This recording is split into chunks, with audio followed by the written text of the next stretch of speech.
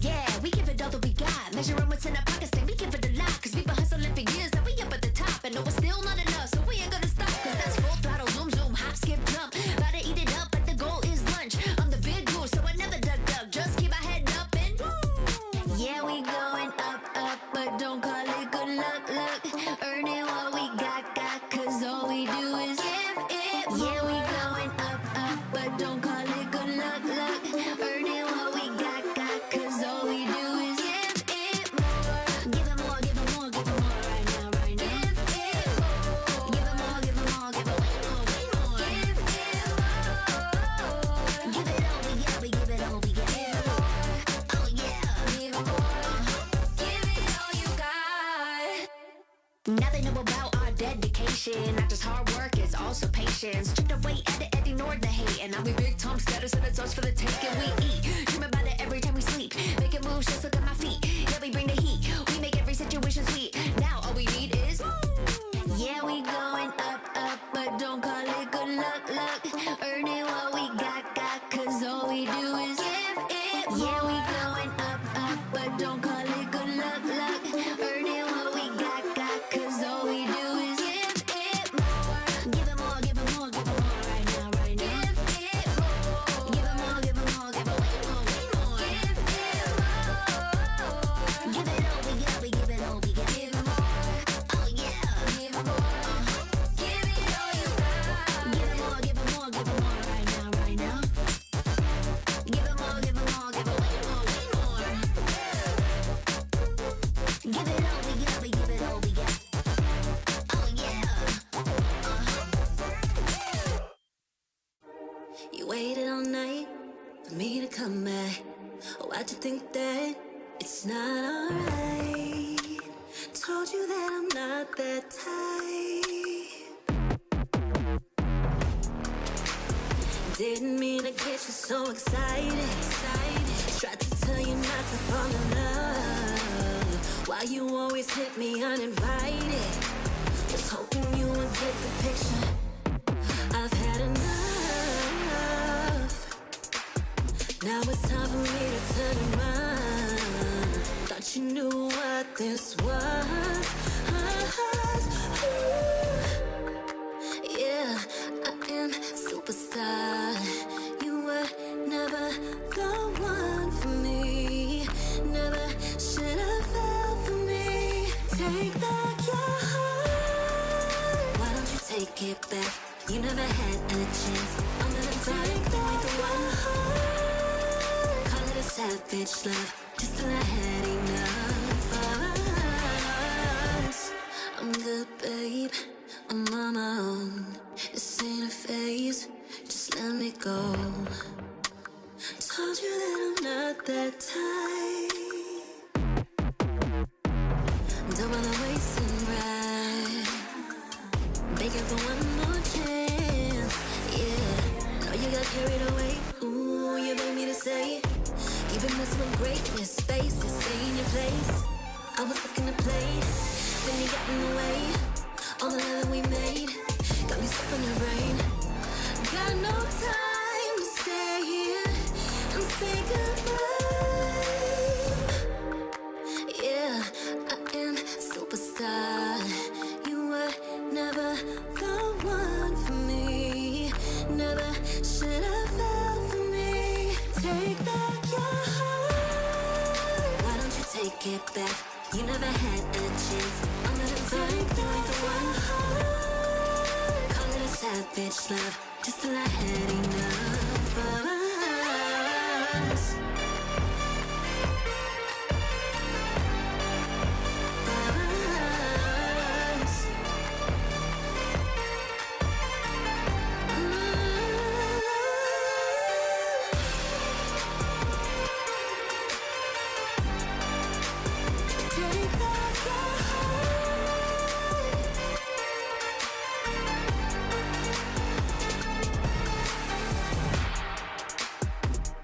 Yeah.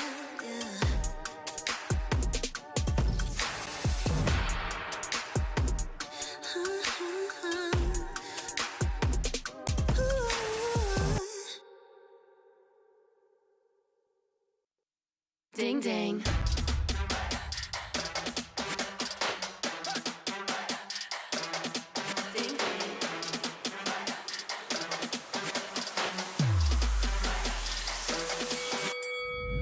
Why you just have that look upon your face with the underestimation? It is so yesterday. 'Cause baby, I can't fly without you by my side. I can do a whole lot more than just look pretty. I know that it'll take some time to see, but you're never stopping me. I know that we ain't giving up. If you thought so, well, tough luck. So we're just gonna do our thing. Ain't over till the bell goes ding. We're gonna fight, so step aside and let us sing. We're gonna bring you down. If you think you'll stop us somehow, just let us do our thing. This ain't over till the bell goes ding. This ain't over till the bell goes. This ain't over till the bell goes. This ain't over till the bell goes. If you think I've had enough, well, I guess you don't know tough. I'll never be the one to back down. You haven't been the first one to show me doubt. 'Cause baby, I can't fly without you by my side. You're never breaking me, never stopping me, never making me be less than all of me. Know that it'll take some time to see, but you're never stopping me. I know that we ain't giving up. If you thought so, well, tough luck. So we're just gonna do our thing. Ain't over till the bell goes ding. We're gonna fight, so step aside and let us sing. We're gonna bring you down. If you think you'll stop us somehow, just let us do our thing. This ain't over till the bell goes ding.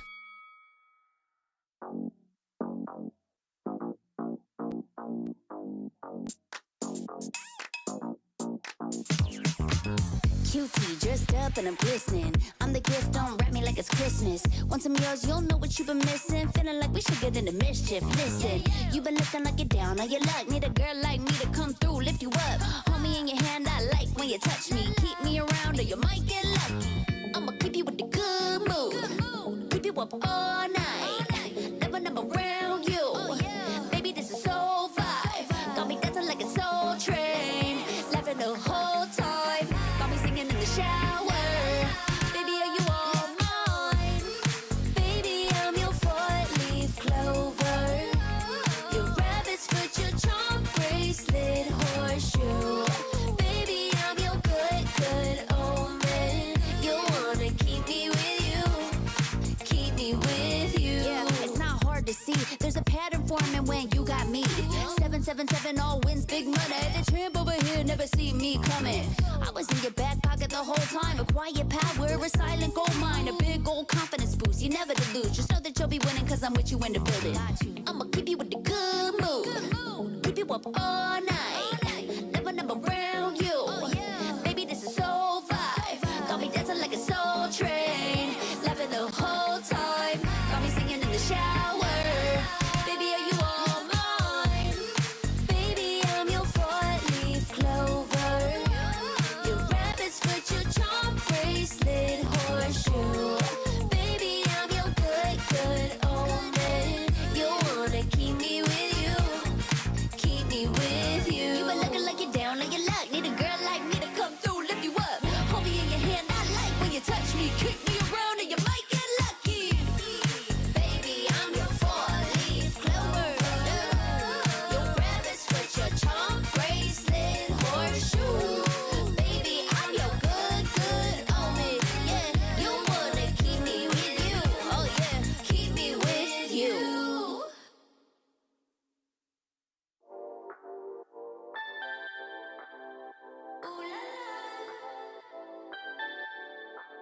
Let's go. Put it in motion. Baby, we're going faster, faster, faster, faster. Seizing the moment. Baby, keep going faster, faster, faster, faster.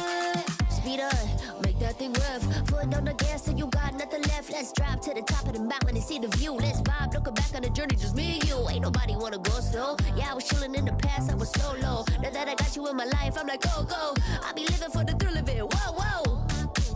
I hear you like to gamble. Let's take the road, let's travel. No, I'm a lot to handle, but I wanna go fast with you. Think we could Although I know we're different, together we both fit it. So we're gonna go fast with you. Put it in motion, baby, we're going faster, faster, faster, faster. Seizing the moment, baby, keep going faster, faster, faster, faster. It's like they never even seen us, and nothing will ever get in between. The Snapdragon Pro Series is brought to you by Snapdragon Elite Gaming and DHL. Hello and welcome to Snapdragon Pro Series Season 6 BGMI Challenge Finals. मैं हूं कुणाल सलूजा और मेरे साथ यहां पर वो जुड़ने वाले हैं जो कि भैया BGMI जगत के सारे स्टैट्स को गहराइयों से खोद के निकालते हैं। नाम है इनका ओशन शर्मा। कैसे हो भाई? काफी ज्यादा बढ़िया एंड काफी ज्यादा एक्साइटेड बिकॉज जो फेस्टिविटीज हैं इस पूरे स्नैपड्रैगन प्रो सीरीज की वो अपने चरम सीमा पर पहुंच चुके हैं कुणाल, बिकॉज अब यहां से वो ट्रॉफी की बात, वो जंग, वो एकदम आखिरी मोड़ पर आ चुकी है। 3 दिन अगले बहुत ज्यादा जरूरी है टीम्स के। एग्जैक्टली, नोएडा इंडोर स्टेडियम के बेहतरीन अरीना में अगले 3 दिनों तक 16 टीम्स, 18 मैचेस और पूरे 1 करोड़ रुपीस का प्राइज पूल। भाई बंदा वेज हो या नॉन वेज, उसे क्या करना है? तो आप सब तैयार हो जाइए, अपने हाथ में पॉपकॉर्न रेडी रखिए, दूसरे हाथ में कोल्ड ड्रिंक्स रेडी रखिए, क्योंकि ठीक 2:30 बजे से रोज रोज प्रसारण शुरू हो जाएगा। और हम लोग आपको यहीं पर मिलेंगे बिकॉज हर एक दिन बहुत ज्यादा इंटरेस्टिंग होगा। पिछले सीजन की भी अगर बात करें, क्या अलग तरीके से पूरी फाइट्स, इनफैक्ट पूरे टूर्नामेंट चला था और आई एम प्रीटी श्योर हर किसी ने एंजॉय किया था। वही सेम काम इस सीजन भी होने वाला है। अब बचे हैं वो 18 मैचेस जहां से एक चैंपियन वापस से वो ब्रैगिंग राइट्स अपने नाम रखेगा। और पिछले सीजन की बात कर रहे हैं, चैंपियन की बात कर रहे हैं, तो एंटिटी की बात करें क्योंकि ट्रॉफी ले ली थी उन्होंने। और भाई साहब क्या कमाल का परफॉर्मेंस। पहले दिन नीचे थे, दूसरे दिन थोड़ा ऊपर बढ़े और तीसरे दिन इतना ऊपर उठ गए कि उन्होंने ट्रॉफी ही उठा ली। अब इस सीजन, चैलेंज सीजन में हमने देखा किस तरीके से टॉप 16 टीम्स पहुंची और कह सकते हैं इंडिया में इससे बेहतर और कोई टीम्स थी ही नहीं। एग्जैक्टली, वो कमबैक स्टोरी, वो ब्रैगिंग राइट्स अपने नाम रखना, क्या ही कहानी थी एंटिटी की। एक बार वापस रिलीव करते हैं। Come on everyone! Make some noise! Samraj and his Panda Boys won SPS 2024 under the banner of Entity Gaming. But now Samraj is coming back for the trophy as defending champions, but this time under a new banner, Team Versatile. Their 2024 roster, Samraj, Gamla Boy, Bakar, and Troy, wasn't just a team, it was a powerhouse, a collection of individuals whose synergy had the potential to rewrite the playbook of excellence, and they did. Starting off with a 4th place finish in the challenge season was respectable, but the fans hungered for nothing less than outright domination in the high-stakes finals. The finals began with a shaky start, leaving fans tense as the boys faced mediocre exits and unexpected eliminations. However, in match 3, they rebounded spectacularly, with a swift rotation that caught Global Esports off guard, leading to a squad wipe against WSP Gaming and their first chicken dinner. Despite this comeback, they ended day 1 in 6th place, with points that were only half of Team Orangutan's total. The stage was set for a remarkable comeback. Day 2 was meant for redemption, but the team faced fierce challenges. Early rotations flattered. They managed only a 2nd place finish with 0 elimination, feeling more like a hollow echo than a victory. In the next match, they found a glimmer of hope, securing 3rd place with 2 eliminations. However, doubts lingered due to their passive gameplay. The rest of Day 2 brought no breakthroughs, leaving them in 7th place, while powerhouses like Team iQOO Seoul, Orangutan, and Revenant thrived.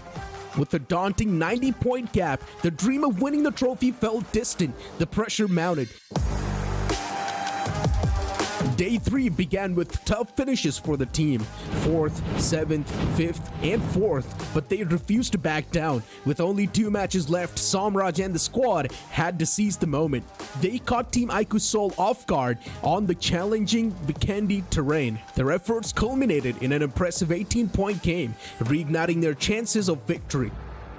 As the final match commenced with 25 lakhs on the line, the team aggressively stormed the battlefield. Each player stepped up, with Samraj leading with 5 eliminations. From rocky beginnings to an unforgettable championship victory, the boys showcased an epic win. Now the stage is reset, the names have changed, and so has the game. What will the defending conquerors bring to the slaughter this time? Top 10 से बाहर थी वो team Somraj, कहां से कहां तक अपनी team को पहुंचाया। बिल्कुल, और काफी लाजवाब परफॉर्मेंस इस टीम ने डिलीवर किया और बन गए BGMI चैंपियन टीम। पिछले सीजन में एक अनबिलीवेबल कमबैक करने के बाद क्या एक बार फिर से सोमराज की सरकार कुछ बेहतरीन साम्राज्य स्थापित करने वाली है? ये जानेंगे और जानने के लिए हमारे साथ मौजूद है हमारे VXT के आईजीएल सोमराज, साथ में रहेंगे ट्रॉय। आप दोनों का बहुत बहुत स्वागत है। सोमराज, मैं आपसे स्टार्ट करना चाहूँगा। लास्ट सीजन की अगर हम बात करें, जब फाइनल्स में आप आए थे, पहले हमने देखा दिन के एंड पे आप 6th पोजीशन पे, सेकंड दिन के एंड पे आप 7th पोजीशन पे थे, फिर वहाँ से आप वो ट्रॉफी लेकर के गए। उस पूरे सफ़र के बारे में अगर आप कुछ और बताना चाहें तो। हम लोग जब आए थे अपने बूट कैंप से, हमारा नया लाइनअप था और हम लोग ऑलरेडी अंडर प्रेशर थे कि अगर ये लान में हम लोग परफॉर्म नहीं करेंगे तो हमारी टीम और ऐसा शटडाउन हो जाएगी, सब लोग स्प्लिट वेज। तो फिर बहुत प्रेशर तो था ही, पर हम लोग का गेम उस समय अच्छा चल रहा था। 15 पॉइंट सिस्टम था जो कि टोटली डिफरेंट मेटा था। सो उसमें हम लोग अच्छा कर रहे थे नेचुरली, पर फिर यहाँ पे आके हम लोग का वो नेचुरल फ्लो स्टेट नहीं आ पा रहा था।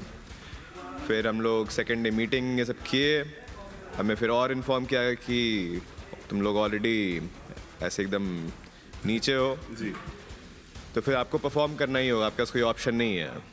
फिर सब चीज़ बिल्डअप हो रही थी और हम हारने तो नहीं आए थे और अपना बेस्ट भी नहीं दे रहे थे। तो तीसरा दिन डायरेक्ट हम में जाके गेम में माइक खोले और गला फाड़ के कॉल्स दिए। तो वही हम अपना बेस्ट दिए थे लास्ट डे, और कुछ दिमाग में था नहीं कि ये अचीव करना है, कुछ करना है। और फिर जो हमारा बेस्ट गेम हम दिए उसमें हमें बेस्ट आउटकम मिला। बिल्कुल, वो बेस्ट आउटकम था और जिस तरीके से वो जो लास्ट के 2 मैचेस थे वो गए, स्पेशली फाइनल डे के, वो बहुत ही ज़्यादा एपिक था। पर ट्रॉय, मैं आपसे जानना चाहता हूँ, पिछले जब फाइनल्स में आप आए थे तो वहाँ पे आपके 2 टीममेट्स अलग थे, अभी 2 अलग एडिशंस हुए, तो पुकार और गमला बॉय को कितना मिस किया जाएगा? मिस तो कर ही रहा हूँ बहुत जी, पर लेकिन अभी आप कह रहे हैं कि ये टीम भी काफ़ी बढ़िया परफॉर्म करके जाने वाली है। टीम बहुत ही अच्छी है जी, नो डाउट, बहुत अच्छी है। ट्रॉय, आप काफ़ी एनिमेटेड दिखते हैं जब भी आप लैन इवेंट्स पे आते हैं, आप अलग अलग इशारे करते हैं फिनिशेस निकालने के बाद, और उसके लिए भी आप काफ़ी जाने जाते हैं। तो इस सीजन में भी हम कुछ ऐसा देख सकते हैं? नहीं, इस सीजन ऐसा कुछ नहीं।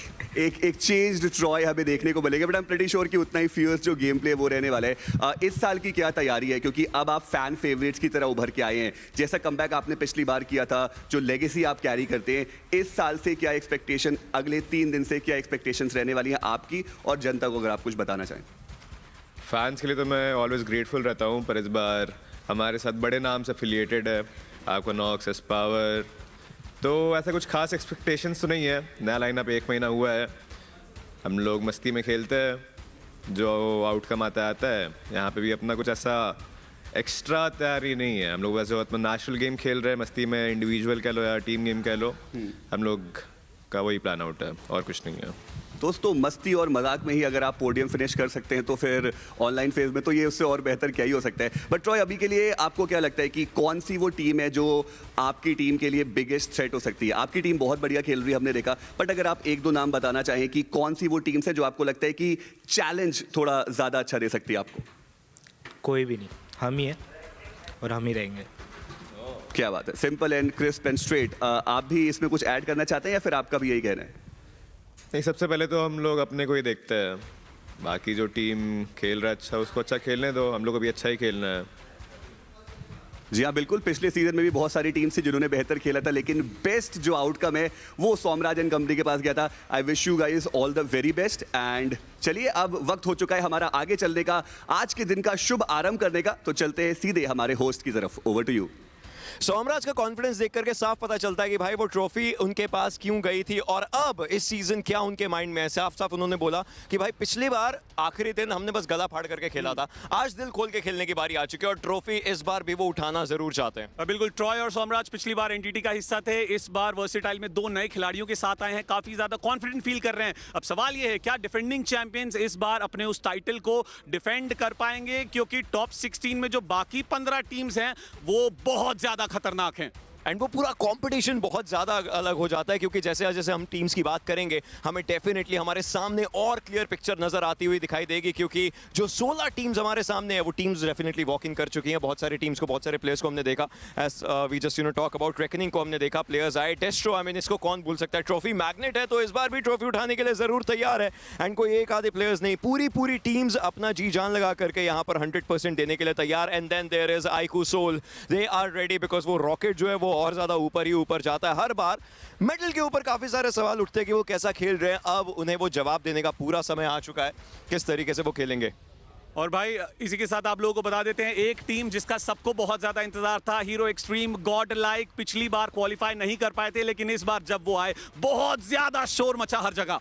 एंड वो शोर मचना बनता भी है। आई मीन हर एक इंडियन फैन एक ही चीज देखना चाहता है कि गॉडलाइक अपने नाम के ऊपर एक ट्रॉफी डेफिनेटली रखे, और इससे बड़ा स्टेज और क्या ही हो सकता है इस समय, जिस तरीके से टीम्स तैयार हैं। स्लग एंड पार्टी, वो टीम भी पूरी तरीके से अच्छे तरीके से तैयार for their good trophy, and will definitely see कि इस सीजन कौन और ज्यादा बेहतरीन खेल सकता है। बट एक बार नजर डाल देते टीम्स के ऊपर। भाई ये देखिए, ये हमारी टॉप 16 टीम्स आपके सामने, और इसमें से एक भी ऐसा नाम नहीं जिसके बारे में आप ये कह सकते हो कि यार इसकी जगह वो टीम आती ना तो ज्यादा अच्छा होता। They are the best of the best, और नोएडा इंडोर स्टेडियम के अरीना में अगले 3 दिनों तक ये 16 टीम्स भिड़ने वाली हैं। 18 मैचेस में प्राइस पूल होगा 1 करोड़, सर्वाइवल होगा, रश होगा, इनसेन BGMI मोमेंट्स होंगे, क्योंकि यहां पर हर कोई करना चाहता है द अल्टीमेट चिकन डिनर। ये तो खैर हर कोई स्टेज के ऊपर देखेगा किस तरीके से पूरा ये कोलाहल मचने वाला है, लेकिन इसके साथ साथ बहुत सारी ऐसी भी बातें हैं, ऐसी भी कॉन्वर्सेशंस हैं जो बिहाइंड द सीन्स हुई हैं, एक बार उनके ऊपर भी नजर डालना बनता है। यू मीन मसला और मसाला? बहुत सारा मसला और बहुत सारा मसाला।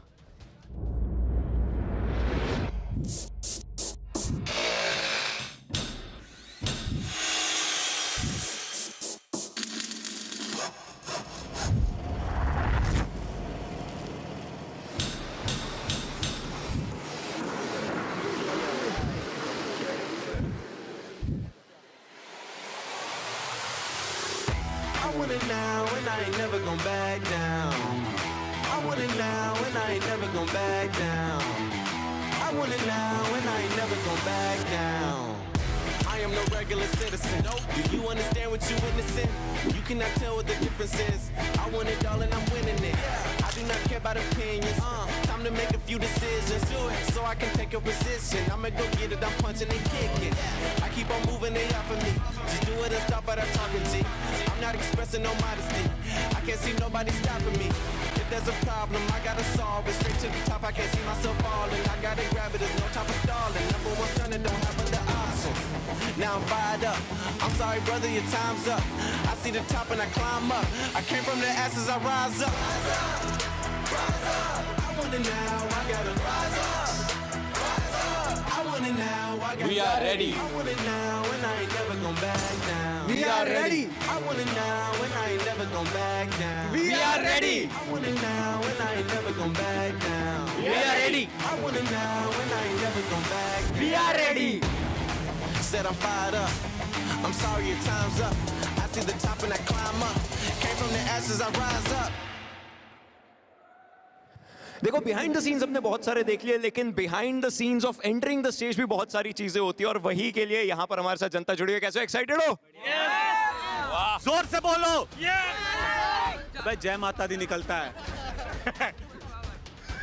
ओके, अब देखिए हम यहाँ पे बेसिकली करने क्या वाले हैं, यहाँ पे 16 टीम्स हैं, उन 16 टीम्स के बहुत सारे यहाँ पे फैंस भी आए हैं। अच्छा, फैन फेवरेट कौन सी टीम है यहाँ पे?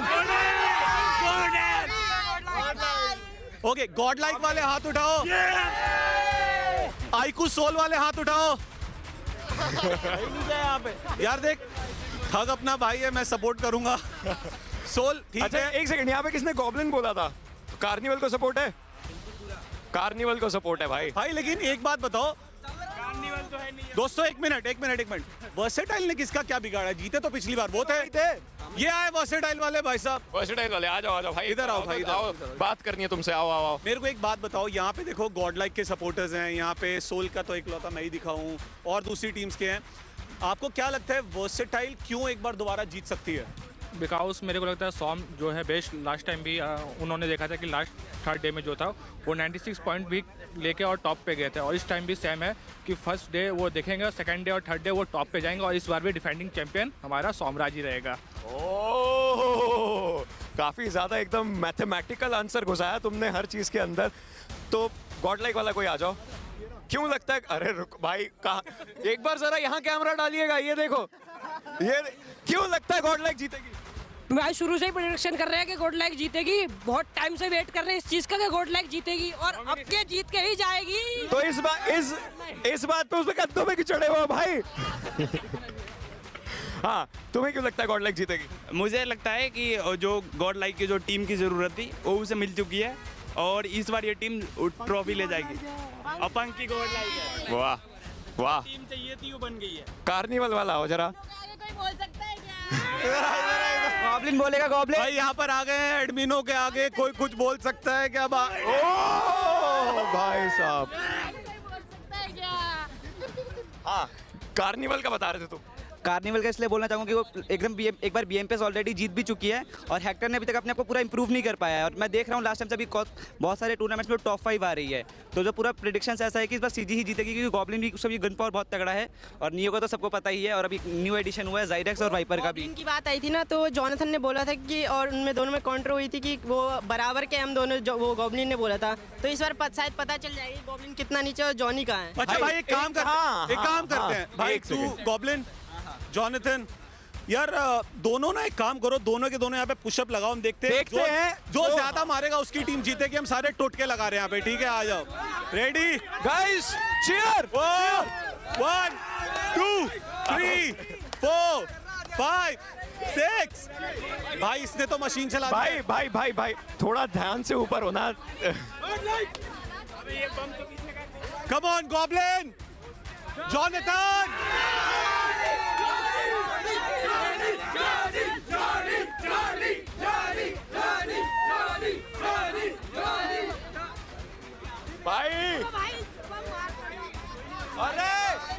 भाई यहाँ तो गॉब्लिन ने बाजी मार ली है, लेकिन अंदर गॉब्लिन बाजी मारेंगे या जॉनथन मारेगा, थोड़ी बिल्कुल देर बाद में पता चलेगा। चलिए आपको अंदर अरीना लेके चलते हैं।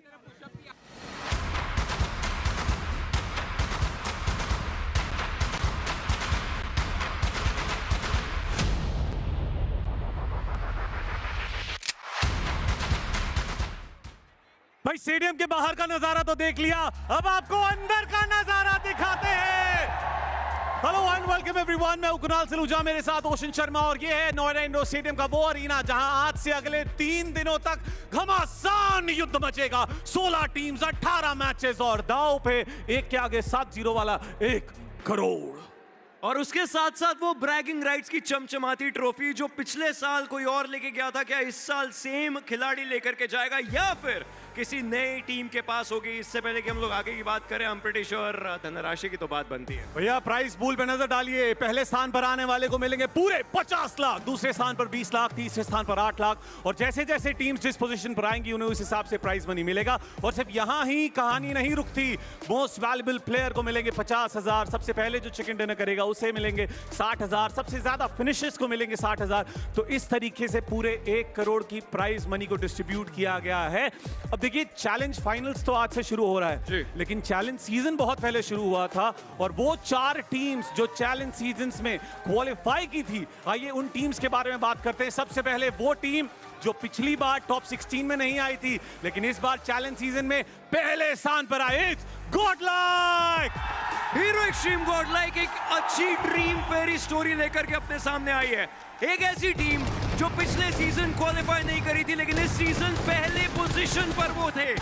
तो डेफिनेटली लगता है कि पंक की अगुवाई में ये पंक की गॉडलाइक एक नई गॉडलाइक है और ये हीरोज हैं, ये एक्सट्रीम है, ये 100% एक गॉडलाइक टीम है। और गॉडलाइक, बिल्कुल गॉडलाइक परफॉर्मेंस, इकलौती ऐसी टीम जिन्होंने 300 से ज्यादा पॉइंट्स स्कोर किए थे, कोई और टीम नहीं, इट्स ओनली गॉडलाइक।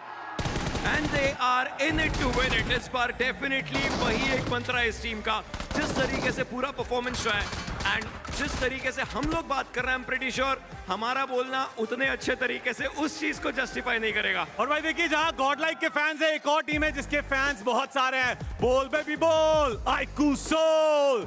दूसरी टीम वो थी जो चैलेंज सीजन में आगे पहुंची थी और क्या कमाल का परफॉर्मेंस रहा, हमेशा कंसिस्टेंट रही है, पिछले सीजन के रनर अप और इस सीजन चैलेंज सीजन में वो सेकंड स्पॉट पे रहे। एग्जैक्टली उनका सेकंड स्पॉट ये जरूर दर्शाता है कि वो टीम क्या खोया था वो इस बार पा सकते हैं, कितना करीब थे वो इस बार कमा सकते हैं। और iQOO सोल में एक खिलाड़ी माननीय मान्या महोदय, उनका मस्तिष्क जिस तरीके से चलता है, उन्हें पता है कि टीम को किस तरीके से चलवाना है। और अगर रोनी खेल रहे तो हर दिन रोनीवार है। सोमे का समय अच्छा चल रहा है, I am pretty sure iQOO Soul तैयार है एक डोमिनेटिंग रन के लिए। भाई क्या iQOO सोल पिछली बार जो एक स्थान से ट्रॉफी चूक गई थी, क्या इस बार ट्रॉफी अपने नाम कर पाएंगे? मेरे साथ यहाँ पे बहुत सारे लोग हैं, चलो उन्हीं से पूछते हैं। भाई आपके हाथ में तो गॉडलाइक का प्लेकार्ड है, लेकिन क्या लगता है iQOO सोल कड़ी टक्कर देगी? देखो लगता तो है कड़ी टक्कर देगी, लेकिन ऑन टॉप तो गॉडलाइक ही रहेगी। ओहो ये बोल दिया गया, लेकिन चलिए एक बार पूछते हैं किसी iQOO सोल फैन से। आपके पास iQOO सोल का प्ले कार्ड है, इस बार iQOO सोल का क्या परफॉर्मेंस होगा? टॉप पे रहेगी, गॉडलाइक की चिंता मत करो, उसकी उनके लिए नकुली काफी है। यहाँ पर राइवलरी ऑलरेडी बन चुकी है, आगे पीछे बैठे हैं सब लोग। चलिए अब उस टीम के बारे में बात करते हैं जिनकी भाई सोच ही एकदम अलग है, क्योंकि इनके कोच ही एकदम अलग हैं। गॉड्स रेन, ये थी तीसरी टीम जिन्होंने क्वालिफाई किया था। कोच रॉबिन इनके सर, और क्या चैलेंज सीजन रहा। डेफिनेटली रॉबिन साहब एक अलग परफॉर्मेंस अपनी टीम को दिलवाते हैं। पहले खुद खिलाड़ी थे, जब कोच बने तो टीम की गाइडेंस रखी है। इस टीम में बस मुझे एक चीज लगता है कि अगर डेल्टा चल गए तो ये टीम बहुत ज्यादा अच्छे तरीके से खेल सकती है। I mean डेस्ट्रो the trophy magnet, जितने ऑफिशियल्स हुए हैं हर किसी को पता है डेस्ट्रो अपनी टीम को किस तरीके से खिलवाते हैं। प्लस निंजा जॉर्ड जिस टीम के साथ रहे हैं जब भी, हर बार इन्होंने इज्जत कमाई है। भाई गॉड्स रेन एक तरफा परफॉर्मेंस इनका पिछली बार भी रहा था, अब देखना है इस बार कौन सा खिलाड़ी ज्यादा बाजी मारेगा। डेस्ट्रो, निंजा, आपका फेवरेट कौन है? ओशन? डेस्ट्रो। चलिए लोगों से पूछते हैं, यहाँ पर गॉड्स रेन का फैन कौन है? इधर की तरफ मुझे लग रहा था कुछ लोग हैं। गॉड्स रेन की तरफ कौन लोग हैं? गॉड्स रेन वाले आप हैं? गॉड्स रेन आप हैं? रेकनिंग, तो चलिए आपसे पूछ लेते हैं गॉड्स रेन का। आप वैसे गॉड्स रेन को आपने देखा हो, फेवरेट प्लेयर कौन रहा है? मेरे फेवरेट प्लेयर हमेशा से डेस्ट्रो रहे हैं, मिस्टर ट्रॉफी मैग्नेट। तो इस बार भी ट्रॉफी वही लेके जाएंगे मुझे लगता है, तो यही कहना मेरा है। चलिए टॉप 3 टीम्स की बात कर ली हमने, लेकिन चैलेंज सीजन में चौथी वो टीम थी जो पिछली बार के चैंपियंस थे, इस बार डिफेंडिंग चैंपियंस हैं। पिछली बार की एंटिटी थी, इस बार के वर्सेटाइल हैं। चैलेंज सीजन में जब एक बार कंफर्म हो गया कि अब आगे पहुंच गए हैं, उसके बाद आराम से खेला। सौम्यराज का सौम्यराज एक नया साम्राज्य स्थापित करता है, और वो साम्राज्य पिछले सीजन आखिरी के दिन में, आखिरी के गेम्स में उन्होंने किया था। सो अब बस सोचना ये है कि वहां से लेकर के अब इस सीजन जब टीम में थोड़े बहुत बदलाव हुए हैं तो कैसा खेलेंगे। इनके लिए सबसे ज्यादा नोटेबल मैप्स होते हैं मिरामार और विकेंडी, और ये दोनों मैप्स इन्हें पता है कितने अच्छे तरीके से खेले जा सकते हैं, और एक और ट्रॉफी बैक टू बैक उठाई जा सकती है सौम्यराज के द्वारा। भैया हमने शुरू में देखा था कि वर्सेटाइल टीम पुराने 2 खिलाड़ी जरूर हैं, लेकिन इस बार 2 नए खिलाड़ी भी आए हैं, और सोमराज कह रहे थे कि उन 2 नए खिलाड़ियों के साथ तालमेल बहुत अच्छा बैठ गया है। एस पावर का एडिशन यार, एस पावर लास्ट सीजन ही वो सेंसेशनल। और एक बात कहनी भाई कि एस पावर जितने फेमस है उतने ही फेमस उनके पापा भी हो गए हैं। एग्जैक्टली एक बार जाकर के थोड़ा बहुत लोगों से और भी पूछते हैं अभी भी। भाई एस पावर एक बहुत कमाल का खिलाड़ी है, नो डाउट। एस पावर के लिए कुछ वर्ड्स है जब वो इस टीम के अंदर अब सोमराज ट्रॉफी और इजीली उठाएंगे? भाई बिल्कुल उठाएंगे भाई। एस पावर को आप देख सकते हो, #1 पे चल रहा है MVP पे, तो मेरे को लगता है उठा सकती है next trophy. S power MVP बनेगा क्या? कौन MVP बन सकता है? ओके गॉडलाइक वालों जरा शोर मचाओ, सोल वालों जरा शोर मचाओ। गॉड्स रेन नहीं है यहाँ पे फैंस, वर्सेटाइल यहां पर सबसे ज्यादा दबदबा हमें दिख रहा है गॉडलाइक एंड iQOO सोल का। ये 2 फेवरेट टीम्स हैं, 16 टीम्स यहां पर आने वाली हैं। टॉप 4 के बारे में हमने बात कर ली है और भाई साहब आपको बता दे अगले 3 दिन नोएडा इंडोर स्टेडियम का ये अरीना खचाखच फैन से भरा रहने वाला है। 16 टीम्स हैं, 18 मैचेस हैं, 1 करोड़ का प्राइस पूल है। अगर आप यहां नहीं हैं तो आप कहां हैं? ऑनलाइन टिकट्स चली गई, ऑफलाइन टिकट्स चली गई, लेकिन YouTube पे लाइव स्ट्रीमिंग चालू है, तो हमारे साथ जुड़िए क्योंकि अब हम ऐसी टीम के बारे में बात करने वाले हैं भाई जिस टीम के बारे में लोगों ने उतना ज्यादा एक्सपेक्ट नहीं किया था कि ये टीम आगे क्वालिफाई करेगी। उस पे बहुत सारे लोगों ने किया था डाउट, लेकिन वो भूल गए थे कि उनके पास है Sensei and scout. Exactly I mean एक ऐसी टीम जिनके पास अब वाइल्ड फैंग्स हैं, एक ऐसी टीम जिनका हमें पता है कि वो कहीं से भी आकर के अपनी एक्सपेक्टेशन सामने रख सकते हैं। वाइल्ड फैंग्स की हम लोग बात कर रहे हैं सेंसे और Scout one of the OGs of the scene, और उन्हें पता है एग्जैक्टली कि कैसे उन्होंने अपने आप को यहाँ तक लेकर के एंड सेंसे वी नो उनका दिमाग अलग चलता है। चलिए एंकी के पास चलते हैं और उससे जानते हैं कि जब उसने स्काउट और सेंसी से बात की तो क्या क्या वैसे कुछ सवाल है जो एंकी से आप चाहते हो वो पूछ ले आगे। एंकी अपना लड़का है, कर लेगा, संभाल लेगा। तो चलिए इसी के साथ चलते हैं एंकी बॉट के पास, who is out there with wild fangs, sensei and scout. अब क्योंकि कह ही दिया है ओशन ने कि संभाल लूंगा तो संभाल ही लूंगा भाई, और मेरे साथ मौजूद है 2 बहुत ही ज़्यादा मेधावी जो एथलीट्स हैं जिनको इंट्रोडक्शन की भी कोई ज़रूरत नहीं है। मेरे साथ सेंसे और स्काउट दोनों बैठे हुए। सबसे पहले तो मैं समझूंगा कि ये जो इमोशन है, जो फीलिंग है वो कैसी है, क्योंकि बहुत टाइम बाद लैंड के अंदर आपकी एंट्री हो रही है। So how is the feeling, और जब ये हुआ कि हाँ आप क्वालिफाई हो चुके हो, कैसा फील हुआ था? फीलिंग मुझे बड़ा अच्छा लगा था जब पता लगा कि हम क्वालिफाई हो गए हैं इतने टाइम बाद, और मैं तो स्पेशली मतलब मैं काफ़ी टाइम मुझे सेटबैक मिला था, लेकिन अभी क्वालिफाई हुए हैं और खुश हैं। लेकिन जो क्वालिफिकेशन थी वो हमारा मेन टारगेट नहीं था, हमारा टारगेट कुछ और है और उसी पे अभी हम फोकस्ड हैं। आई थिंक आप ट्रॉफी की बात कर रहे हो शायद, या फिर और भी ज़्यादा बेहतर जो है टॉप 3 पोडियम फिनिश की आप बात कर रहे हो, जो आपका टारगेट हो सकता है। बट स्काउट, एक चीज़ जो पूरी कम्युनिटी आपसे सीखती है वो है कि नेवर गिव अप एटीट्यूड जो आप लेकर के हमेशा चलते हैं। आपने ग्राइंड करते रहे आप लगातार, और फाइनली अब आप इस लैंड के लिए क्वालिफाई हुए हैं। एक ओजी खिलाड़ी, जनता बहुत प्यार कर रही है, जनता की एक्सपेक्टेशंस फाइनली वो फुलफिल हो रही हैं। सो आप जनता को क्या कहना चाह रहे हो और आप खुद कैसा फील कर रहे हैं अभी? मुझे तो काफ़ी टाइम लग गया एक प्रॉपर टीम ढूंढ के तरीके से परफॉर्म करने के लिए, एंड आई थिंक ये वो टीम है जो मुझे मिला है अब जाके, और मैं बहुत ब्लेस्ड हूँ ऐसे प्लेयर्स मेरे को मिले हैं। और फैंस तो मैं ये बोलूँगा कि काफ़ी लंबा टाइम लग गया यहाँ तक पहुँचने के लिए, बट मेहनत करते रहेंगे, बाकी देखते रिजल्ट जो भी आएगा।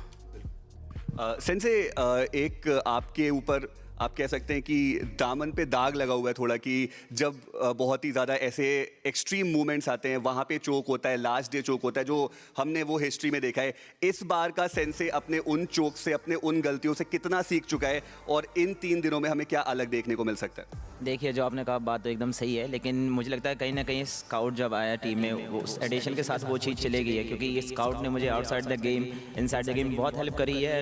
इसका एक्सपीरियंस बहुत ज़्यादा है, तो इसने मुझे बताया कि तुझे किस जगह पे वर्क करने की ज़रूरत है, एंड मैंने वहीं पर फोकस करा। तो अब मुझे लगता है कि मतलब ये तो नहीं पता लास्ट डे का चोक, लेकिन हाँ पहले से बहुत बेटर खेलने वाले हैं और फैंस को इस बार निराश करने का कम ट्राई करेंगे।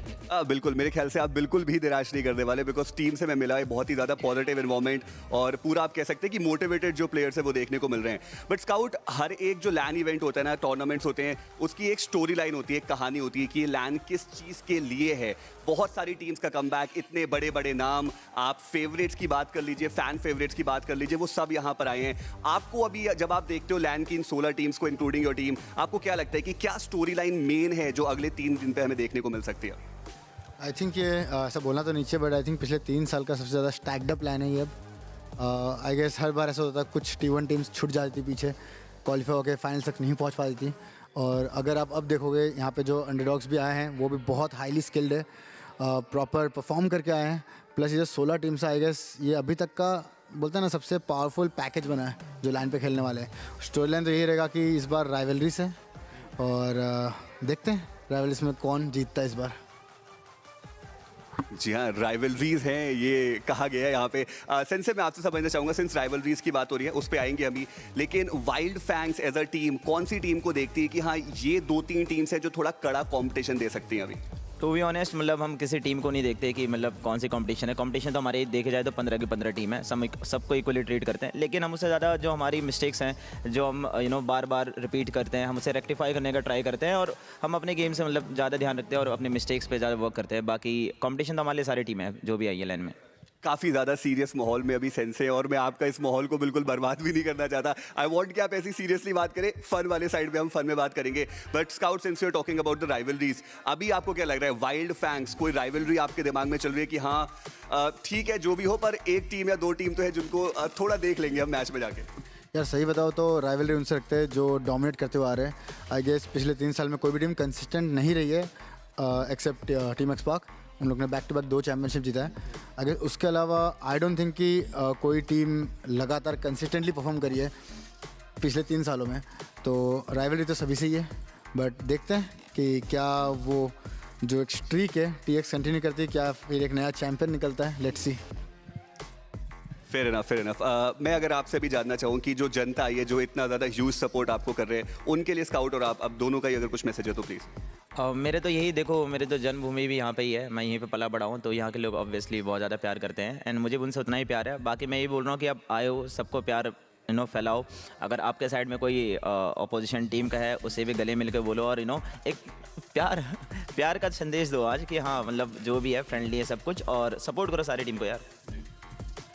मैं तो ये बोलूँगा यार कि पहली बार इतनी टीम्स आई है तो जनता में भी राइवलरी रहेगी, तो शोर मचाओ जितना मचा सकते हो, और जैसे सेंसी ने बोला प्यार बांटो। प्यार बांटो ऐसा कहा गया है, लेकिन क्या सच में उतना ज्यादा प्यार बांटा जाएगा? क्या होगी राइवलरीज, क्या होंगी फाइट्स, उन सब के बारे में जानेंगे। लेकिन अभी के लिए चलते हैं सीधे हमारी ओपनिंग सेरेमनी की तरफ।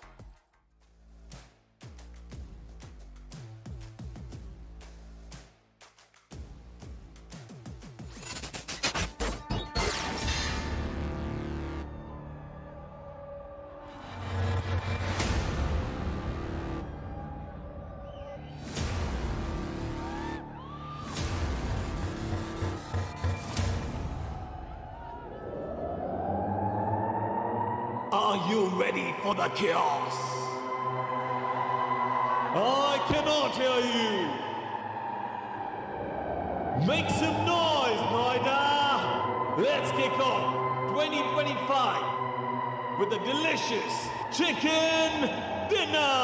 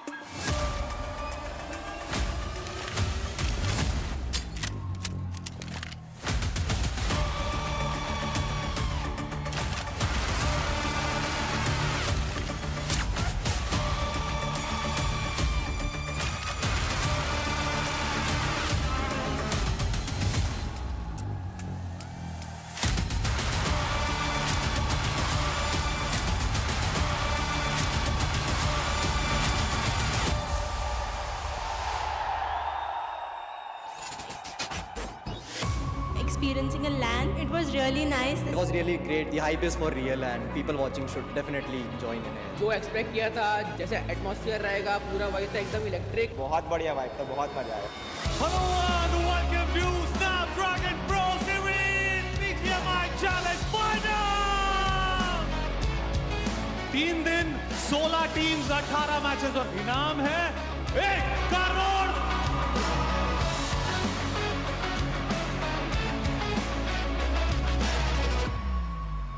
Honestly speaking, I want to prove myself once again and I want to justify the title trophy magnet जो मेरे को लोगों ने दिया है।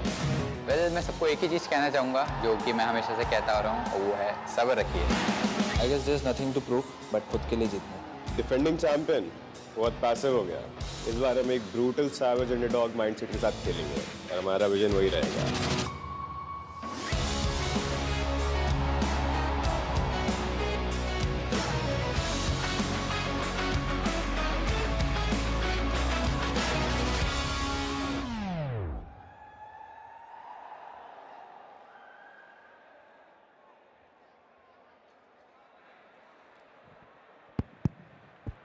With everything to lose, the man is here to defend his title with a new pack.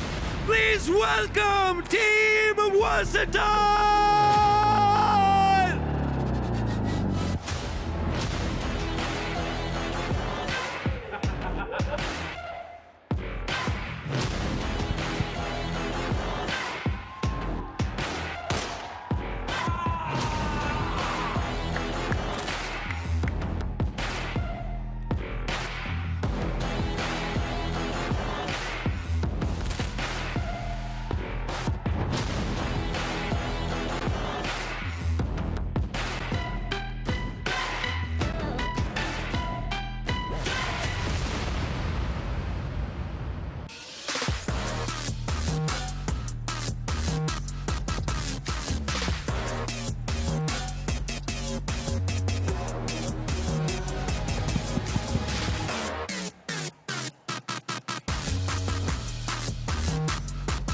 These bots are sleek. The army is strong. Together they'll prove everything wrong. Make some noise for BotArmyEsports!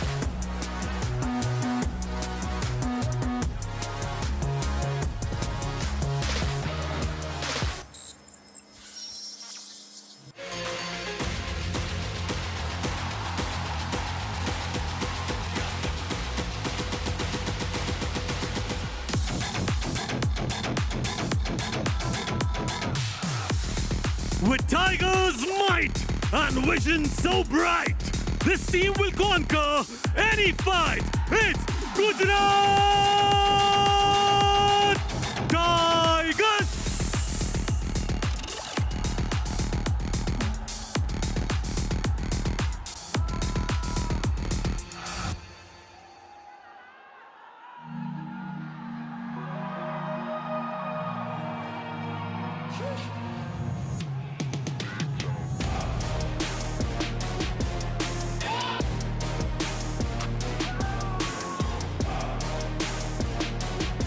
The Magnets lost their power, but now they are ready to regain their strength. Everyone, please welcome Godlike!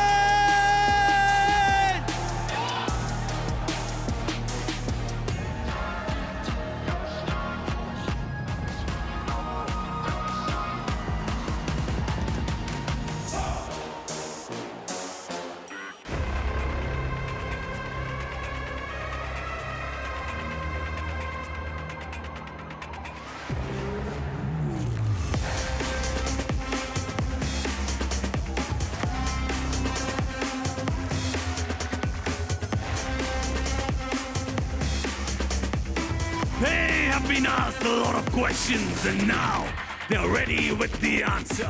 Make some noise for Reckoning Esports!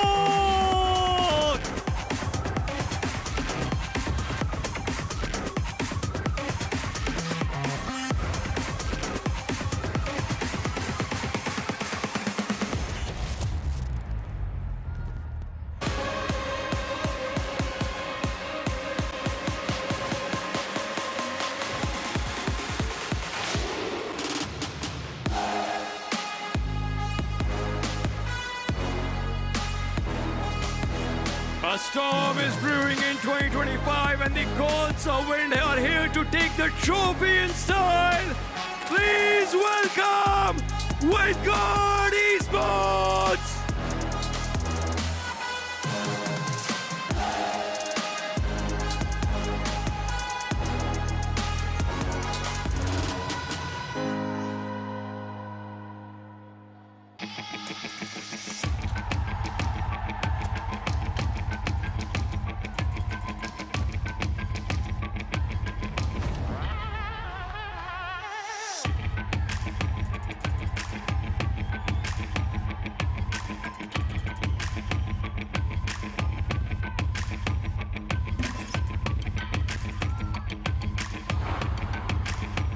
A man on a mission, ready to make his mark.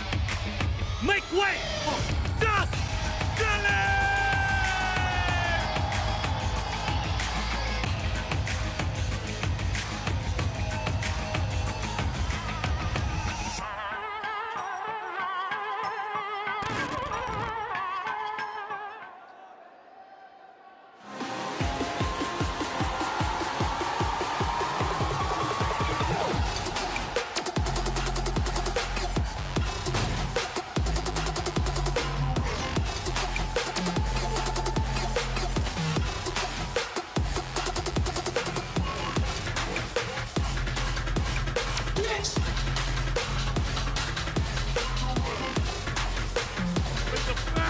that fight. Till that ignite. This team is all set for the fight. Let's welcome Wyld Fangs!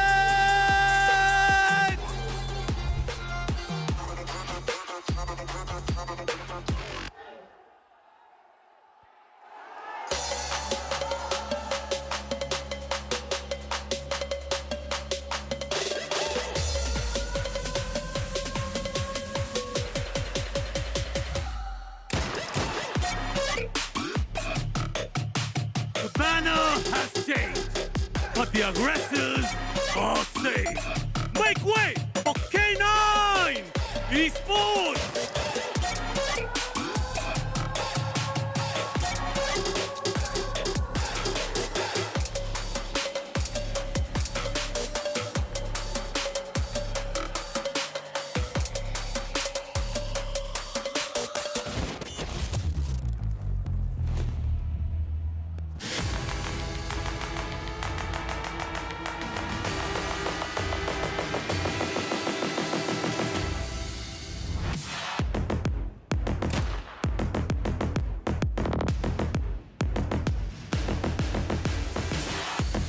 A chuckle from where the MVP always puts. They're now here to break their curse. Please welcome the ape of Orangutan!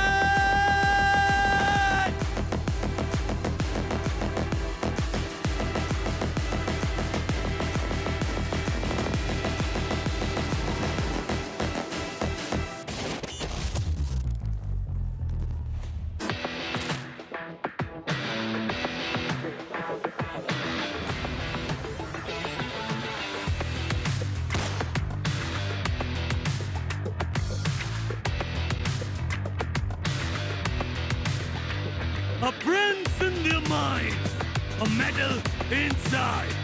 Make way for Medal Esports!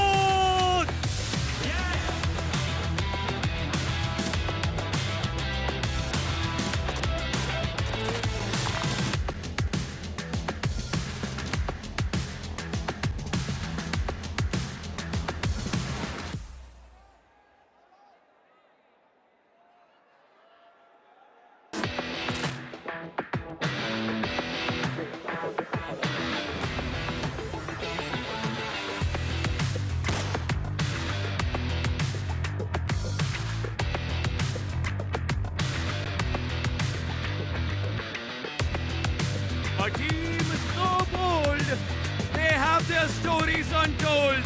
Please welcome Red Xtreme!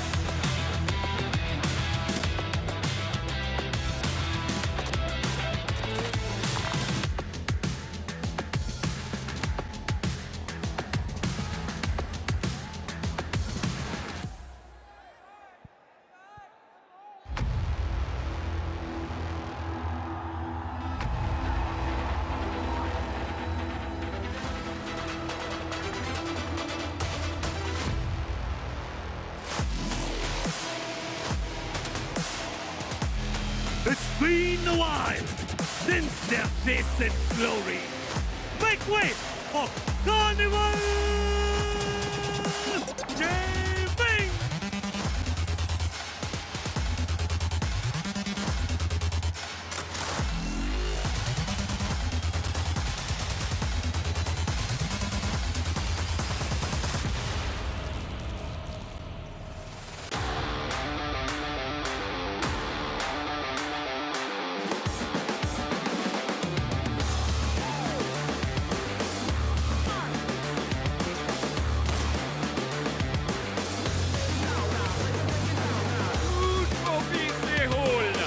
Their story's been told. Now watch them go for the gold. Revenant Xbox!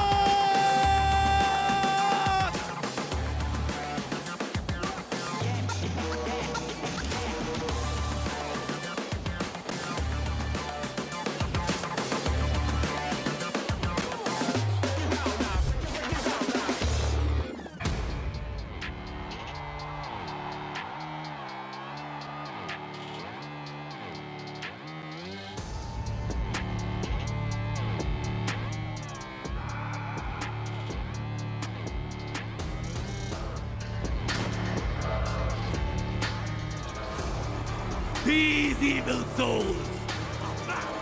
Conquer the challenge finals.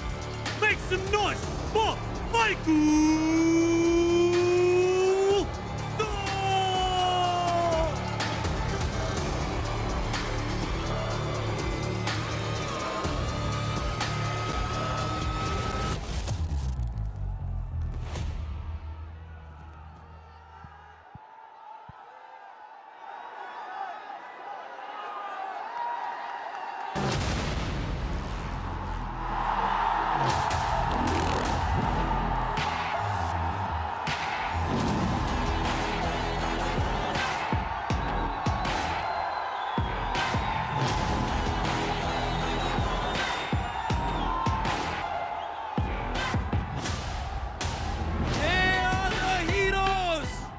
They play Xtreme! They need no introduction all around the world!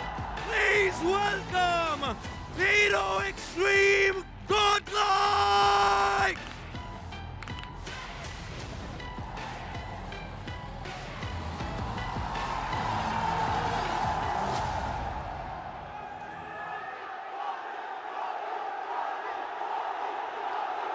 We have all our teams ready now for the battle that awaits. Ladies and gentlemen, it's time to kick this off. Take it away, Custos!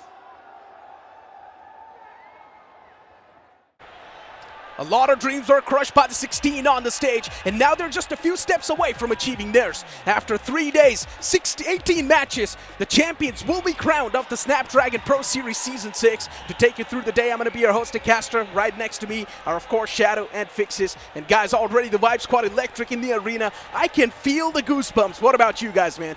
I already have the goosebumps. It is electrifying. Everyone is so prepared for the challenge finals. I'm soaking it in, especially with the audience coming out in numbers. The first biggest LAN of 2025 sets on a lot of things. We've got the perfect storylines, folks. We've got favorites, we've got underdogs, we've got a lot of those teams that are here to redeem out themselves. So this for sure is going to be an absolute banger. It indeed is going to be a banger. 18 matches to go, and then the champions will be crowned on the stage. And guys, we already know what's at the stake. Of course, Hero Xtreme Godlike, fan favorite, but we can't really forget the fact that how we started the entire journey. We started things up from the open qualifiers, from which 2 qualifiers were played, and then after that, we had the open finals on the screen. 24 teams were duking it out against each other. From that, only 16 teams qualified towards the challenge season, and 16 were also invited. And from the challenge season, only the top 16 moved on to the challenge finals, which is currently happening right now. And from here on, we'll get a champion of SPS Season 6. One team which is going to get the huge prize money and all the bragging rights and love of the fans. 18 matches, 16 teams, and only one shall prevail supreme. It's all about glory, it's all about redemption. But we have been talking about so many players, and this one surely has won our hearts. Exactly. We need to speak about S-Power, considering he joined Team Versatile just like a month or 2 ago before this tournament. And just look at the impact this man has already had. He's currently top in the charts when it comes to the finish leaderboard, and he's gotten 68 finishes so far in just the span of 36 matches. It doesn't matter under which banner this player is playing, because since the day he has stepped into esports, he has been doing the heavy fragging, heavy lifting, and even in Versatile, he has been fantastic. He's a top fragger in the challenge season.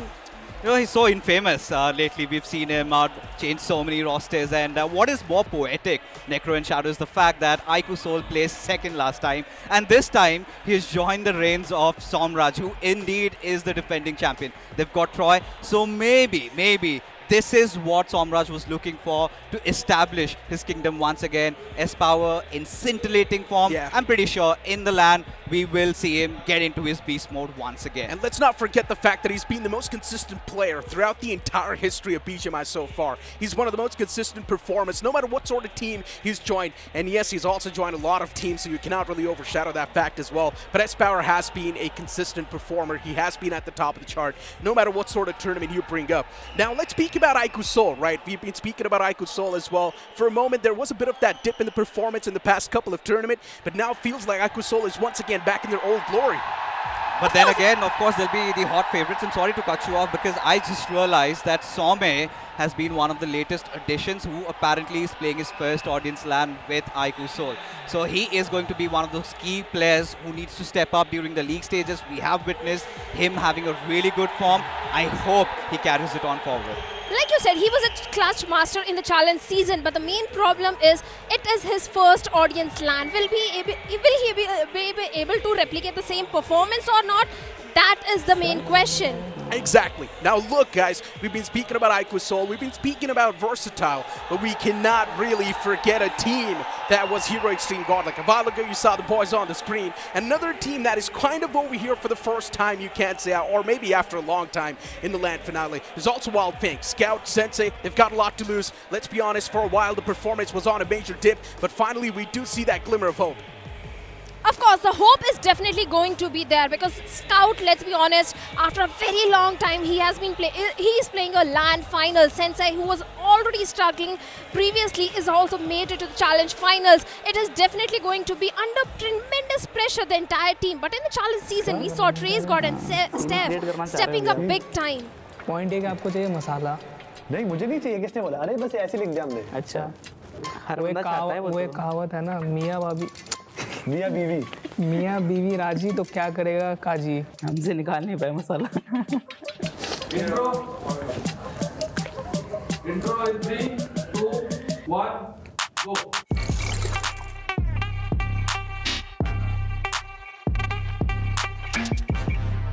Hello दोस्तों, मसला और मसाला में आपका एक और बार स्वागत है। मेरा नाम है क्रैट और इस सेगमेंट के अंदर हम दिल की तार छेड़ने वाले हैं। अब एक लाइनअप था जिसको बहुत लोगों ने बहुत प्यार दिया, हम सब इनका नाम देखते थे, इनकी परफॉर्मेंस एकदम पागल हो जाते थे। फिर कुछ ऐसा हुआ जो हमने बिल्कुल नहीं सोचा था और वो उसी चीज़ पे आज हम बात करने वाले हैं। जी हाँ, एक इनफेमस शफल हुआ था कुछ टाइम पहले। भाई जोकर जुड़े हमारे साथ, भाई हमारे साथ मान्या है, स्वागत है आपका मसला और मसाला में। Thank you so much. कैसा लग रहा है आपको? बढ़िया लग रहा है, वेट कर रहा है आपके क्वेश्चंस का भी। इतना एक्साइटेड है तुम? नहीं, बट थोड़ा सोच के आया था कि भाई नहीं बोलूँगा। तुझे अच्छा नहीं लगा जिस तरीके से मैंने तेरा स्वागत किया, लेकिन तू चाहता शोर शराबे से करूँ? अब बटरिंग तो सब करते हैं, क्या करें। हाँ भाई, एक बार शूट हो जाए फिर देखते हैं फिर मैं कौन आप कौन कर देगा। तुम्हें ऐसा कभी महसूस हुआ कि मेरे साथ कि मैंने तुम्हें शूट के लिए मतलब से ऐसे दोस्ती बना रखी है? ऐसे बात है जब यू अब आपको ऑनेस्ट आंसर चाहिए कि मैं भी बटरिंग करूँ? जो टीवी की पहली ट्रॉफी थी, you know you guys were playing for global esports, it was Manya, Nakul, Ronnie and joker. मैंने पहली बार वो 4 प्लेयरों को साथ में देखा एंड काफी डोमिनेंट रन था। उसके बाद आपका नाम चेंज हुआ, यू वन लाइन, आप लोग ऑफिशियल भी जीते, you know mean S power भी आया, ठीक है।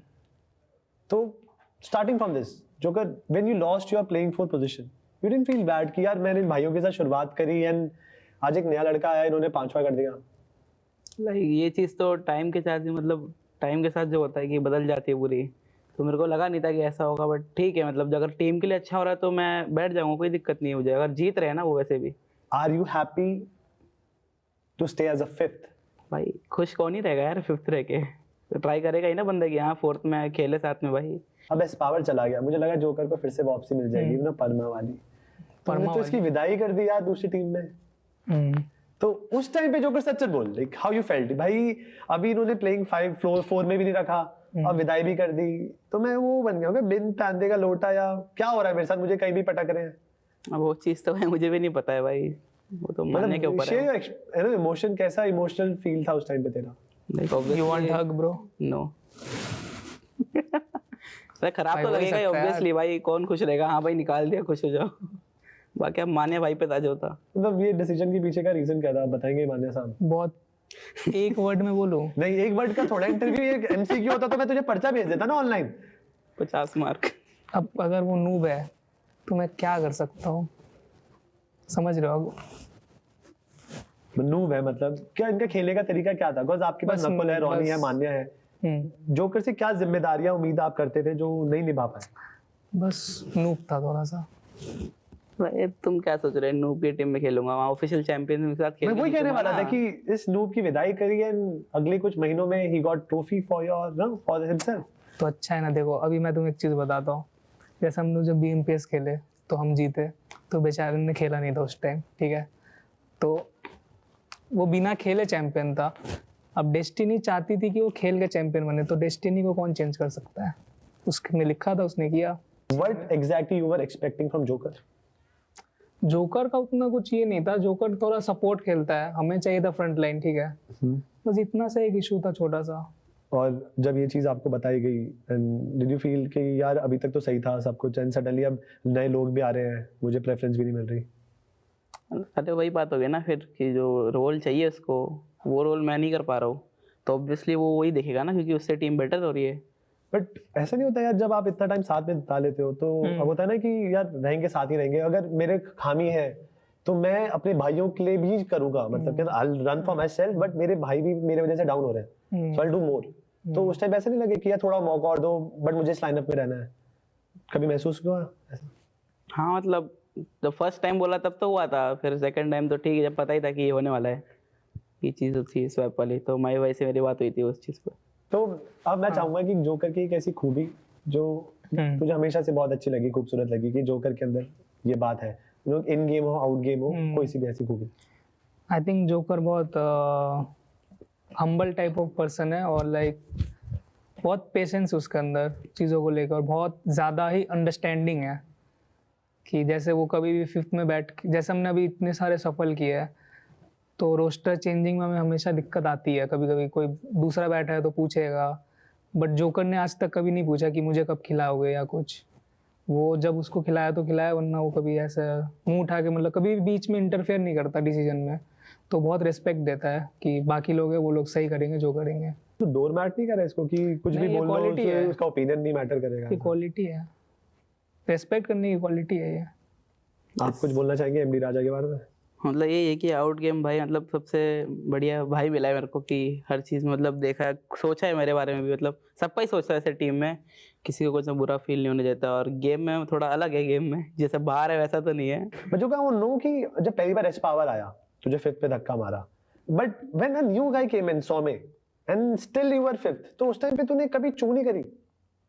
क्यों करता, मेरे को पहले भी दिक्कत नहीं थी, उस आने के बाद भी दिक्कत नहीं है। देखो भाई, जब भी अगर टीम का अच्छा हो रहा ना, अगर मैं ना खेल रहा हूँ, खेल भी रहा हूँ, तो मैटर वही करेगा कि अगर नहीं खेल पा रहा हूँ, मेरा फॉर्म अच्छा नहीं है, वो लोग अच्छा खेल रहे हैं, तो भाई रिस्पेक्ट करो उनकी, यार खेलने दो ना, क्यों बीच में आना है लाइक उनके। चल ठीक है, ये जो ओपिनियन है, डू यू थिंक कि as an e sport player ये ओपिनियन बहुत सही है कि भाई अगर मैं अच्छा नहीं खेल पा रहा, मेरे बिना टीम जीत रही है, तो team happy, team should be happy, कुछ वो बंदा अपना कब देखेगा फिर?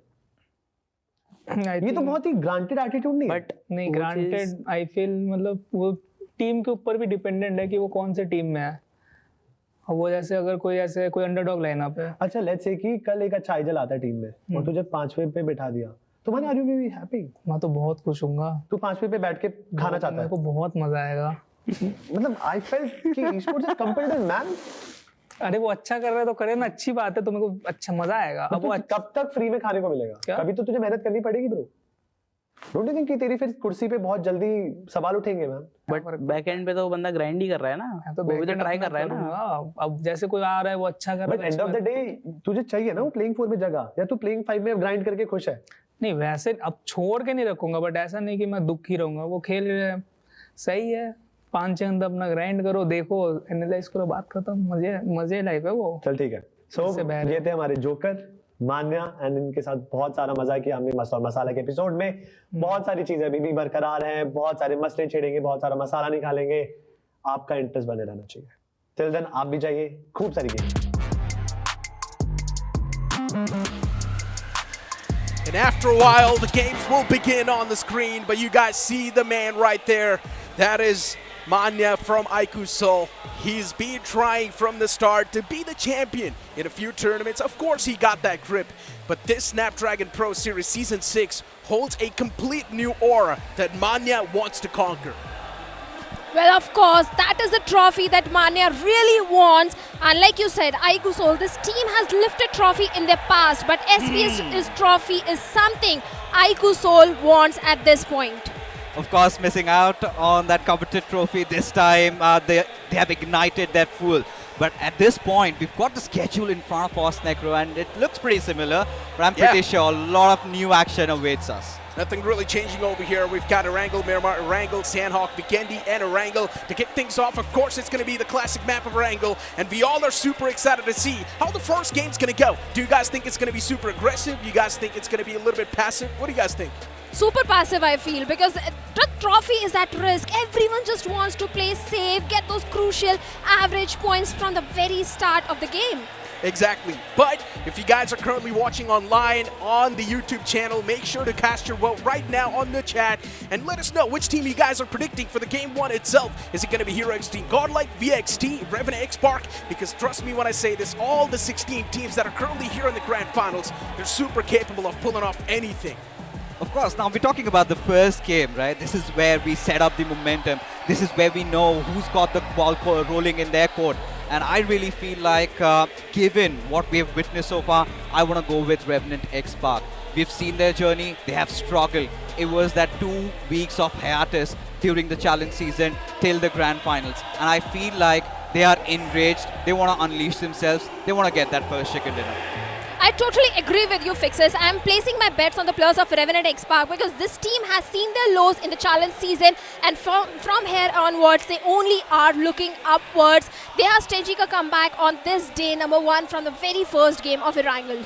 Exactly. But before we move on towards the matches, you guys see a little QR code at the bottom of your screen. Scan that QR code and let us know about your experience, or if you guys have got any sort of feedbacks, let us know on that QR code right there. Fill the form so maybe we can implement those changes in the upcoming tournaments. But once again, getting back to the game and getting back on what's on the screen, one thing is for sure, man, the audience is having the time of their life. If you aren't really over here in the arena, I would recommend make sure to drop by and say hi.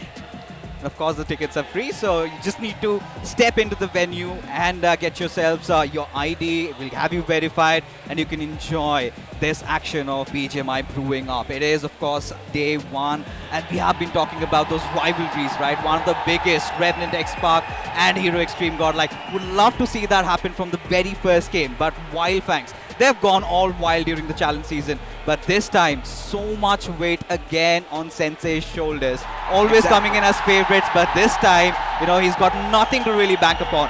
Can he finally lift his trophy? You spoke about the favorites, and the favorites are on the screen. Hero Xtreme Godlike, Jonathan, and the pack of boys. You cannot really forget that Punk's Edition has put on a complete different aura on this team. Hero Xtreme Godlike has been dominating the challenge season. They were there in the top 3, feeling really good about themselves, and they also crossed that 300 points marker.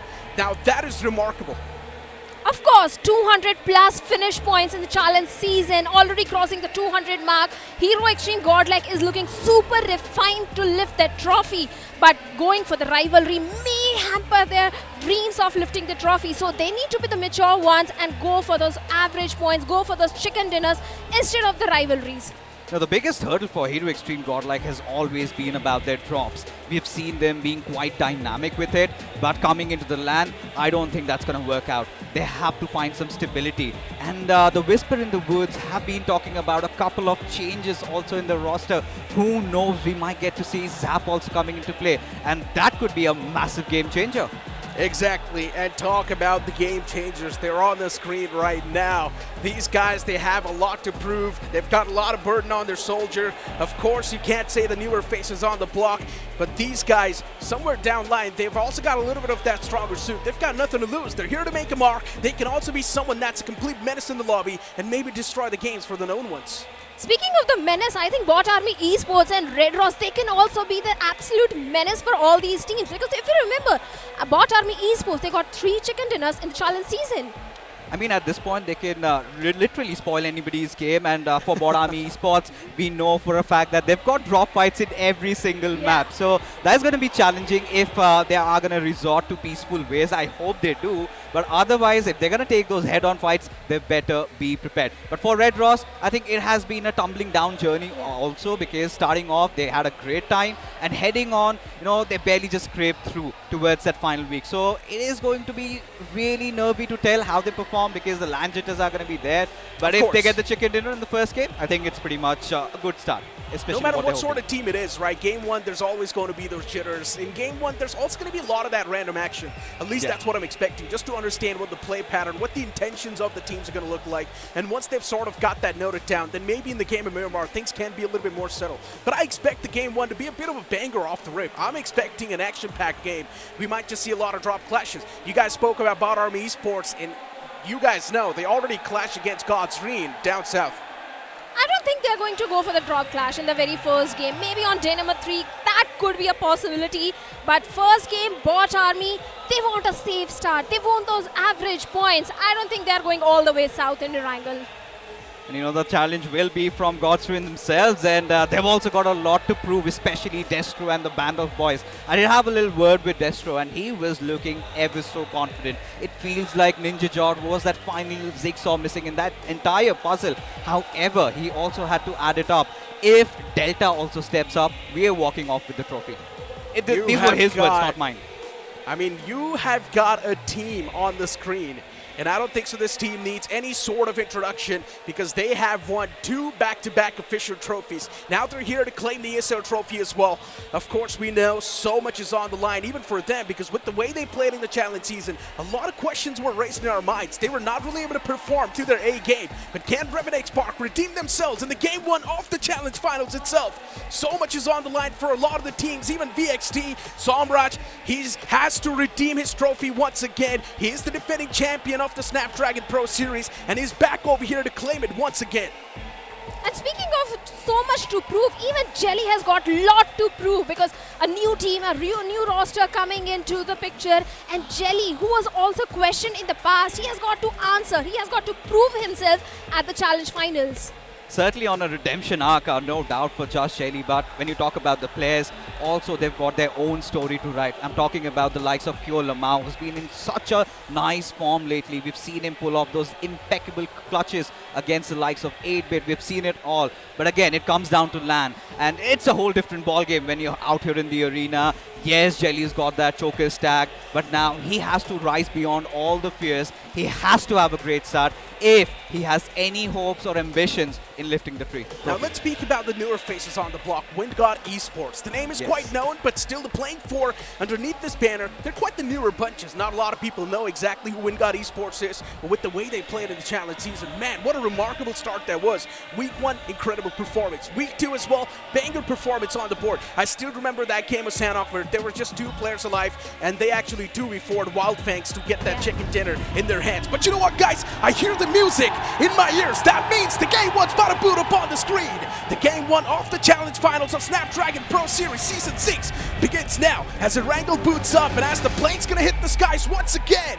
It's gonna be starting all the way from Norupnoy towards Severny and Stalber. This plane flight path heavily tilted to the right side of the map fixes. Maybe if the teams want to move into our Georgia pool, that's gonna be a tough stretch. It certainly is. And we are indeed hoping for some early collisions, especially around Milta, Shelter, all those garages. I'm pretty sure we're going to have some early bloodshed over here. As of now, we can witness God's Rain already dropping down on Sosnovka military base. But what my eyes are searching for, Necro, is of course, where on earth is BotArmyEsports?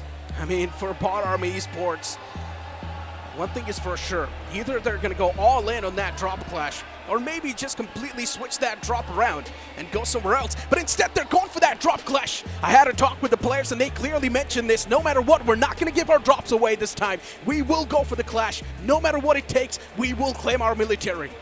And this is going to be exciting, right? This is what we wanted. Action right from the very get-go. So a lot of those early fights, and yes, Necro, you won that wager. We'll talk about that a little bit later. But as things are, even Wingod are in the midst of things. Now we've witnessed Wingods, even in the players, they are quite renowned for just taking over those junction areas around the bridge. Oh, Fixist. I see another drop clash. OG and Wyld Fangs right next to each other. One of the players, they're quite on the stray. And there's a big chance they might just lock horns. I see Sensei right next to Aru. And inside a military base, we've got BotArmyEsports right next to God'sreen. Some interesting drop clashes happening, but I would love to see them duke it out against each other. I would love to see a spark off the rip. And speaking of spark, we do see Revenant Spark as well in Yasna Poliana, uncontested by the way, just chilling. Indeed, and I really don't think that at this point we're going to have OG and Wyld Fangs take those early skirmishes. We've seen this happen even in the past, but what really baffles me is look at Hero Xtreme Godlike. At Minnow, all by his lonesome, he's around that Lipovka area. A little bit of a hit or miss, a little bit of that lapse in those timings, and maybe he could get hunted down. We're caught just around that vicinity, but we've got that fight again in swing around that military base. BotArmyEsports taking on that eastern area, whilst the sea buildings have been taken over by the players of God's Reign. At this point, both these squads are quite familiar with each other's play styles. 36 games already played, they know what needs to be done. And let's see who breaks the ice over here. It will be a tough one to break. A fight off the rip means sacrificing game one. The odds are 50-50. In the past, BotArmyEsports, they have defeated God's Reign a lot of times. They've got the up in this duel. And look at what's happening on the screen right now, Fixes. CG in a really uncomfortable spot. How do they get out of this one? That's my question. Why is CG just staying in this spot completely pinned down? There's no one really around them.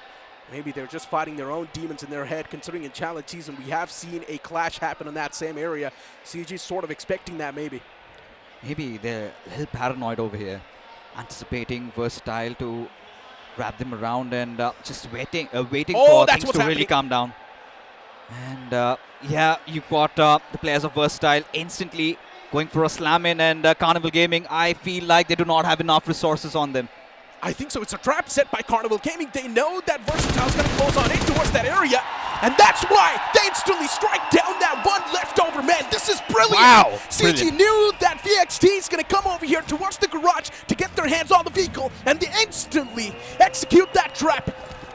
What a way to kick things off for CG. One elimination point stolen. This is what you call research. Make it two, because they've managed to take down two players of Versatile, and suddenly Versatile at this point are crippled. With Equinox as power, absolutely stunned, stupefied, what hit them. And this was big brain plays, Necro. Really did not see that coming. Seems like they had an ace up their sleeves. Now the question really comes down to the fact that is it going to continue even in the upcoming games of Erangel? Because we're going to have a lot of them. And surely did catch Versatile off guard. It's a card that you can just use once, and they've already used it. It's a wild card. Yeah. I mean, VXT just never saw this coming. Carnival Gaming was just camping for them, and they knew that VXT is going to come to this garage to get their hands on a vehicle. Such a brilliant play that was. And as I mentioned, that's what you call research. The players sat down, I'm pretty sure, in their hotel, and they were just researching over and over again how to counter this big menace that's there around their vicinity. And well, they've already found a way to counter them, at least in the game one. But as I mentioned, it's a card that you can only use once. So they've already used that card. Now in the upcoming moments, in the upcoming games, they would have to try and use some different cards to try and catch the players off guard. Now, considering the fact that they used it in the very first game, I'm pretty sure they've got a few more up their alley. Really, Carnival Gaming doing their homework absolutely right, but still cannot rule out Versatile. You still have S-Power in the mix. At this point, they would be looking for those position points. And given how the circle has really formed, should not be a huge hassle finding some key positions, but of course have to be quite defensive. And now looking at things, we've got Medal Esports instantly vying for the central positions of the circle, while even Orangutan still not done with their loot yet. It's going to be interesting because Reckoning and Medal, they could be locking horns just in the next couple of moments. And for iQOO, I don't think there has been any change in the style of play. Drop down around school and apartments, and will take their sweet time. And these are those few circles, Necro, I believe, where iQOO really thrives. Would really expected God's Reign and BotArmyEsports to lock horns, but so far somebody's lost. That action hasn't really came through. I'm still getting the dim sims. That's there. You lost. What do you mean? I mean, we've already seen some early game action, my friend. I mean, it's still a slow affair. I said it's going to be a random action, and there is some sort of action happening. It's just two bodies the dropping game down. Hasn't ended yet, my friend. All right. I mean, it's still going on. It's fine. Let it cook. But at this point, with the way Circle has formed, we've seen the Circle even in the past. And we've got a couple of favorites. I think Medal, they're playing under the ideal circumstances. Necro, again, quite defensive. Again, just taking over the smack center spot of the zone. And at this point, if they've got nice loot to themselves. I'm pretty sure this is a squad that knows how to defend. I hope Legit really steps up, because he's been such a key player for Medal Esports, having secured the highest frags for his team. And if he does perform, and if Medal start off with a shebang, then I think Medal could also be one of the favorites. In my opinion, Cyrax and Sarvit, they need to step up. Oh yeah. Legit's already been doing great. If the entire team once again just swings back at the same time, Medal Esports will be an indestructible force. And they just need to be the same way they were in the official tournament that happened a couple of months back. They were doing so good. Medal Esports, we just want to see them back in their old glory, in their prime form. In the challenge season, a little bit rusty, but still they've made it to the grand finals, and that's what matters. K9 Esports on the screen, and this team has been a complete different beast. Let's talk about what exactly happened in challenge season. Omega was the man who was always caught off guard by someone. Once by Hero Xtreme Godlike, the other time by a complete random team. Omega likes to play a bit separated from the pack, and I don't understand why. I mean, as long as everything is good going for them, I don't think I would be the one to complain. Because honestly speaking, K9 really amped up. They put the pedal to the metal during those final few phases. Those final 2 weeks is where they just came out of nowhere, secured that 5th position in the overall standings. But going on ahead, if you talk about how Omega has performed in LANs, I think he's got quite some remarkable feats. And I feel like they can manifest that. And considering you've got 3 young assaulters who are always on the prowl, always on the hunt, I think they can get some early good frags, and that is very important for K9 and their winning conditions. Yeah, and already the stage 2 is about to kick off as well. So K9 Esports, this time around, they need to be a little bit more quicker on their feet and try and get a better spot in the circle. Omega, once again separated from the pack, by the way, is playing on his own league. And now you've got Just Chili back in the blue, taking their sweet little time to rotate. There's a big chance they might just collide against the players of BotArmyEsports. If Just Jelly delay the rotation even by a bit, there's a massive chance they can actually clash. And Just Jelly, seems like that's what they're exactly doing. Delaying the rotation by a bit. I'm not sure what the game plan is for the boys, but they're just searching for someone, I guess, on the shores. There's a big chance BotArmyEsports, if they find the right moment of strike, if they find the right string, they will try and make sure that the entirety of Just Jelly, they crumble. Just Jelly right now being super cautious, which is understandable. It is the bridge at the end of the day, and you never know. On the receiving side of things, there can be anyone just camping you out. The only silver lining over here for Just Jelly is the fact that BotArmyEsports aren't really on the move yet. Given the fact that they're still taking their merry time, rooting around the outskirts of the military base, around the research laboratory. And at this point, for Just Shelly, everything is a smooth sail. We'll have no issues getting inside the circle. Maybe a little bit of turbulence coming in from the likes of Wingod. But barring that, it's been a silent affair so far. iQOO Soul still around the center. Medal Esports also holding on to their position. Revenant X-Park still around Yasnaya Polyana. Pretty sure they will be having the abundance of all that loot they needed. And for Wyld Fangs, Seth has definitely been a game changer, considering the fact that it was Trey Scott who was really getting majority of the job done. And this veteran really has to shine. Scout, he's been a little disappointing so far in the league stages, has been caught off guard in various situations. Yeah. But I think this is the moment where he also needs to step up. That's what the stats say as well, but look at what's happening now. Reckoning Esports, a bit of a trouble. Hero Xtreme Godlike, just tying them out like vultures. They're ready to swing, but Reckoning Esports don't really want to be a part of the action. And Hero Xtreme Godlike giving the fans exactly what they want. A bit of that action to kick things off with. A few shots were taken, but no confirmations yet, no knockouts yet. Reckoning Esports, they're going to be able to make their way towards the spot they want, harms free. And so far, with the way the game's been shaping out as well, Fixes, it feels like we're up for a feast, my friend. It's building up.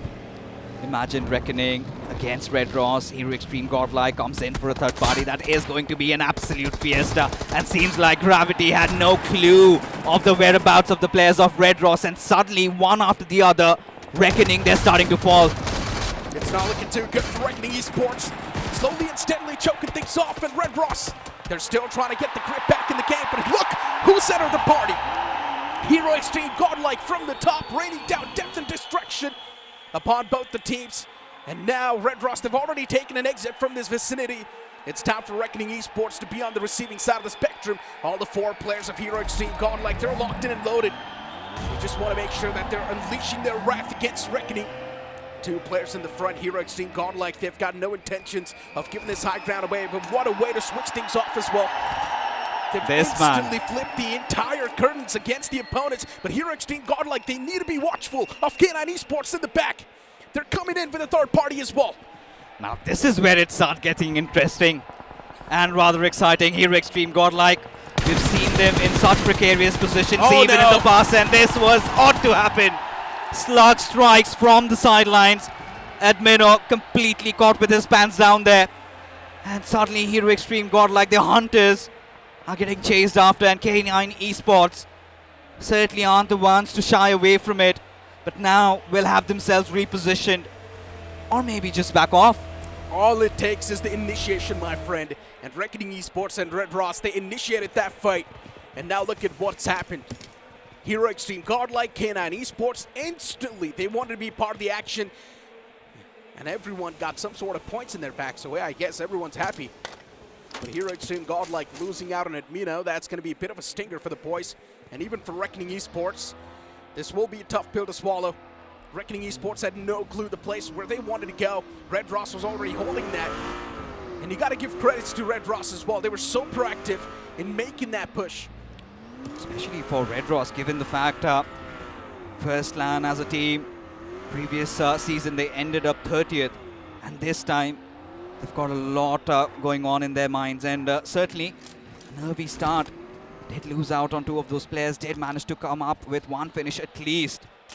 But that's not going to make the cut, especially when you are an underdog team. You need to have a good first game. Even for Hero Xtreme Godlike, they might have swung through. But again, losing out on their key player, who's on the race for being the MVP. Admino found missing. And another big change is, of course, Zap Necro replacing Simp. That could be a huge gamble, and that could also backfire. It indeed can be. I don't exactly know. Why did they make that decision? Hero Xtreme Godlike was already doing pretty good with Simp in their roster, and now making the change, especially in the LAN finals. I'm not exactly sure what was going through Punk's head. Going for such a major move, that too, when everything's on the line, when your fans are rooting for you, that's when you see the playing field being changed. But let's just hope this change works out for the better in the future. Right now, Hero Xtreme Godlike are down a man, and that too Admino, the main playmaker, not in the game anymore. Ooh. And look at the next zone shift. K9 Esports, for them, this is a dream start. This could have been much worse. I did see 1 player of K9 Esports get knocked out a while ago. Luckily enough, he's once again back on his feet, so that's a great thing. Look at God's the way they have injected in themselves inside the circle. From the military base, now they sit at the smack center. They have lately been doing things right. We've seen them during the league stages, the highest amount of chicken dinners, 7, the number. And right now, they've got a couple of foes to deal with. Gujarat Tigers right beside them. You've got even iQOO Soul nearing them up. So at this point, God's Reign, they are going to be massive favorites. But when you still have iQOO Soul on the prowl, it's going to be so difficult to say.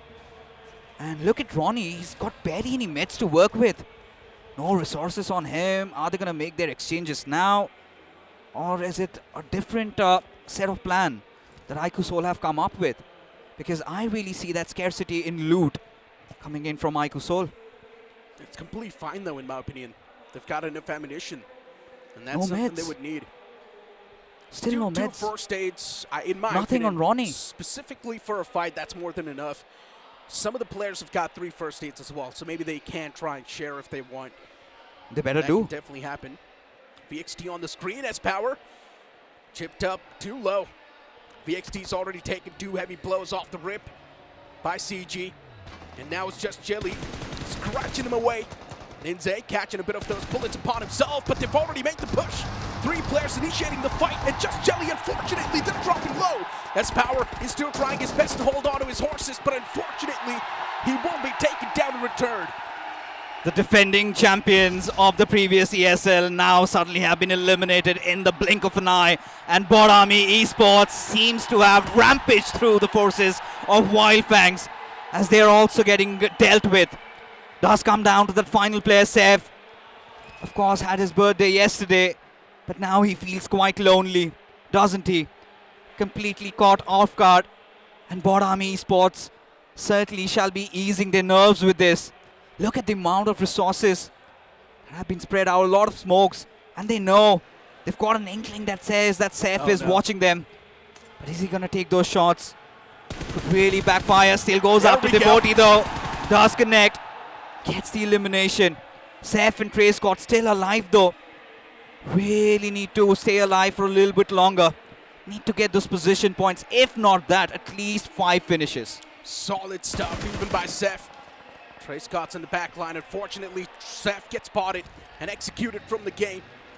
Wyld Fangs try to squeeze in a few points before they got taken down, but unfortunately, Seth was only able to get the first. After that, Seth was dealt with. BotArmyEsports is going to be more than enough. With those 3 points they got, they will be happy. Look at this. OG on the screen. Revenant Spark in the front. AKOP tosses that util. No connection found so far, but these shots are definitely going to find the correction. And Spray God gets knocked out. Unfortunate beginning for Revenant Spark. And exactly what AKOP wanted to give his team. The advantage against a team like Revenant Spark is going to cost a lot to Revenant Spark in the future. Especially for OG. This is the way you would want to kick off every other fight. And Revenant Spark, for some reason, we do not see the cavalry as well. I can't fathom myself around the fact that Revenant X-Spark for once were running out of the fight. This is their home turf. Orangutan just chased them down, caught them off guard. And suddenly, just like that, 2 players dealt with. And even for Orangutan, they've got 3 finishes. That means like OG, oh my God, they're looking ever so solid. But look at the circle shift, K9. Circle favoring them, and even for the likes of Hero Xtreme Godlike having that northern territory to themselves. It's going to make things a little easier, but look at that paw coming. We've got God's Rain, we've got Josh Jelly injecting themselves through those western areas. But quite a lot of those open areas inside the circle, not a lot of those concrete compounds, and seems like Trey Scott in quite a bit of a pickle here. Hold on, Wyld Fangs. Trey Scott, this man is the only glimmer of hope alive right now. Needs to stay alive for a bit longer. BotArmyEsports constantly just threatening the life of Trey Scott.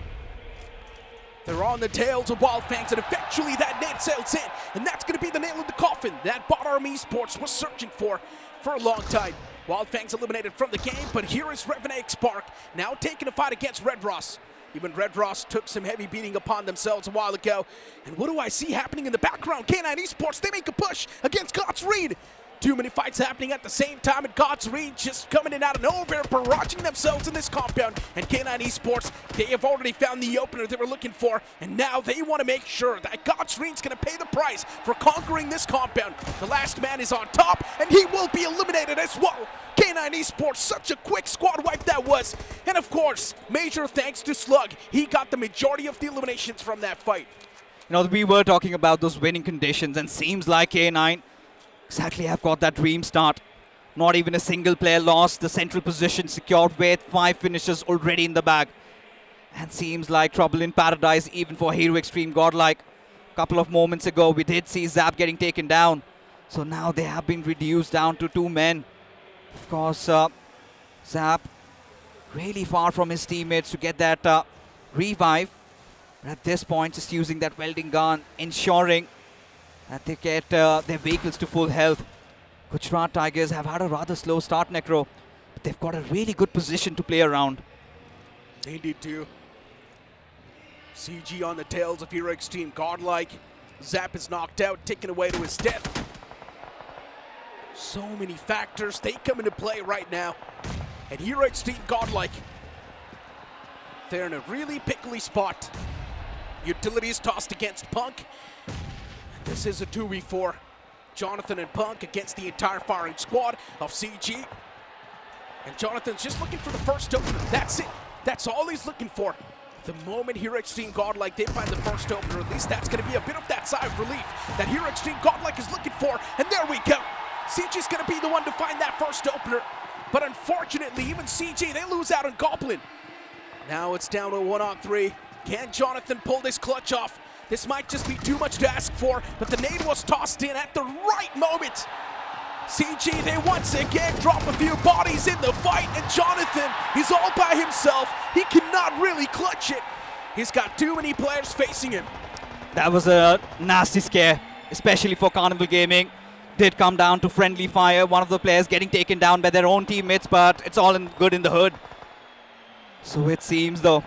But for what it's worth, BotArmyEsports did have a stellar start, but eventually have lost out on two of their players, and there you go, Reckoning.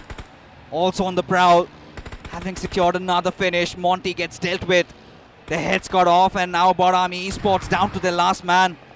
As for Orangutan, they're just circling around, trying to just gauge where their opponents are. Look at that distance they have from each other. Whilst the circle takes another shift. K9 still in such a prime position, but look at this. iQOO Soul now in a precarious spot as another team making an entry from the open finals. We've got Wyld Esports with them. And seems like Infinity, he's going to get the closure. He gets that opener. And that's a beautiful pick. iQOO Soul now down to their final three. Unfortunate. CG, but look at them. It feels like this time around, CG, they're going to be unstoppable. They're just taking fights after fights. And somewhere down line, CG, they already know. Focusing on the elimination point might just be a bit better. They're playing for the placement, and CG's been taking fights left, right, center. But what just happened? Shadow has single-handedly struck down two players of CG, and now to nowhere, CG's been wiped out from this game. They've still got two more players, my bad. But these two players, they're in a really bad spot. They're in a really bad condition, and Shadow finds the third knock with the util. The frag grenade explodes right on the face of Viper, and now Hector's gonna be the only glimmer of hope surviving for CG. He's gonna try to go for the revival onto Viper, but the constant barrage of utilities is really causing a big problem for CG, and even OG now, they step in the battle. Wow! And OG's one single nade's gonna find the entire wipe. Caught between a rock and a hard place were the players of Carnival Gaming, but look at this. The apes do come roaring through. Shadow still alive, still breathing, still managing to secure those knocks. And now it seems like it is Orangutan's turn to fall. So many teams from the edges. They're hurting them, but now this is it. Aru a little bit smarter. So it seems does burn his own teammate up in the process. But still, even for Orangutan, still alive, still kicking. As of iQOO Soul. Oh no. Mania not having the best of HPs, but look at this, legit.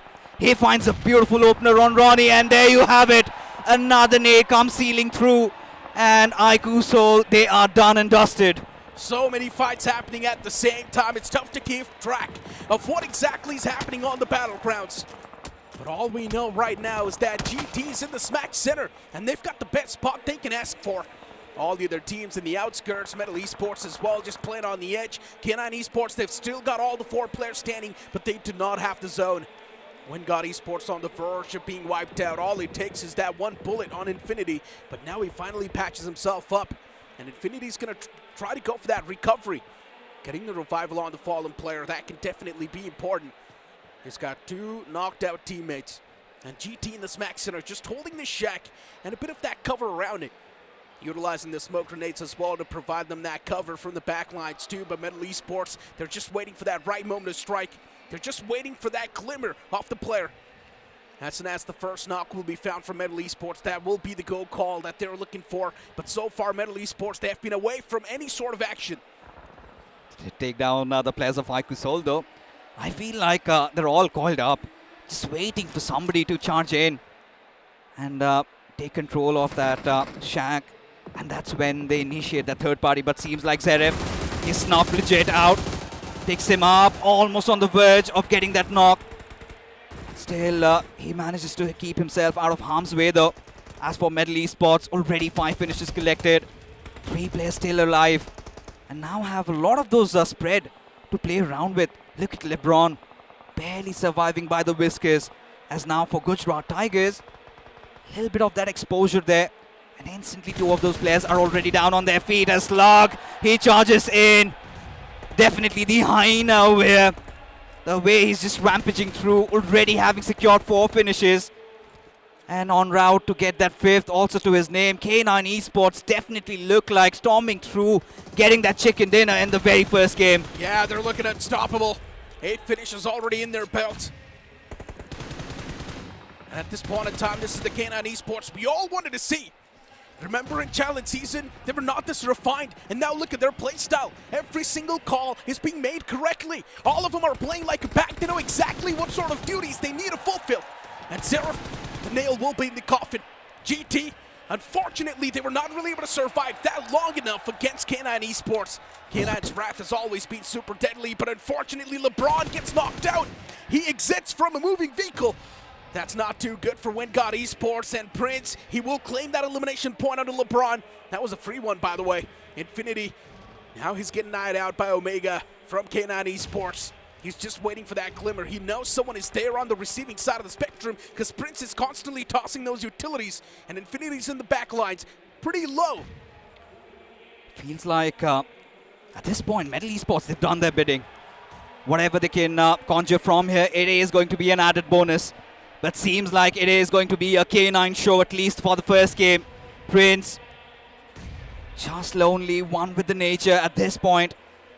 As the K9 animals inside the lobby. And there you go, Prince.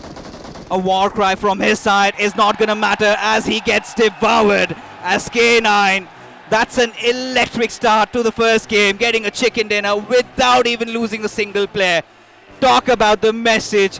Talk about them stepping it up when it matters the most. In the challenge season, it always felt like K9 Esports, they were hiding something. There was always that disconnect between the players, but the first game, it was so clinical, it was so clean. Everyone was playing like a pack. And guys, you guys know, I've never been a K9 Esports doubter. All the 4 players, we know what they pack. That's a lot of experience and a lot of gun power. You've always been a firm believer. I believe during the challenge season, even when I was the one giving my hopes on them, you said, you know what, Fixes, do not worry about them. We did have our jump scares, but for K9 Esports, this is where they have the ball rolling in their court. This is where they have gathered all that momentum. And they did not do it passively. They went all guns blazing. They went on the hunt. They had the good positions. They took the right fights. I think by the book, they played and they conquered. Couldn't have asked for a better start, and what a way to kick things off as well as we move on towards the highlight. This is how the entire action kicked off, at least in the final few moments. GT, unfortunately, they were way too exposed, and then K9 Esports moved in for the backlines. They found the right timing and struck down all 3 players. And unfortunately for GT, they had to take care of the front lines and the back lines at the same time, and K9 found that perfect pinch.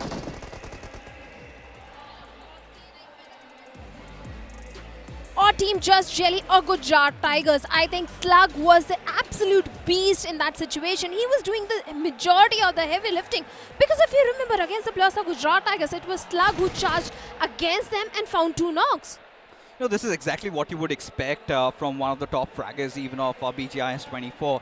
We know he's been such a key player for the team, and he's gone through a lot. But the good part is, 3 of the boys stuck onto each other. They had Omega with them. Yes, of course, they had their rough patches, but it feels like they're now more prepared. 5 finishes right off the rip. I think this is a dream start for K9.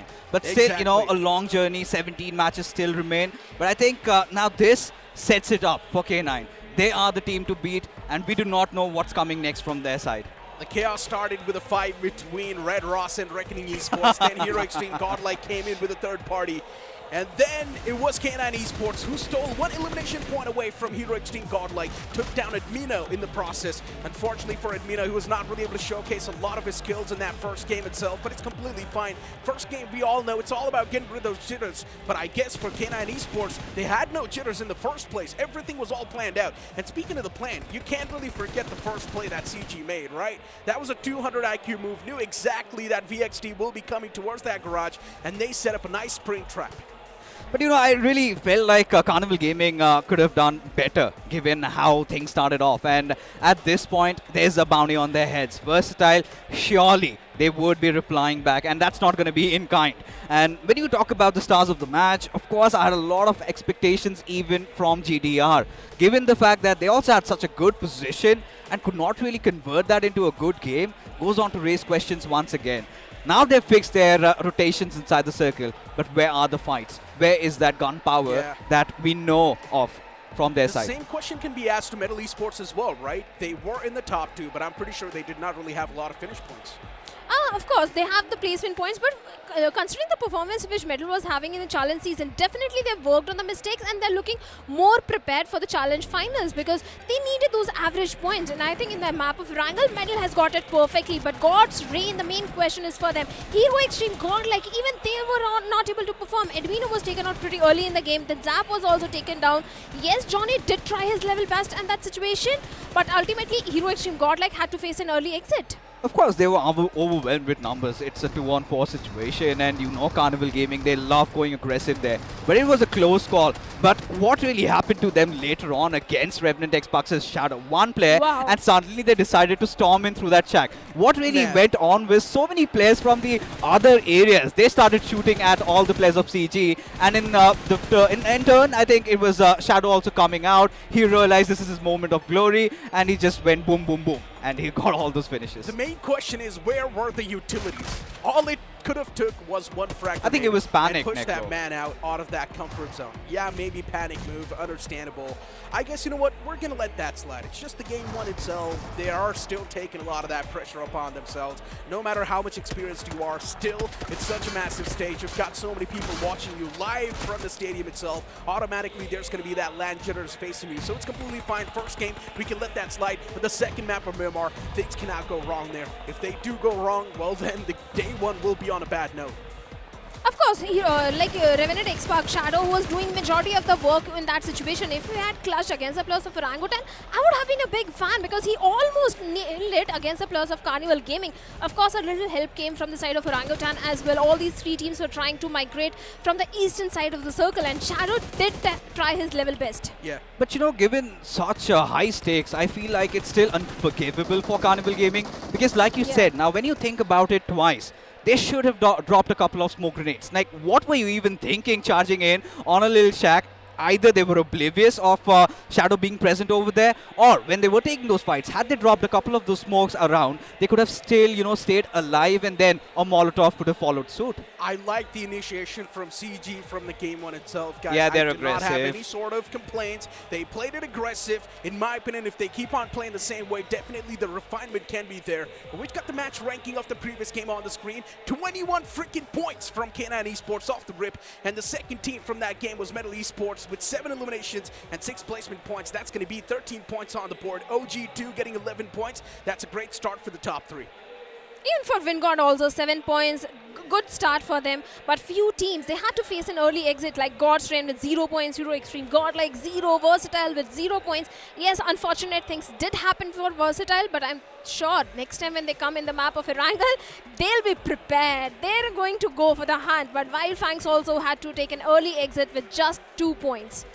No, I'm still flabbergasted on the fact that Hero Xtreme Godlike made such a massive, bold move, replacing Simp with Zap, and even we saw Zap was caught astray. Yeah. He was having a little bit of that flank angle, and suddenly out of nowhere gets shot from backlines. So I think this is something that Hero Xtreme Godlike have to work upon with those beautiful places in front of us. They've got all the crowds cheering in. I think we've got majority of the Godlike fans gracing the arena, and surely starting off without any point, that's going to be a little bit of a bummer. I mean, it's been a while since Hero Xtreme Godlike have booked any sort of trophy on their name, so maybe that's why the fans are so excited to see Hero Xtreme Godlike lift their first trophy. But maybe I'm just a little too ahead of myself. There's still a lot of games to go, 17 more games to go, and we all know anything can happen from those games. But hey, before we continue talking, we also got to give huge thanks to the sponsor of our show. That's going to be the Snapdragon Elite Gaming. When winning matters the most, make sure to check them out as well. And also, level up your careers with DHL. Now let's move on with the conversation. As we know, Hero Xtreme Godlike, a lot of the eyes are upon them, but this can also be a factor that can add the pressure. Definitely, it is going to add up, and especially you're off to a rocky start. You need to go big, especially in a game like Miramar. And for Hero Xtreme Godlike, this is what I was scared about. Now, they did not have any stable drops. This time decided to go scatter around the maps. They had that eastern coverage to themselves. But then, for them really to go on the pounce, knowing the fact that you are around K9, this is where a little bit of more homework needs to be put into the fact that you need to always watch your 6. Of course, because they had a good position. They were coming all the way from the northern side. It was just Admino getting off guard by the players of K9. If Hero Xtreme Godlike had all the 4 players alive in the lobby, they would definitely have a better outcome in that map of Erangel. But coming into the next map of Miramar, I think Hero Xtreme Godlike can definitely try to redeem themselves. You know, look at the guys on the screen. Okay, the audience is super pumped up. Everyone's super happy to be here. And of course, I would recommend you guys as well who are currently watching online, if you can, make it to Noida Indoor Stadium. Because trust me when I say this, this is a festival. No, I see still some seats up for grabs. So make sure you get your IDs. Not you some, come to the there's booth a lot of and seats up for grab. yeah, of course, and you're all gonna enjoy yourselves. But you know what? I want to talk about Revenant X Park also a little bit, because for the first time, I witnessed him running away from a fight like that. I'm still processing my heads around what really happened. Did they really not did not see that coming at them? I mean, Orangutan just chased on, and Revenant X Park, there was no response. I feel like Shadow really saved the day. He did get those 5 eliminations. Barring that, it would have been a 0-pointer game for Revenant X Park. It was a simple thing, in my opinion. There was a big disconnect between the players. We were not really able to see the players right next to each other from Revenant X Park. So it makes a lot of sense why they were not really able to redeem themselves from the fight, considering there was already such a big distance amongst themselves. Going for that fight, especially trying to cover that much distance. Already OG would have been able to recover themselves from all the setbacks they would have received from that fight initially. But you know what? Let's move on to a short break right now. We'll be right back in the gym.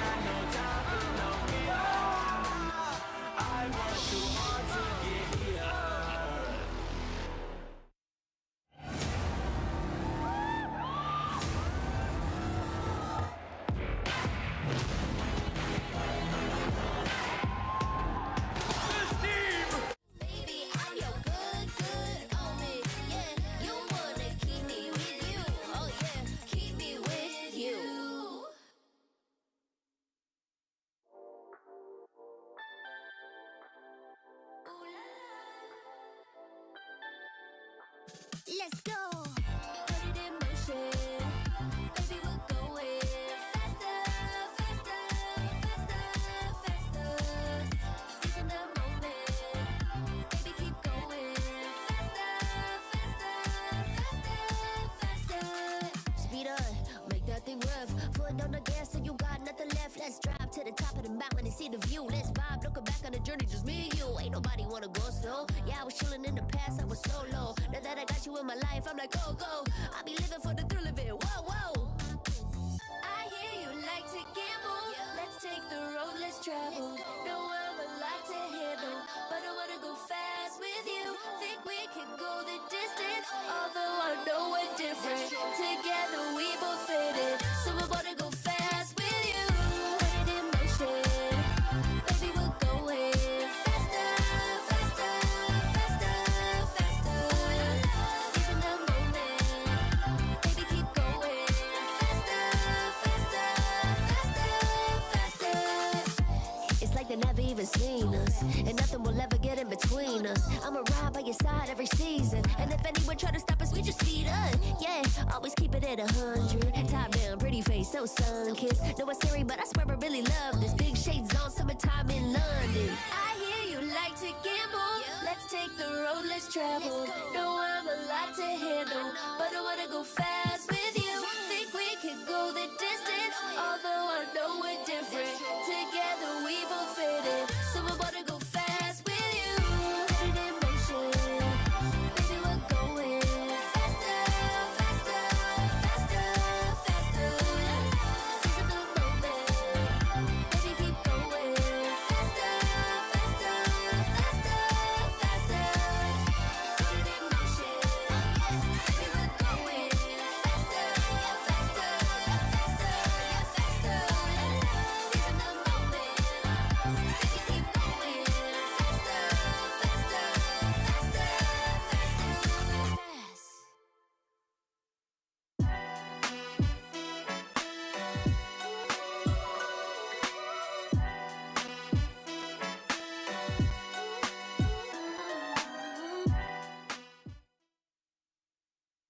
The Snapdragon Pro Series is brought to you by Snapdragon Elite Gaming and DHL. Break, and of course a bit of that change on the panel. Now we've got Scared yet joining us over here, and Scared, a clear change in the playstyle as well of K9 Esports, right? In the challenge season there was a big disconnect, and now look at them, they're playing like a well-knit unit. You asked me that question because I remember I mentioned that on the desk as well, that K9 Esports was not looking like how they should play. But yes, with the way how they started things off, I mean, this team is absolutely phenomenal. Hey, look, you're lying, man. You guys have always been a K9 Esports doubter. You guys always had your question. Why is K9 Esports not performing? I was the only one saying What do it you feels mean like by they're you hiding guys? something. Listen, everyone had their I doubts was not against in that K9 you guys. Esports. I was always supporting K9. You were, well, I don't really remember, right? But I just remember the fact that there were a lot of people doubting them. But you know what, Shadow? Yeah, you can put your points now. Yeah, I was always supporting the players of K9. In fact, Neeraj was the one who was always complaining that Omega is the one who gets knocked out first. But this time, that's Omega... not called complaining. That's called concern. Because Omega was the only player getting knocked out. But I also mentioned this, that K9 Esports, especially when it matters the most, they will perform. I've always said this. Even Fixes has agreed to this statement. But you know what? All the banter aside, we need to focus on what's on the screen right now. It feels like, of course, the audience, once again, they're getting ready for the upcoming game. And we do see a lot of seats still vacant. If you want to make sure that you're going to be a part of this journey of the Snapdragon Pro Series Season 6 and you want to be here in the LAN itself, make sure to drop by in Noida Indoor Stadium. And the tickets will be given to you in first-come, first-served basis. I mean, to be very honest, you do not want to miss out on the vibes right now in the arena itself because it is electric. I still remember you guys were still on that desk for the first game and I was being super jealous of you guys just because of the way how this entire audience was constantly getting hyped up after those finishes that we were seeing onto the game. But man, you know, there's also a few fun things out there. We've got a special cam out here, Nick. I know you want to talk about it. Yeah, it's the dance cam. If the camera is pointed towards any of the people that is currently sitting in the arena, they have to dance. Hopefully that camera is not going to pan towards us because I would not like to dance because I do not have any sort of moves. I would love to. I would love to, man. I'm on for it. Okay, you do it right now then. Yeah. I was doing that right now. What do you mean by that? You know what? I'm going to do this. No, okay, you know what? We're just going to focus on what's going to happen in the future. But for some reason, I mean, moving on the conversation towards a few more concerning names now, right? Wyld Fangs, even they are the heavy fan favorites, and we know how much is on the line for Wyld Fangs as well. And especially speaking of Scout, yes, the performance in challenge season was a little bit shaky. Even right now, the game one itself, Scout was the first one to get taken down. What are you guys' opinion? In challenge season, it was TraceGod and Seth who were constantly performing and doing the majority of the heavy lifting. And this time, again, it this was time TraceGod. as well, it was them. Yeah, exactly. TraceGod and Seth were the only two players remaining where TraceGod was trying to do his best in that situation. But considering he was the solo player remaining and it was an outnumbered fight, he lost onto that. But Wyld Fangs didn't need to step up. Absolutely. But not just them, you know. Even the audience right now needs to step up because it's the dance cam. They need to dance right now. They need to dance. But for some reason, no one's dancing. Guys, come on, get hyped up. We want to see some great moves being pulled off. Maybe that Deadpool Wolverine dance, even that can be super funny. You can do that pretty good, right? Oh my god, thank you so much. That actually feels like a compliment that you're giving me right now. But yeah, I love that dance. I genuinely love that dance. Some people dancing. It's always fun to witness the people enjoying the time of their life, just having a great time over here on the LAN. And I've been saying this from the start. I've been saying this over and over again. Guys, make sure to drop by in Noida Indoor Stadiums. The tickets are given over here on the LAN venue itself, and the tickets will be given by first-come, first-served basis. So make sure you're over here as soon as possible. But you know what? The dance cam is currently continuing, and of course the audience is having a great time dancing their way through. But someone that's not going to be enjoying the time of their life is going to be a few more teams in the future. And one of them is also going to be Revan X-Park, by the way. With the way they played the previous game, in my opinion, I've got a lot of questions, and even the fans, they might just have a lot of questions. True. Of course, I think Revenant X-Park, they're just second-guessing themselves because the way they were shying away from that fight, it is the first time we have seen them doing that. They have got the firepower, but maybe scared. I think it's the challenge season's performance which is making them second-guess to go for the fights. I think so. That is definitely the case, and I mentioned it as well on the last day itself when they were struggling to secure even 1 point to qualify for the LAN finals itself. So yeah, I think so. The jitters are definitely there, but at the same time, this last stand of Shadow that is something that might boost the confidence up of the team. Of course it can. I mean, Shadow, with the way he was playing inside of that check, honestly speaking, look, one nade could have done the job. The players did not even need to funnel themselves inside of that shack because Shadow, he just got free eliminations. All he was doing was just spamming his shotgun on that same angle, and he was constantly getting those finishes as soon as he heard those footsteps approaching. True. For some reason, the nades were not being used, utilities were not being used, but then someone else came in, and they did the thing right.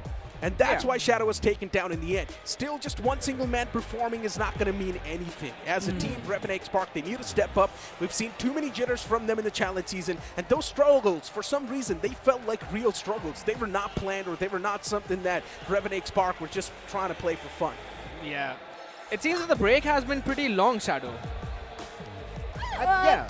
I think the break was long enough for Revenant X-Pac to rectify all the mistakes, and since the performance which they delivered in the previous Erangel seems like they have not worked on those mistakes. Yes, the firepower is there. Revenant X-Pac need to feel the spark once again and go for the aggressive stance, because they were going for the good rotation. They were just not aware that OG was also coming from the eastern side. So many mistakes happened from the side of Revenant. I love the fact how, yes, there were mistakes from the side of Revenant, but you also mentioned about the OG's entrance in that scene, right? Because we were talking about the aggressive plays, aggressive nature. OG showed a phenomenal performance. If I'm not wrong, I had a tally of at least 7 finishes from their side, and I think so maybe a few placement points after that, but this team always steps up on day 1 and day 2, but the main struggle for OG starts on day 3.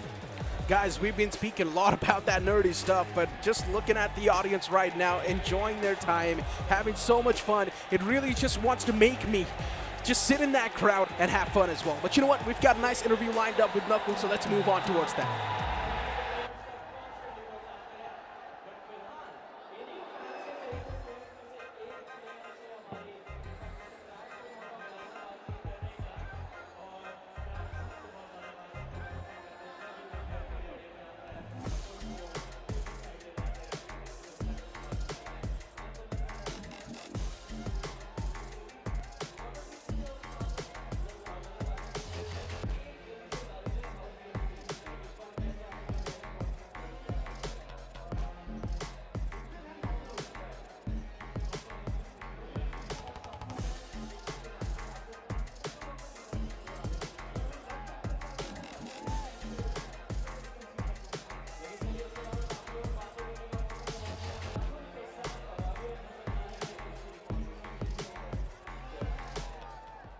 भाई team है भाई, professional है, कोई रिश्तेदारी थोड़ा निभा रहे हो। ठीक है, ठीक है। मैं आया था उसके बाद सौम्य आया। भूल गया तेरे को।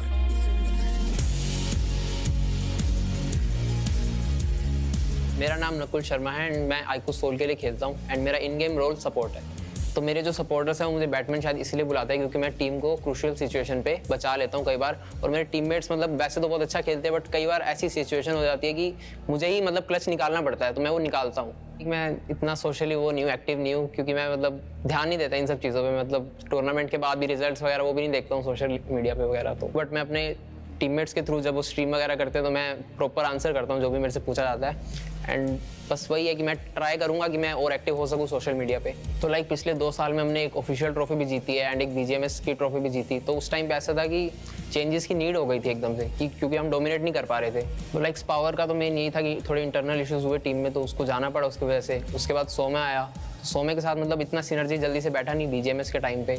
सौम्य को फिर मतलब 5th ही रखना पड़ा BGMS के टाइम, क्योंकि उसके साथ नया एकदम कोऑर्डिनेशन नहीं बैठा हुआ था। तब जोकर खेला, फिर हम जोकर के साथ जीते बट हमने उतना डोमिनेट नहीं किया BGMS। तो फिर हमें कहीं ना कहीं फील हुआ कि हाँ अभी डोमिनेट नहीं कर रहे, तो एक स्पेस जो है वो फिल नहीं हो पा रहा है, गैप। तो इस बार 2025 में हमारे फर्स्ट मेजर इवेंट है। पिछली बार हम SPS में #2 आए थे बट इस बार हम जीतने के माइंडसेट से आए हैं। और पिछली बार 100 में हमारे साथ था नहीं SPS में, बट इस बार अच्छे से कोऑर्डिनेट करके अच्छा कोऑर्डिनेशन बैठा हुआ है सौम्य के साथ, तो इस बार जीत के ही जाएंगे। iQOO Seoul, they've got their intentions right. They're just here to conquer the trophy, and this time they're here to name that trophy upon them. The Snapdragon Pro Series Season 6, we know what sort of intentions, what sort of aura it holds, and everyone wants to take it over in their hands. But iQOO Seoul, with the way the first game went, Still a bit of that jittery start. Things can be better. But as I mentioned, considering it's just the day one, game one itself, automatically there's going to be the land jitters. But after the game one, I do not want to see the jitters again. See, as long as you're getting those average points in every single game on day number 1, I think you're good to go. You can experiment on day number 2 and try going for those heavy chicken dinners, heavy fragging. Because if you look at the performance of iQOO Soul, Some, especially this guy, he was a clutch master in the challenge season. So many clutches we saw from the side of Some himself. I mean, the way the players of Versatile got taken down, just look at their faces. They seem pretty disappointed in themselves. They really wanted to get the game one in their hands on a consistent note, but unfortunately they couldn't. Couple of players being knocked out right away from the get-go. One of them being Somraj and the second being Raiden. That was definitely a big bummer for their side because that's not something anyone was expecting. I personally felt that we'll probably see them at least in the top 3 in the first game, but the momentum was definitely not there. And I really want to see not just that team, but also quite a lot of others as well, specifically BotArmyEsports, because this team has been in my top 3 for the entire series. You know what, Neeraj? I think CG is really taking the bulls by the horns, going up against the players of VXT in the very first game. This might come and haunt them on day number 3 if they are on the struggling side. There's definitely a big chance this might just come and bite them in the back, but here's the thing, here's the twist. VXT is not really going to try to go for the fights off the rip like that because VXT knows at the end of the day, the odds are 50-50. If they've got some sort of strat to catch the players of CG off guard, which is going to give them the constant advantage, maybe then that makes a lot of sense going for the fight. But if they do not have any sort of research done, if they do not have any sort of specific data against CG, then going for the fight off the rip, that's still going to be a major gamble the players are going to be taking. You guys saw the schedule a while ago. The game 2 is going to be beginning soon, which will be played on the map of Miramar. And also, we got to give a huge thanks to the sponsor of this event. That will be Snapdragon. And of course, you guys need to cast your vote as well in the chat. Let us know which team you guys are rooting for this game of Miramar. Because trust me when I say this, now is the time where the competition gets even more serious and we might just see the slothy games. Oh, very, very possible in that situation. I love to see how Miramar is going to go because honestly, I'm still expecting at least a bit of a fiery start, but over towards the later stages, specifically for those circles 2, circles 3, we might see things slow down, but that's again for the talks inside the game. Shadow, who do you think is going to win this one? I don't know who is going to win this one, but I'm going to say a fact that VXT, they were struggling on the map of Miramar in the challenge season. I really hope they have worked on the Miramar because the second game is going to be super crucial for them. That's funny, right? Somraj has always said that Miramar is his stronger suit and he loves the map of Miramar and he would like to master the map of Miramar, but still for some reason VXT was not able to play that well on Miramar, especially in the challenge season. Maybe it's just VXT sort of being lackluster and sort of hiding a lot of strategies on Miramar. Just wanted to catch a few players and a few teams off guard in the LAN finals, but the LAN finals are now finally here. Will they like to reveal all their intentions on the day 1 itself, or will they try to keep their intentions hidden till the final moment? That's the question.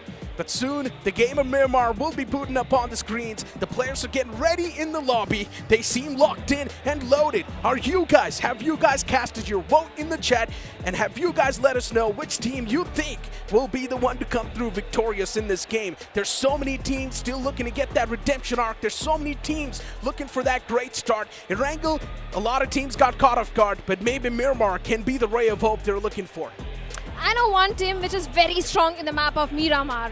Okay. And that is Hero Xtreme Godlike. So many fans present in the arena.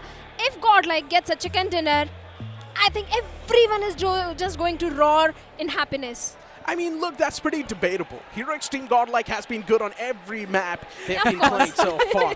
The thing is that Hero Xtreme Godlike maybe are not as good as on the map of Sanhoks and Vikendis because they've just not played enough. That's why maybe the stats say that on Sanhok and Vikendi, Hero Xtreme Godlike isn't doing that great. They're actually doing good on those maps also. Okay, well, that's what I literally said. Hero Xtreme Godlike is doing great on every single map that you give them. Exactly. So they're doing great. The only reason maybe the stats don't match to Erangel and Miramar is because they have played less Sanhoks and Vikendi comparatively to the map of Erangel and Miramar. But Hero Xtreme Godlike, no matter what sort of map you put them in, they've been super consistent. Every single player in that team has been on a red-hot form. But still, the change in the playing four, that's really making a lot of questions in my mind. And honestly speaking, bringing in Zap instead of Sim, especially in the LAN finale when it matters the most, when everything's on the line, when you've got so many people supporting you, I'm not sure if that was a great move. I mean, we have been seeing quite a few question marks on that decision, specifically now since we haven't really seen that kind of result in game number 1 itself. And I think so, yes, it's a big risk, but it could also be a very well-paying gamble as well, because the day is still long. You've still got 5 more games remaining after this one. So as long as you eventually manage to reach up to that mark where you always finish off at least in the top 5, I think so they're going to be good to go. But here's the thing, you know, as you mentioned, it's a big risk, but good things always come after you take those big risks. You have to go in for it. See, like Neeraj mentioned, that it is a first audience LAN for Zap. Sometimes all the love and support which you are getting from the fans can be quite intimidating, and that can hamper your performance. That's a big possibility. So Zap really needs to keep a blind eye on the target, that is a trophy, and avoid all the distractions and just focus on delivering a good performance. Exactly. But hey, you know what? We will move on to the map of Miramar, but after this short interview that's lined up for you guys right now. सब पूछ रहे हैं, हम भी पूछ रहे हैं, management भी है, कास्टर्स भी है, ऑडियंस भी है कि ओजी ट्रॉफी कब लाएगी। तो पिछले साल बैकग्राउंड आ रहा है?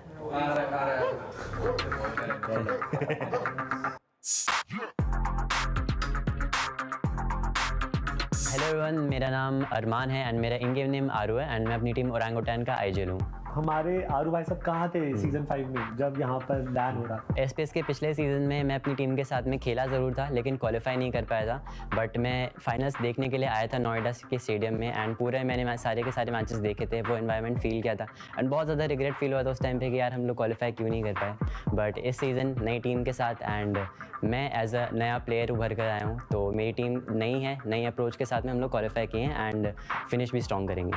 एज एन आइडल कितने कॉन्फिडेंट? जैसा कि सब लोग जानते हैं कि हमारा 5 मैन रोस्टर है, तो हम लोग ट्राई करते हैं कि जो भी सारे कॉम्बिनेशंस हम लोग ट्राई कर सकते हैं फाइनल्स के पहले, वो हम करके देखें। वेरॉन को भी खिलाया हमने, आतंकी को भी खिलाया, एक है एंड विस तो खेले थे एंड मैं ऑब्वियसली खेला था। तो वो ये कि चारों वीक्स में हम लोगों ने प्लेयर्स को शफल कर करके ट्राई किया, नई नई चीज़ें ट्राई की एंड सबके साथ में परफॉर्मेंस अच्छी थी।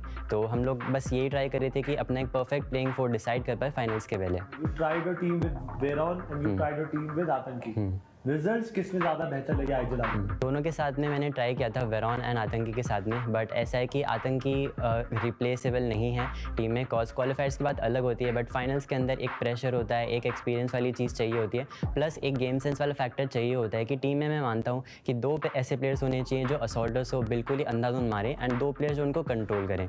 तो आई थिंक आतंकी पाजी बहुत अच्छे से उस रोल को निभाते हैं, इसलिए उनका रोल बहुत ही ज़्यादा इंपॉर्टेंट हो जाता है एंड उनको रिप्लेस करना बहुत मुश्किल हो जाता है एट टाइम्स।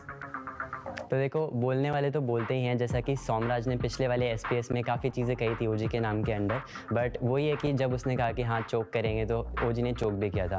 बट इस बार हम बोल रहे कि अच्छा परफॉर्म करेंगे और हम लोग परफॉर्म भी करेंगे। तो जब ख़राब खेलते हैं तो क्रिटिसिज्म सुनने की पावर भी हम लोग के अंदर है, बट जब अच्छा खेलेंगे तो मुझे पता है कि वो सपोर्ट भी लोग उतना ही करने वाले हैं। तो जब एसपीएस के क्वालिफाई स्टार्ट हुए थे एंड स्टार्टिंग के 1-2 वीक तो हमारी परफॉर्मेंस काफ़ी अच्छी थी, डिसेंट थी, बट उसके बाद ऐसा था कि बार बार ग्रुप्स चेंज हो रहे थे एंड टीम्स भी अपनी प्ले स्टाइल बदल रही थी। जिन टीम्स के लिए जो प्ले स्टाइल वर्क नहीं कर रही थी वो काफ़ी सारी अनएक्सपेक्टेड चीज़ें कर दे रही थी, जिसकी वजह से मुझे लगता है कि थोड़ा कंसिस्टेंट खेलना टीम्स के लिए थोड़ा सा मुश्किल हो जा रहा था। एंड उसके बाद में हम लोग ने थोड़े रोस्टर में भी चेंजेस किए थे। आतंकी काफ़ी टाइम के बाद में हमारे साथ में खेले थे, वो घर गए हुए थे एंड वेरॉन को उन्होंने रिप्लेस किया था। तो रोस्टर शफल्स के चलते लॉबी की प्ले स्टाइल में थोड़ा सा चेंज आने की वजह से थोड़ी सी परफॉर्मेंस में हमारा डिप आया था।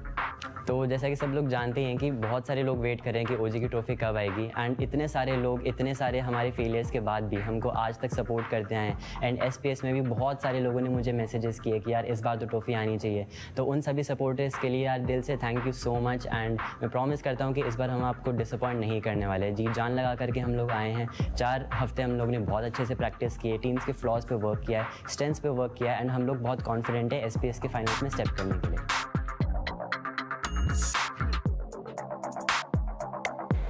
Aru is someone who always gives me the nice guy vibes, and every time Aru has always been a pretty good and a consistent performer.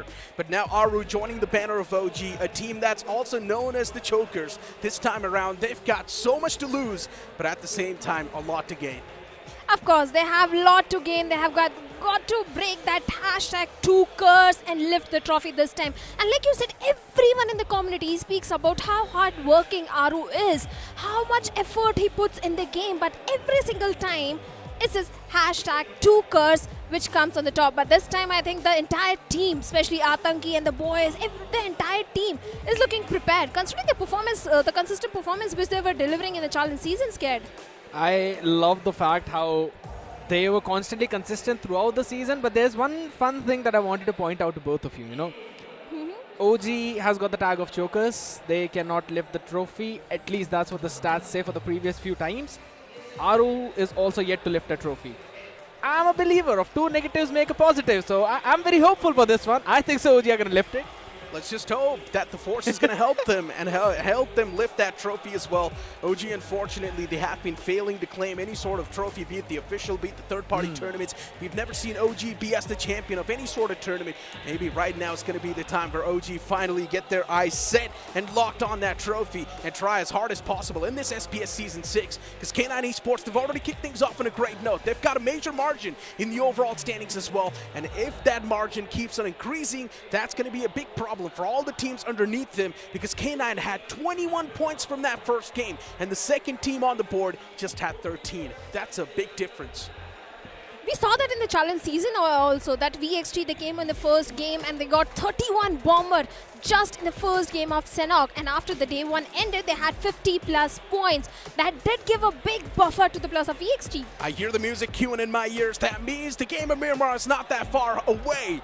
Soon enough, the plane's going to be hitting the skies, and one thing is for sure, a lot of the players, their eyes will be on that chicken dinner on the map of Miramar. Will it be VXT looking to redeem themselves, especially after that major setback handed to them by the players of CG? Or will it be Wyld Fangs looking to get a great game in their hands? Wyld Fangs has always struggled with up close and personal combats, but this time Wyld Fangs, hopefully in the grand finals, they're super ready. Scout needs to step things up, but look at who's in the crowd. We do see a lot of content creators from Hero Xtreme Godlike, but we see a man who used to be a part of this roster in the past, and that's Z-God. I mean, that man, he always gives me those flashbacks of the time, and I still remember there were so many situations when he would step up and clutch, but there was this one specific 1v3 clutch, and that too on the map of Miramar, that this man pulled off. I'm not gonna name the team, that's just me hiding my own way of fact where, you know, there's something that we'd like to keep secret, but these teams, they do not have to keep any secrets for this game, specifically Gujarat Tigers. I always wanted to talk about how important this entire LAN is for this team, because they qualified from the open finals. Gujarat Tigers has always been on the main frame, but just like OG, they've never been able to achieve anything. Finally, they've made it to the LAN finale with a lot of hopes and dreams in their mind. And of course, Clutch God leading the pack, the expectations increase even more. They've got a big powerhouse underneath their banner, but can they perform when it matters the most? The map of Miramar boots up on the screens as the big bird is going to hit the skies once again, starting all the way from Partona towards Torre Muda. Yes, the flight path is definitely heavily tilted towards the eastern side, but all the teams who like dropping it towards the side of El Pozo, La Cobreria, I don't think they're going to face any sort of issue. BGMI Gods are themselves supporting all the teams in the map of Miramar. I really hope the circle does not support them as much, because I want to see a lot of action in the early game. You cannot blame me for, you know, being the wanter of those constant engages, because it's the map of Miramar. We know that the first 3 zones, they rarely have any fights until and unless there are any kind of drop clashes, which, of course, I don't think so we're going to see any. If I'm not wrong, even on the previous map, we did not really see a so-called drop clash or a 4v4 fight, apart from just a few early game skirmishes. So I think so the story is going to remain the exact same in this way. And we can already see BotArmyEsports already jumping all the way down towards the southeastern part. Now, here's the fun question, Shadow. Normally, this team loves to go towards the Puerto Paraiso area as well, but God's Reign are also in this exact same group. So we might see some early fights. Actually, Godstone like going towards the side of Impala. So in the early first stage, early first circle, I don't think Godstone are going to go and take an head-on fight against the plus of BotArmyEsports, considering they had to take an early exit in the previous Erangel as well. So Godstone, they're looking for those points.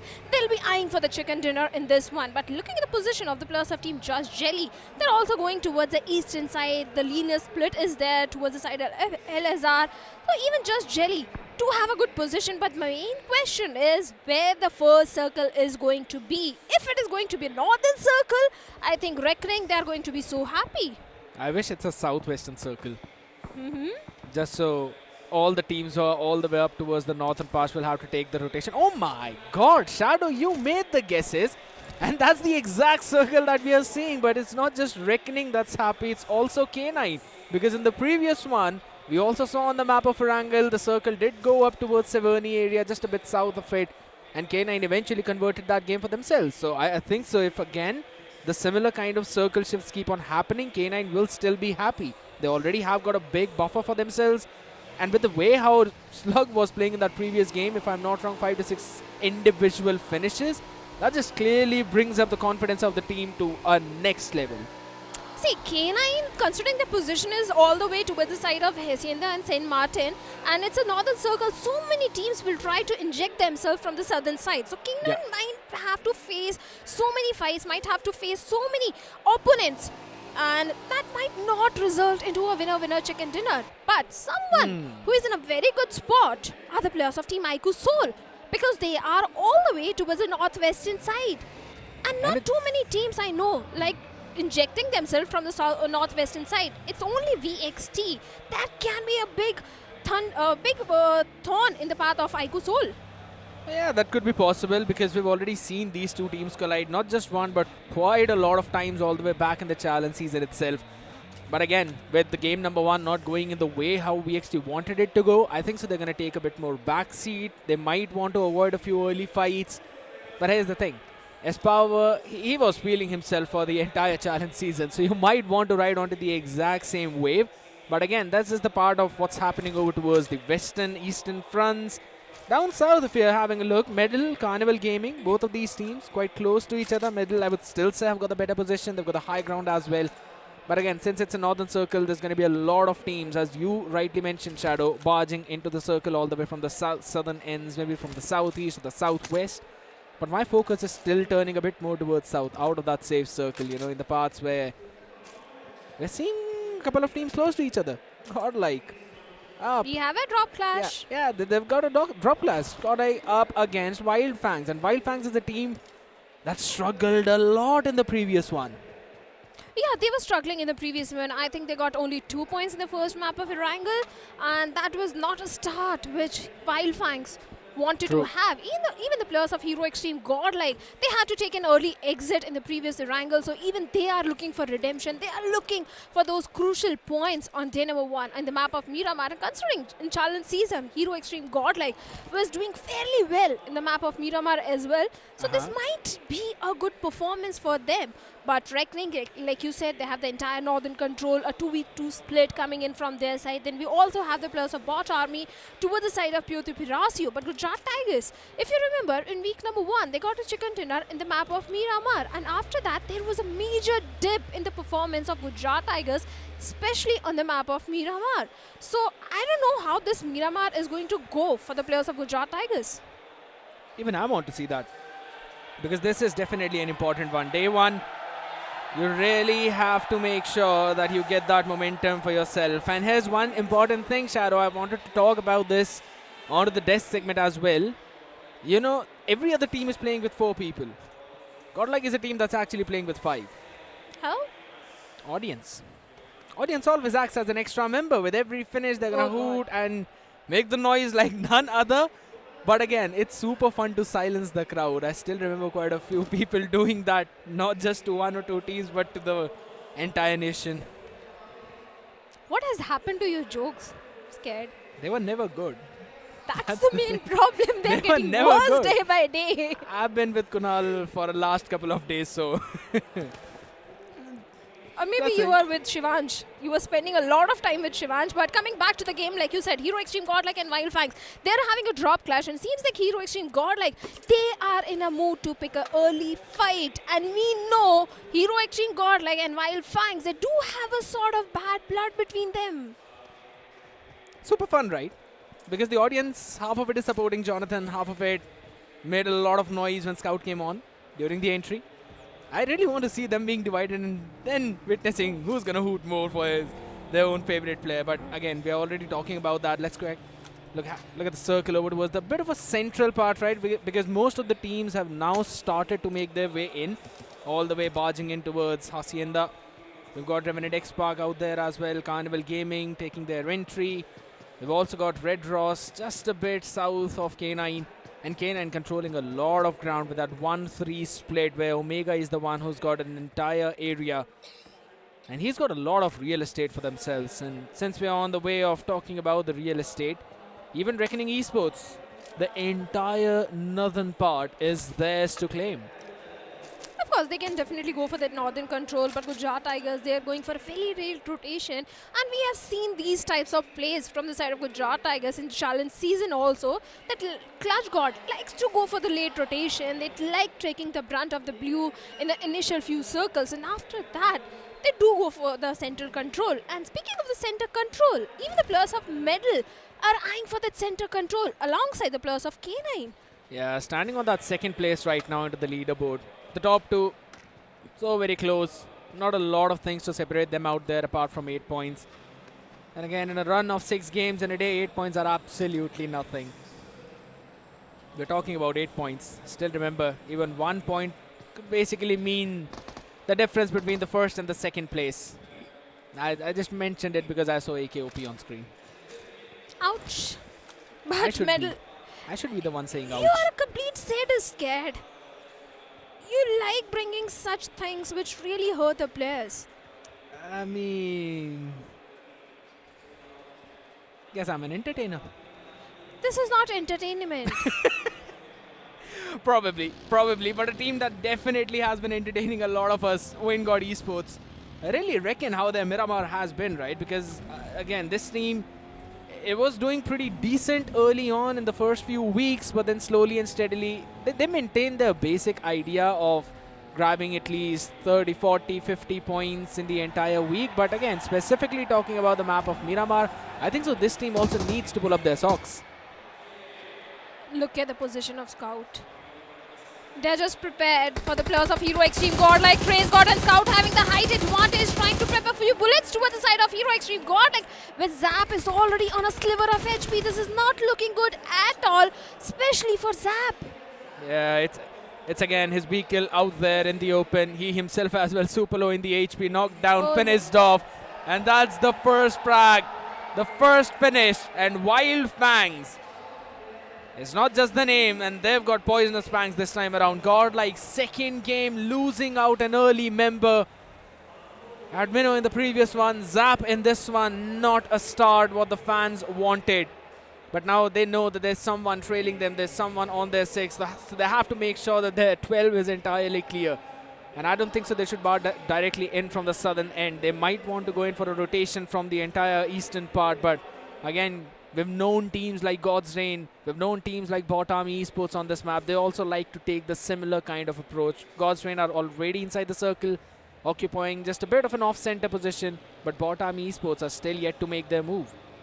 Zap once again getting that early casualty, facing that early casualty, and Hero Xtreme Godlike now left with only 3 players remaining. Yes, they do have a decent spot for themselves on the southern periphery of the circle, but considering God's Reign is also in front of them, then we also have got the players of Wyld Fangs right on their tails. This is not looking good at all for the players of Hero Xtreme Godlike.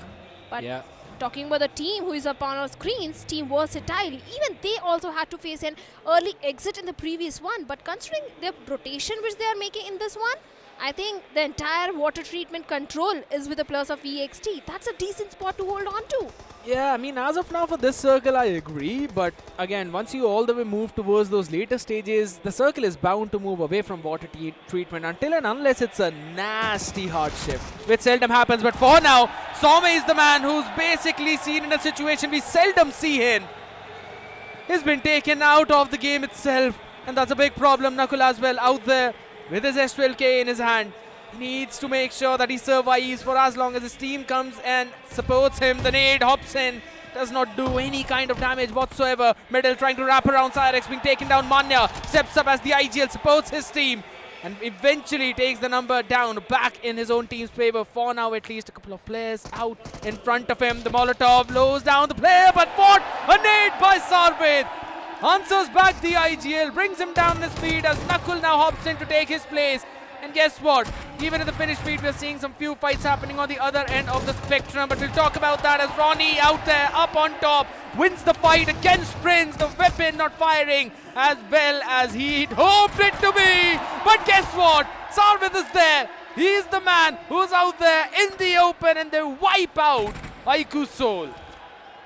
Big blunder, big blunder. One last man remaining from the side of iQOO Soul. Ronnie himself in a 1v2 situation. This is not looking good. Even we have the players of VXT also coming for the third party. They want those points. They are the hunters, and Ronnie is making the mature decision to go for the placement points. But Espava finds a knock with a Molotov and a finish point as well onto Sarvith, and Legit in an outnumbered fight all by himself.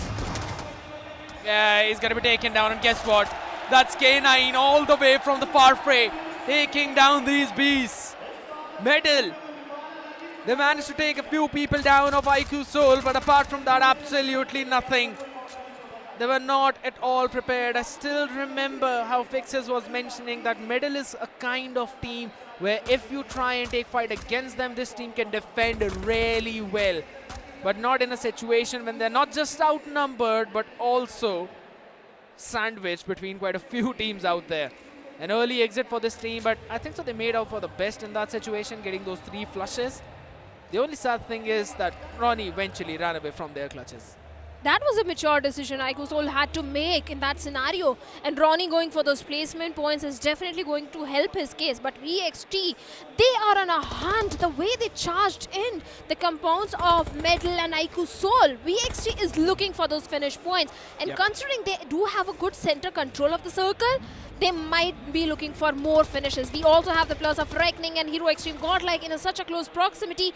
And also Lucifer have Red Ross in sort of a pickle against Carnival Gaming. Hector, he needs to land in those shots. Lucifer was able to survive, but Viper was there to answer back for his team. Carnival Gaming get that flush onto the member of Red Ross, eventually saving the life of their own teammate. Because again, had Viper fumbled there, this would definitely have been a couple of members lost for the side of Carnival Gaming. And again, you know, I want to talk about this team as well. Normally we see them play a bit more safe, a bit more slow. But this time around, even in the first Erangel, they were the first ones to draw those first bloods. And right now, finding those players, finding the isolated members of the teams who like to go for that 1 and 3 split, that's a very solid homework by Carnival. Of course, Carnival Gaming has been doing their homework pretty well, especially if you saw what they did in the map of Erangel as well. I think in the break time, they were doing all the research on the foes. And Carnival Gaming is looking so prepared for the challenge finals. Yes, they do have a good position, but the 2v2 split which they're having at this point, they need to be a bit cautious of the surroundings, because even the players of Team Trust Jelly are also in the close proximity. Then Revenant X-Park, Vanguard, they're also towards the side of Carnival Gaming. So the surrounding awareness for Carnival is going to be super important. But the main question is where the next circle shift is going to be. Will it favor the players of Gujarat Tigers? And the answer is no. Just look at God's Reign. God's Reign are in the prime position right now. Definitely a place you would want to find yourself after this nasty hardship. But here's the thing. Normally, whenever these kinds of circles pop up, we always see Godlike making their way all the way up north and then taking the entry through those circles. That was the exact rotation they were trying to go in for. But now with this hard shift, they will have to be wary of every other team who was a bit more over towards the northwestern spray, because they'll be taking the entrance from the exact same space. So I think so this is going to become a very chaotic northern end, but not just the northern one, even towards the south. God's Reign, Orangutan, Just Jelly, Red Ross. Yes, they suffered a casualty, but they still have got 3 healthy members. There's even BotArmyEsports out there who are eventually up close to the members of Wyld Fangs. Scout, Safe, both of them out there. 2v2 situation though with Henry and Devotee. Henry and Devotee are all the way far apart, but guess what? Sensei out in the open. Big mistake. He's still running, but eventually will be brought down onto his knees though in the safety of his team's cover with those smokes. He will be brought back up on his feet. But a big blunder, Shadow. They have to go for the revival. BotArmyEsports, they proved themselves in the challenge season with only 2 players remaining in an outnumbered fight against the players of Wyld Fangs. Yes, they do have managed to get a knock onto TraceGod, but TraceGod has been revived. He's again back into the game. Devotee Bay is going for the flank angle. Scout needs to be aware about the flank of Devotee Bay because Scout out in the open, not looking really good, and Devotee strikes and strikes hard, gets a confirmation at the knock on Scout. Beautiful performance. Only a couple of members remaining for this team. There's been so many 2v4s that we've seen converted in the SPS BGMI challenge season. And right now it's possible that we'll see the first conversion on land itself. Henry has got quite a lot of smokes out in his own pocket. 5 of them, but only 1 frag. So that's going to be important. They both need to play in unison. Wyld Fangs do not have any ground, and guess what? Devotee is also slowly creeping up ahead. He sees a couple of players as well in front of him in his crosshair. Saif as well making that cross. All the information is being fed to Henry. He can cook up a great nade to get that flush. Devotee, such a bold move. A 2v4 has been brought down to a 2v3 situation. The flank Devotee was pulling off really worked in his favor, but out in the open is not where Devotee wants to be. Mistake. But all right, not yet punished. Oh, just down under nade being chased. That's a risky one. And Sensei just plays with the emotion of Henry. Turns around, keeps the nade in his back pocket, and then lands in a nasty shot. Ring around the rosy is what we probably witnessed, and now it turns into a 1v3. TraceGod up in front, nade being cooked up, thrown, but it does not matter. As it's TraceGod who will find that finish, who will find the confirmation. BotArmyEsports taking an early exit from this one. They had 6 points in the previous one, but only 1 right now. So that's a big finish, but Shadow, what a step up. Yet again, TraceGod this time around, he performed in challenge season and he is showing his skills on land. TraceGod always performs along with Saif. These two lads have been super consistent in terms of the heavy fragging which they always do. And this time also, TraceGod did step up. But along with that, even Sensei also stepped up because he was the one who got a knock onto Henry. And that was such an important knock because after that, it was only 1 player remaining, and that was Devotee. Can we actually call it a 360 no-scope? That was a good one, and your smile says so. That was a good one. Okay, fine. Coming back to the game, let's look at the circle shift scared. Reckoning, VXT in such a prime spot. VXT, they are eyeing for the center control, and the players of Reckoning, they do have the complete northeastern control of the circle. The only problem could be the players of Hero Xtreme Godlike, because even Hero Xtreme Godlike is trying to inject themselves from the northern side. Towards the southern side, we have the players of Team Just Jelly, God's Rain, OG, then Revenant X Spark as well. Revenant, they have been super defensive in the map of Miramar. So let's see how they are going to traverse inside the circle, because God's Rain, they are placed perfectly to accumulate all those finish points. Yeah. They've got a prime position, I agree. But also, those are probably the only few compounds on that southern end of the map. That's a big problem right now, with the far-fetched shots being fired on the members of Reckoning. Now, the position of Godlike is revealed. Jonathan and Admino, this duo has been nasty. They always perform in every scenario. I still remember their 2v4 clutch against Revenant X Spark back in the last week of the challenge season. That's an important factor, but right now, more important fight. Gujarat Tigers up against Wind God. Already got a knock, but Zeref will be brought down onto his own knees as well. Bit of a problem out there. Arman in the blue, just keeping Infinity out in the bay. Trying to stop any kind of support from Infinity. This nade needs to land perfectly. Just a bit far wide. Clutch got a bit low from Sahil's nade, so he'll have to move backwards. Sensei was finished off all the way far back. We saw that in the finish feed happen as well. So again, Sensei, after that 360 no scope, he's been 360'd out of the lobby. But Clutch God, man, this man is so far in the open out here. The only good thing working for Gujarat Tigers is the fact that there's no one behind them to take those shots. But they still have to make their move as quickly as possible, because there's just so many teams out in front of them.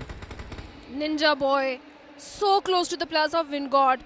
If K9 also decides to to a third party. This is not going to go good for the players of Gujarat Tigers or Wingod, but Gods finds a perfect knock onto one of the players of Wingod Esports and might be looking for the confirmation. Arman is going super close personal and to get the confirmation point, but Wingod Esports, this is a major casualty. Sahil also in the crosshairs of Arman, and Arman finally takes him down, gets a knock, and Clutch God finds a knock onto Sahil. This is not looking good for the players of Wingod. But man, oh man, Gujarat Tigers doing the exact thing that this team was known for. Brute forcing their way through the times and the areas where you think that they might fall down and they should not make it alive. With just one casualty, the big problem is now Gods is also put down on his knees, because again you mentioned about the K9 Esports side. They are the ones who are now just moving around in a pincer maneuver against the members of Godlike. Jonathan and Punk out in the open, Admino all the way in the circle. Just look at the circle shift. The circle has taken a southern shift and is heavily favoring the players of Godstone at this point. Yeah, and we were talking about God's Reign, another team whose name starts with G, is now taking an exit from this game. Gujarat Tigers, Clutch God, the only man remaining, just Jelly. Sam, I mean, alright, you knocked Ninja out, but that Molotov's gonna do a bit of damage probably as well, but how much can Clutch God do is going to be a big question right now. Quite a lot of players coming behind him, and Hector is there. Finishes him off, takes that finish, and now they'll be taking the fight against the members of Just Jelly, who technically suffered one knock, be it from their own nade though, but still is a knock.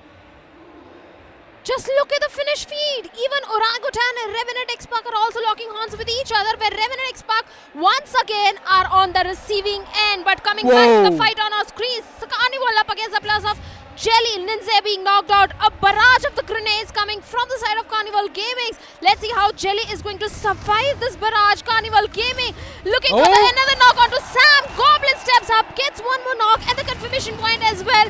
Just Jelly on the verge of elimination scared. Goblin turns around, slaps it onto the other person. He will be taken out of this lobby. Again, Jelly, the IGL out there as Hector finally takes him down. They suffered a couple of knocks, but it's absolutely fine. Carnival Gaming got what they came for. 6 finishes in their bag. And you mentioned about Revenant X-Pac. Orangutan wiped them out in the southern part of this map. And this is just a flawless run, flawless finish. And guess what? Even Ninja Boy, you mentioned about this man a while back, is now on his knees. This team was chasing the Gods. They were chasing Godlike. And Godlike answered back onto them as Admino fires a few shots against Slug. It's a full-fledged head-on knock as Slug gets knocked down. It's Jonathan who takes on that man. And eventually K9, the tides have been turned against them as they're down by 2 members. Some support fire being provided by Omega to try and push back Admino, but guess what? Carnival Gaming out in the back fray. Punk will be knocked down. Quite a lot of players. Neo shuts him down. And it's the Carnival. They are here as the Jokers. They're here as the saviors of K9 Esports, trying to pinch the members of Godlike. As Punk down on his knees. Admino, Jonathan in a compound nade of Hector. It goes a bit wide. Does not catch anyone out there. They'll still try to finish them off. That's again Reckoning joining into the fray as well, all the way from the northern end. K9 Esports are struggling to stay alive. They are being burnt alive, and so are the members of Godlike. And I mean literally, because there's a Molotov down on the feet of Punk, who just barely avoids it. It's all down to Jonathan. 1v3. Carnival in front of him. Admino will eventually move to maybe get the revive. Can he try and get the man back up on his feet? And Overcooked Nate out there. Carnival Gaming moving a fray. All 3 players together. Couple of them knocked forward. A nade! That's a big mess up. But Jonathan capitalizes on the back of it. Finishes off everyone. And this man is out of this world. When the pressure is high, he steps up like none other. The third-party kings have been brought down to their knees by just a single man, Jonathan. A 1v3 and a big blunder. All the 3 players coming right in front of Jonathan. A single bump of S12K. What just happened? A big blunder. Carnival was doing so great. The third-party kings are no longer the third-party kings. It's Jonathan coming on the top. But Jonathan, he also needs to face the players of K9 Esports, because Beast is now trying to get a knock onto Admino, as Admino is trying to make a quick escape from that situation. Admino surviving on a sliver of HP. But Beast with the grenade is looking for that knock, is looking for that confirmation as well. K9, they also need to migrate inside the circle as the wall of death is also started closing in. This is not looking good for the players of K9. Yeah, they're going to be in a very big wall of trouble. But guess what? Another team that are now struggling and are now under trouble are going to be the members of God's Reign. Losing out Destro out in the open. But guess what? Ninja Boy, Beast, both of them super low, and Beast will be taken down as well. That's Admiro for you. You can't take him down. He will take you down with the support of Reckoning from the back end. This team was able to still survive out there. Reckoning in the dead center. OG are now making their move to try and jump in. Red Ross as well. Over towards a bit of that West Eastern spray. They will try to take that survival game up in their own shoulders, man. It's going to be God's Reign, probably. I think so. It's going to be God's Reign because OG out in between a few teams. And now just getting outnumbered. Aru, the only man remaining, super low in that HP. And guess what? Arto finds an angle onto AKOP as well. He's down and low, and the nade does the job. Arto gets a confirmation too, but it was Delta who managed to shut down Aru. Orangutan will take their exit on that 5th spot. And it's all the way down to the last 4 teams. Gravity with a big off-angle shadow. I think so that could be a big advantage for Reckoning. Well, certainly it can be a big advantage for the players of Reckoning as Viper is right in the dead smack center of the circle. But it is also God's Reign. We can't count them out. Even Jonathan, who is looking in so good form at this point, is going for the northern rotation. And Gravity all by himself. Jonathan is aware that someone is there. He's just looking for the right moment to strike. This is not looking good for Gravity at all. Even God's Reign, they're also trying to migrate inside the circle. They do have the complete southern control with themselves. The 1v1 split for Reckoning might not really work for them. This could be a big problem. Gravity needs to win this duel. The nade did not land in where he exactly wanted it to. Now Gravity knows about the position of Jonathan, so he should be wary about it. But again, as you mentioned, it should be God's Reign. Red Ross out there in the open. Gravity's been taken down, and it's Delta to answer back all the way from the other side. God's Reign. This team has always been on the map of Miramar as a big wall, which not a lot have been able to cross. Justin in the open, low in the HP. Jonathan tries to get for that finish, but will not manage to get any shots out. No connections whatsoever.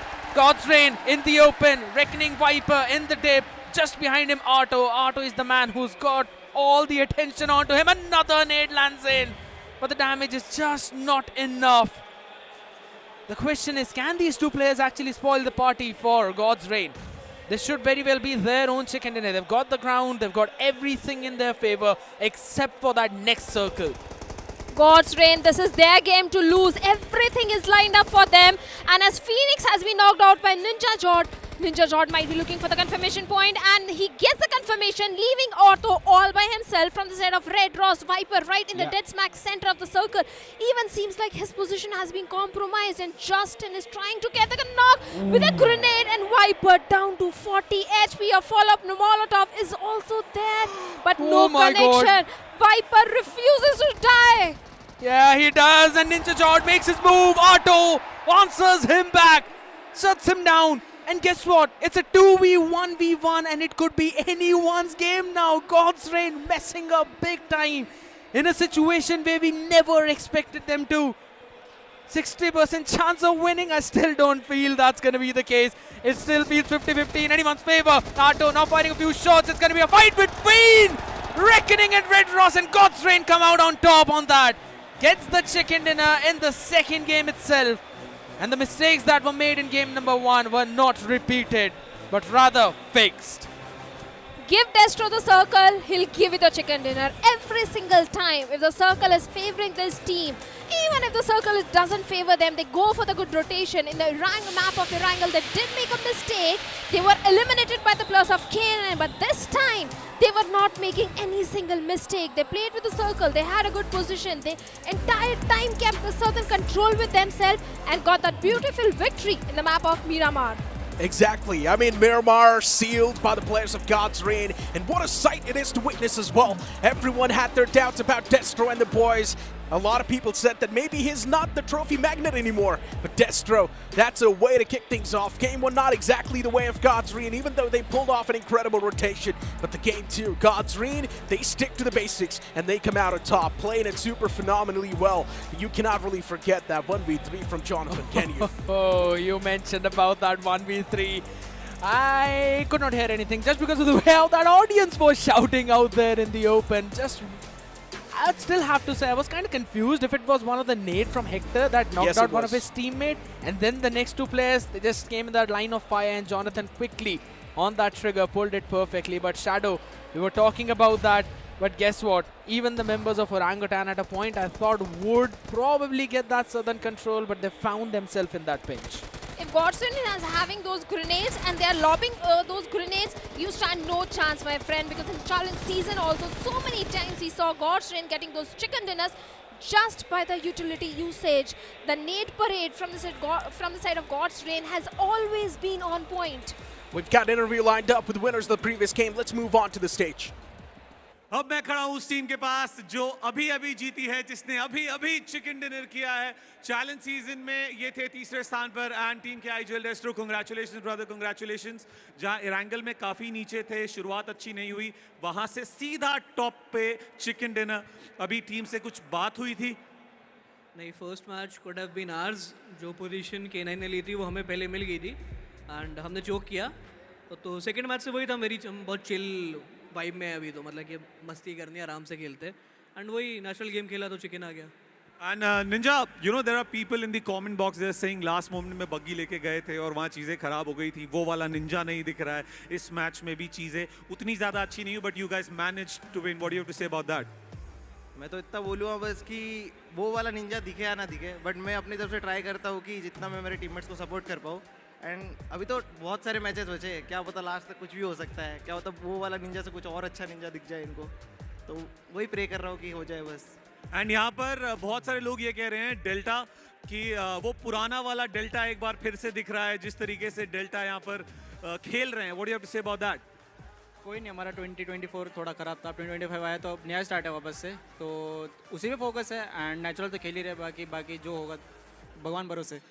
Okay Destro, there is one thing जो मुझे specially casters कह रहे हैं आपसे ज़रूर पूछना है मुझे। डे 1 की तो खैर अभी शुरुआत हुई है, द सेकंड मैच और चिकन डिनर हमें मिल गया है। डे 1 जैसा जाएगा, डे 2 और डे 3 के लिए भी अलग से कुछ स्पेशल तैयारी है, फिर सेम जिस जोन में जिस फ्लो में चल रहे हैं वैसे? नहीं, मतलब प्लान तो ये है नेचुरल गेम खेलना है हमें अपना, बट अगर चीज़ें things go south for us then of course changes होंगे, बट अभी ऐसा कुछ सोचा नहीं है, बस मस्ती कर रहे हैं हम, यही बोलूँगा। Well, let me tell you, Krat ने predict किया था that God's Reign जीतेगी, so shout out to Krat and over to you boys. One thing is for sure, God's Reign, they've came in with this tournament with a lot of hopes in their minds, and the MVP of the previous game was also Red Ross's Arto. 5 finishes racked up, and 100% of that finish contribution from this man, and just 9% of map impact. I mean, for Red Ross, unfortunately, as a well-knit unit, they were not really able to perform, but still this man individually, he was able to get a lot done. Well, certainly, Red Ross, they were also engaging in so many fights and 5 finishes just by this single lad. They were playing by the circle. They were not trying to take too many fights. They were just trying to go move inside the circle, have a good position with themselves, and it really worked in the favor of Red Ross. Yeah, indeed. And you can't really count out the members of Red Ross, but also Carnival Gaming, because they had a lot of finishes as well being racked up. And guess what? In the stars of the match, it's going to be Hector who will be having the best companion. He had that one rescue for his own teammate. Do you think it's going to be counted out by that nade which eventually got his team down to? Well, maybe, maybe not, but hold on, man. I'm just loving the way Carnival Gaming is playing as well. Yeah. They're taking fights after fights. They're really the opportunistic ones, and they're just searching for as much smoke as they can. They just want to go out there and just try and get as many eliminations in their hands. And for the day 1 itself, in my opinion, that's a great way to kick things off, because you know on day 1, things are going to be a little bit random. They're going to be haywire, and CG is just trying to take advantage of that fact. Of course, and day number 1 is they can get too many finish points in their favor, too many points in their favor. That is going to give them the momentum boost for day number 2. And Carnival Gaming, the third-party kings, every single time we see this team going for the aggressive side, going for those 4v4 fights, doing those third parties, they're not shying away from the fights. And every single time things are really working for the plus of Carnival Gaming, except for the situation which happened with Jonathan. It really feels like BotArmyEsports is targeting Wyld Fangs, doesn't it? I mean, it's the second time they've locked horns now. Even in the first game, it was BotArmyEsports to wipe out the players of Wyld Fangs, and now BotArmyEsports is taking a fight against Wyld Fangs. The funny part is that they had a drop clash against Godlike, but they showed no smoke, and then they move on against Wyld Fangs, and it feels like now they're just not really leaving the tracks. Yes, Wyld Fangs came out on top, but still, they faced a bit of that setback in the game. It was a 2v4 either ways, you know, that situation was definitely for Wyld Fangs to win, and they eventually won that one out too. But again, even on the other side, the third-party kings, we've been talking about them a lot. Carnival Gaming, they wiped out Just Jelly over towards the later stages, and then come to Jonathan, who definitely is looking like a man you do not want to mess with. Oh, all right, I see what happened, and I know Shari wanted to talk about that as well. You'll get your own chance, but I still have to say, Necro, very good step up by Red Ross, because we normally saw them in the previous one struggle a bit, and this is again a team that came all the way from the open finals. So them stepping up here, that could be a very good underdog story. Exactly, man. A lot of teams are doing super good, including K9 Esports. You've also got Red Ross doing pretty good for themselves. CG2 stepping up by a margin with the way they're playing and with the way they're showcasing the aggression. I genuinely think so. If they keep on moving with the same track, they can still have the decent average going on for themselves. And CG can be in a much better place in the overall standings. Let's move on towards the match rankings of the previous game, considering we are done seeing the highlights. And in the match rankings, one thing is going to be clear. Now, Godlike are going to be super close to, of course, the first placing team in the overall standings. But looking at the stats that Godlike were able to pull off in that previous game, they were just able to get 15 finishes. Not a lot of elimination points racked up from Godlike, and this has been a major concern, especially if you talk about Destro and the boys. They're not really someone who likes to go on the aggressive page. They always play with the circle. In the final few circle, first they try to place themselves in a good spot, and after that they try accumulating those finish points. And that is exactly what Godlike was doing in this one as well. Although they had the complete southern control, they could go all guns blazing, but Destro never do that. But that didn't really work with the players of Godlike. 15 points, I think they are on the right track. Red Ross with 11 points. Yeah, here's one thing though, and remember that you mentioned about God's Reign, you know, give Destro the circle, he'll get you the chicken dinner. Yes, that's nice, but in most of the cases, you do not get the circle. And currently, with the way how these scorecards go, if you get a lot of eliminations, yes, that's going to push you a bit more close over towards those average points, because that's what we are seeing from Carnival Gaming. That's also what we see even from the sides of Godlike, with a decent placement, decent amount of finishes, 8 points being caught for themselves. Yes, there are quite a few teams which we never really expected to see onto those later stages of the entire leaderboard itself. Even iQOO Soul, Versatile as well on the struggling end. But I still feel they can make a big comeback. And speaking of the comeback, sorry Neeraj, I think we had this conversation on the start of the day as well, that few players who are having the audience land for the first time might have those land jitters, and seems like that is really happening with Some and Zap, because in the previous two games they were taken out pretty early in the game. I mean, Zap is an instant replacement, in my opinion. For some reason, I'm not exactly sure why that replacement came through in the first place, because Simp was doing just fine in the challenge season. Hero Xtreme Godlike was topping the charts with backed up by Simp, but now for some reason, when we see this change come through, Hero Xtreme Godlike is clearly struggling. In the first game as well, Admina was caught off guard. Now in this game, Zap was the one to get taken down first, so Hero Xtreme Godlike is already starting things off with a handicap. And of course, in such a competition, if you're going to be handicapped off the rip, it's not going to work out that well. We've got the overall standings on the screen. K9 Esports still topping the charts with 27 points. And OG as well, right underneath them. But this is where the real concern really starts to strike now. The latter half of the board is on the screen. Wyld Esports 8 points. Considering it's just the game 2, done and dusted, 8 points are more than enough, but the real concern is really at the bottom of the table. VXT, the defending champions, just getting 3 points. iQOO Soul, expectations were a lot, just getting 4 points. We have seen iQOO Soul in these kind of positions quite a long time as well. There's just 2 games. I think so this team will still make that comeback. VXT is a team that I'm also thinking right now, because again, yes, Somraj is the man who is the defending champion, but at the same time, I think so we'll have to focus down on a lot of other things as well. He needs to pull his socks up. Exactly. But you know what? We will keep on speaking of that storyline. Before now, we got to give a huge thanks to the Snapdragon Elite Gaming. When winning matters the most, make sure to check them out as well. They've got some amazing processors, especially for mobile devices. But moving on to conversation, right? Now, as we know, Hero Xtreme Godlike, a little bit on that struggling phase. The defending champions, Versatile, even they're struggling quite a bit. You've also got iQOO Soul on the struggling side. For Hero Xtreme Godlike, maybe it's the time to once again switch back to the main playing 4. Get Sim back in the playing 4. Do you think they should change it right away is my question? Because Yes, again, they should. Yes. it's just 2 games. I mean, let's be honest. In the previous one, they did get 8 points. So I think that was pretty fine. I mean, I still want them to try and test at least on the day 1, maybe day 2 is when they bring Sim back in. That's what I think. In my opinion, they had enough time to test in the challenge season. There's no reason to test, especially when you've just got 18 games in your hands and the winner can hold that trophy in their hands. Fair This is not the time to test. You've only got 6 games to go, from which 2 games are done and dusted. You've only got 4 more to go. Maybe now is the time to get Sim back. What do you think? I totally agree with you, because that is not a stage where you want to experiment, because the trophy is at the stake. Challenge season itself is a stage where you could have tried experimenting, but we'll find all these answers very soon. Exactly. We will find all of those answers very soon. For now, it's time for us to toss to a short break. You guys don't go anywhere.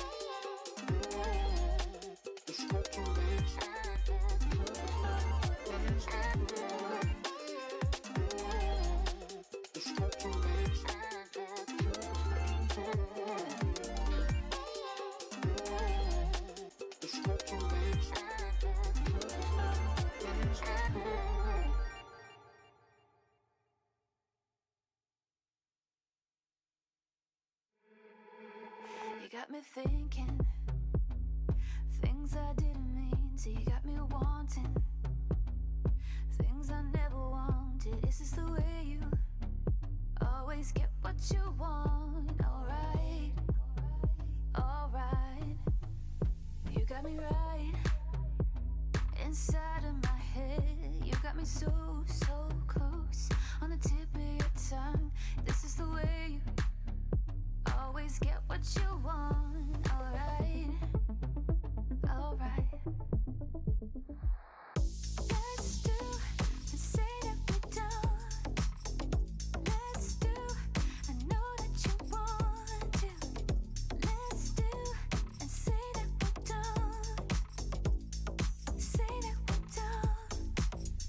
Let's do and say that we're done.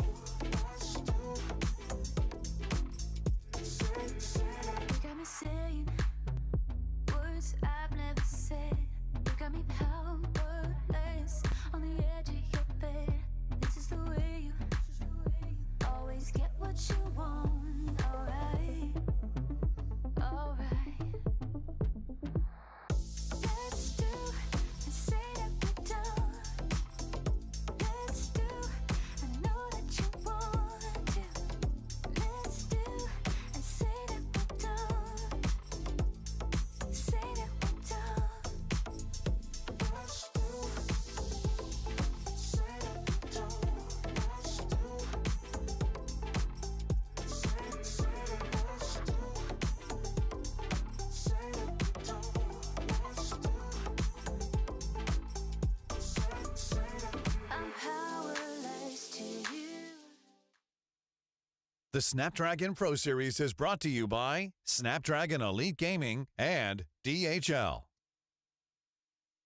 2 games already done and dusted, and it seems like K9 already find themselves in the driver's seat with a lot of those teams trailing right behind them. And next up is going to be the map of Erangel. Welcome once and again. It is going to be this grand Noida Indoor Stadium Arena where we have the grand finals going on. Of course, it is day 1, and I'm joined along with Shadow and Scared. So let's get back talking about the big names. Of course, I have to bring in Revenant X Spark. The first game, the Spark was completely missing. Now, Shadow, what do you think has gone wrong for them? 2 games, they have completely flustered up. They have not really recovered from challenge season. I think they are second guessing themselves. They're not eager for those fights because this previously it was some other team. This time it was Orangutan and Revenant X-Pac. They're not looking confident in those 4v4 fights. They need to find that confidence because Shadow did the valiant effort in the previous Erangel, but the entire team needs to step up. For sure. I mean, at this point, they were looking quite lost, to be honest. And this kind of brings me those doubts because Scared, honestly, even during the league stages, we know they had a break in flow after the BMPS. It was 2 months they did not practice. But was it not enough to rekindle that spark amongst them that they have to stage it up for their fans? I 100% agree with you on that fact because yes, even though there have been quite a few weeks of maybe, you know, not practicing as much as you would want, the other team stepped up big time. And I think so the firepower or the strength that they had previously, right now it's being just matched perfectly by the other teams. And that's why they were on the struggling end. And even throughout the challenge season, we saw, yes, I agree, it was a month-long event, but 3 games a day, let's be honest. That is absolutely not enough, specifically for any team to build momentum. Now, 6 games a day, that's where the real things start. You know, honestly saying that when we look at even the recently hailed officials, day 1 did not go well for Revenant X-Pac and suddenly they pulled off the biggest comeback. But hoping that they do it right now. Up next is, of course, Erangel. And we have been talking about Revenant X-Pac, which also brings us to iQOO Soul. They have also been looking quite lost. They have been hesitating in engaging in those early fights. And Some, he has been playing that role where he has to step up. League stages, he hasn't really carried forward the momentum. But of course, we do have the Snapdragon predictions up in front of your screen. All you're going to do is make sure you scan the QR code. If you've got any feedbacks, do share with us. Do let us know how you are enjoying this experience from your maybe television sets or from YouTube, whatever it is. But yes, back to iQOO Soul. We have been talking about them. Some, has he lived up to his name yet? Because so far, for me, no is the answer. No, completely not, because if you look at the performance in the map of Miramar also, when iQOO Soul was having a fight with the Plus of Metal Esports, Some was the first one to be knocked out. And Some was the one who was doing the majority of the heavy lifting. He was doing those 1v3, 1v4s in the challenge season. And this time seems like the LAN jitters are really affecting the performance of Some. The LAN jitters are definitely there, and this brings up a question. Now, iQOO Soul do not have enough depth. They have come with just these 4 players. And Scared, according to you, what needs to be done from iQOO Soul side in this game of Erangel where they can get their redemption back, or we can see a little bit of resurgence from their side? You know, we've seen iQOO Soul resurge specifically back in the challenge season itself, back in the week number 2 when, if I'm not wrong, they got that hat-trick chicken dinner in their pocket and then moved all the way up in front in the leaderboard. So I think so they're going to be in a fine situation. They have been in these kinds of situations for a long time.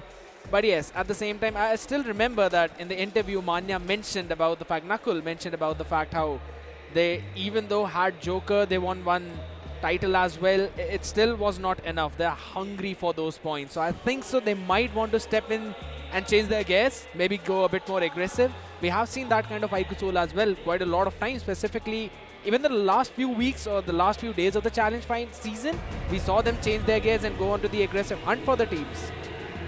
But again, you know, we've seen a lot of things, but unexpectedness is what's going on right now. We do not know for what is going to happen in the next game of Erangel. So, casters, take it away. Well, certainly the map of Erangel, once again the blue bird is going to hit the sky, and this time the flight path is going all the way from the side of Milta Power towards shooting range. Primos, Ferry Pier is not the favorite drop location at this point because the flight path is not favoring these 2 cities, but BotArmyEsports and God's Rain, will they once again go for the drop clash? Yeah, that's going to be the main question because honestly, military base just seems all the way out of your reach. Regardless of where you are, probably onto that flight path, you cannot reach that island. So that's going to be a big nada. Maybe we can see some of the clashes near the vehicles, right? We might possibly see some of the teams going in. Because again, OG, you mentioned they've taken their early exit. They'll love to drop around the Milta Power area, maybe over towards the Milta as well. But there's another team which I just seen. That's going to be Just Jelly, who will probably be moving a bit more towards the southern end. Over towards the north is where I really want to focus down. Where are the members of God's Reign? That's the big question. They're all the way up towards the north, Shadow, taking such a late exit from the plane. We saw that happening in the challenge season as well, where both the teams, Gods, Rain and BotArmyEsports, they went all the way towards the side of Georgia Pool. And I remember very clearly what the result was. Let's see if once again are these two teams going to go up against each other. But seems like no, because Gods Rain, they're going all the way towards the side of Zarki, where Gujarat Tigers towards the side of Georgia Pool, and Wind God also towards North Georgia Pool. But BotArmyEsports and Gujarat Tigers, they need to be a bit cautious of each other. Yeah, I was about to say if the circle forms over towards the southern island, Just Delhi are going to be super happy about it. But unfortunately, that's not going to be the case. Circle moving in a bit more towards the eastern fray. But seems like the same thing, that it could be a situation where we might possibly see Revenant X Park being in a bit more happy shoes. Red Ross as well. But the question is, though, that happiness is not going to be there for the teams on the western fray. In the Georgia Pole area, there's BotArmyEsports, there's Wind God, there's God's Reign, just south of them, Gujarat Tigers in the hospital area as well. So quite a big cluster out there. And if they want to make any kind of rotation in the circle, either you'd have to move all the way from north, from the shooting range area, where K9 will obviously be there to welcome you, or move all the way from south, because you can't go from Gatka, as that's where Carnival Gaming always play. Carnival Gaming, speaking about this team, the third-party Kings, they have been doing everything right, considering the performance which they delivered in the previous two games. Every single time they go for those third parties, they go for those fights and get those finish points. And so far, Carnival Gaming, I think they have been doing really decent. And things are really working in their favor. But VXT, I really want to see if CG will go all the way to the side of Pochinki and take a fight with the players of VXT. Because this time, Hector and Neo, they're not going for that garage. And VXT, they are prepared for any sort of maneuver if Carnival Gaming is looking forward to play around. Because just look at the position of Somraj. He's on the outskirts of Pochinki. All the way on the outskirts, yep, that's true. But here's one fun thing about VXT, right? I think so we were discussing about this team, how they've got a lot of finish points, but not a lot of placement points. If I'm not wrong, VXT is the only other team apart from Godlike to have scored over 200 finish points all the way back in challenge season. But I think this team did not even touch somewhere around 80 or 90 placement point mark. So here's the thing. Now they don't really have those early fights which they normally would take against Vasishta Esports back in the challenge season. So I think so they're still going to build up a bit more slow. And either it's going to be them surviving with all 4 members and then moving to take those fights, or maybe they're just not going to have anyone to farm a few finishes on. But the main thing is that they're not getting their aggressive start which they were getting in the challenge season. I think so that's going to be a big speed breaker for them, specifically in the way how they try to gain those points. Because things are really not working for them. Everyone is just outplaying the players of VXT. If you remember the first Erangel, where Carnival Gaming, the 2 players went all the way towards the side of Pochinki Garage, where VXT players do come in. And that was a good research. In the map of Miramar also, something similar really happened, where VXT tried doing a third party against the players of Team iQOO Soul and Medal Esports. So things are really not working for the players of VXT. And if you look at the performance in challenge season, the very first map, they had a 30 bomber. So VXT might be looking for a change of pace or something different, because when you're the table toppers in challenge season, you tend to have those bullseye target behind your back in the LAN finals. True. You always have those targets, but there's another team that does not really have a target behind their back, but is doing pretty well in these standings, and that's going to be the side of OG.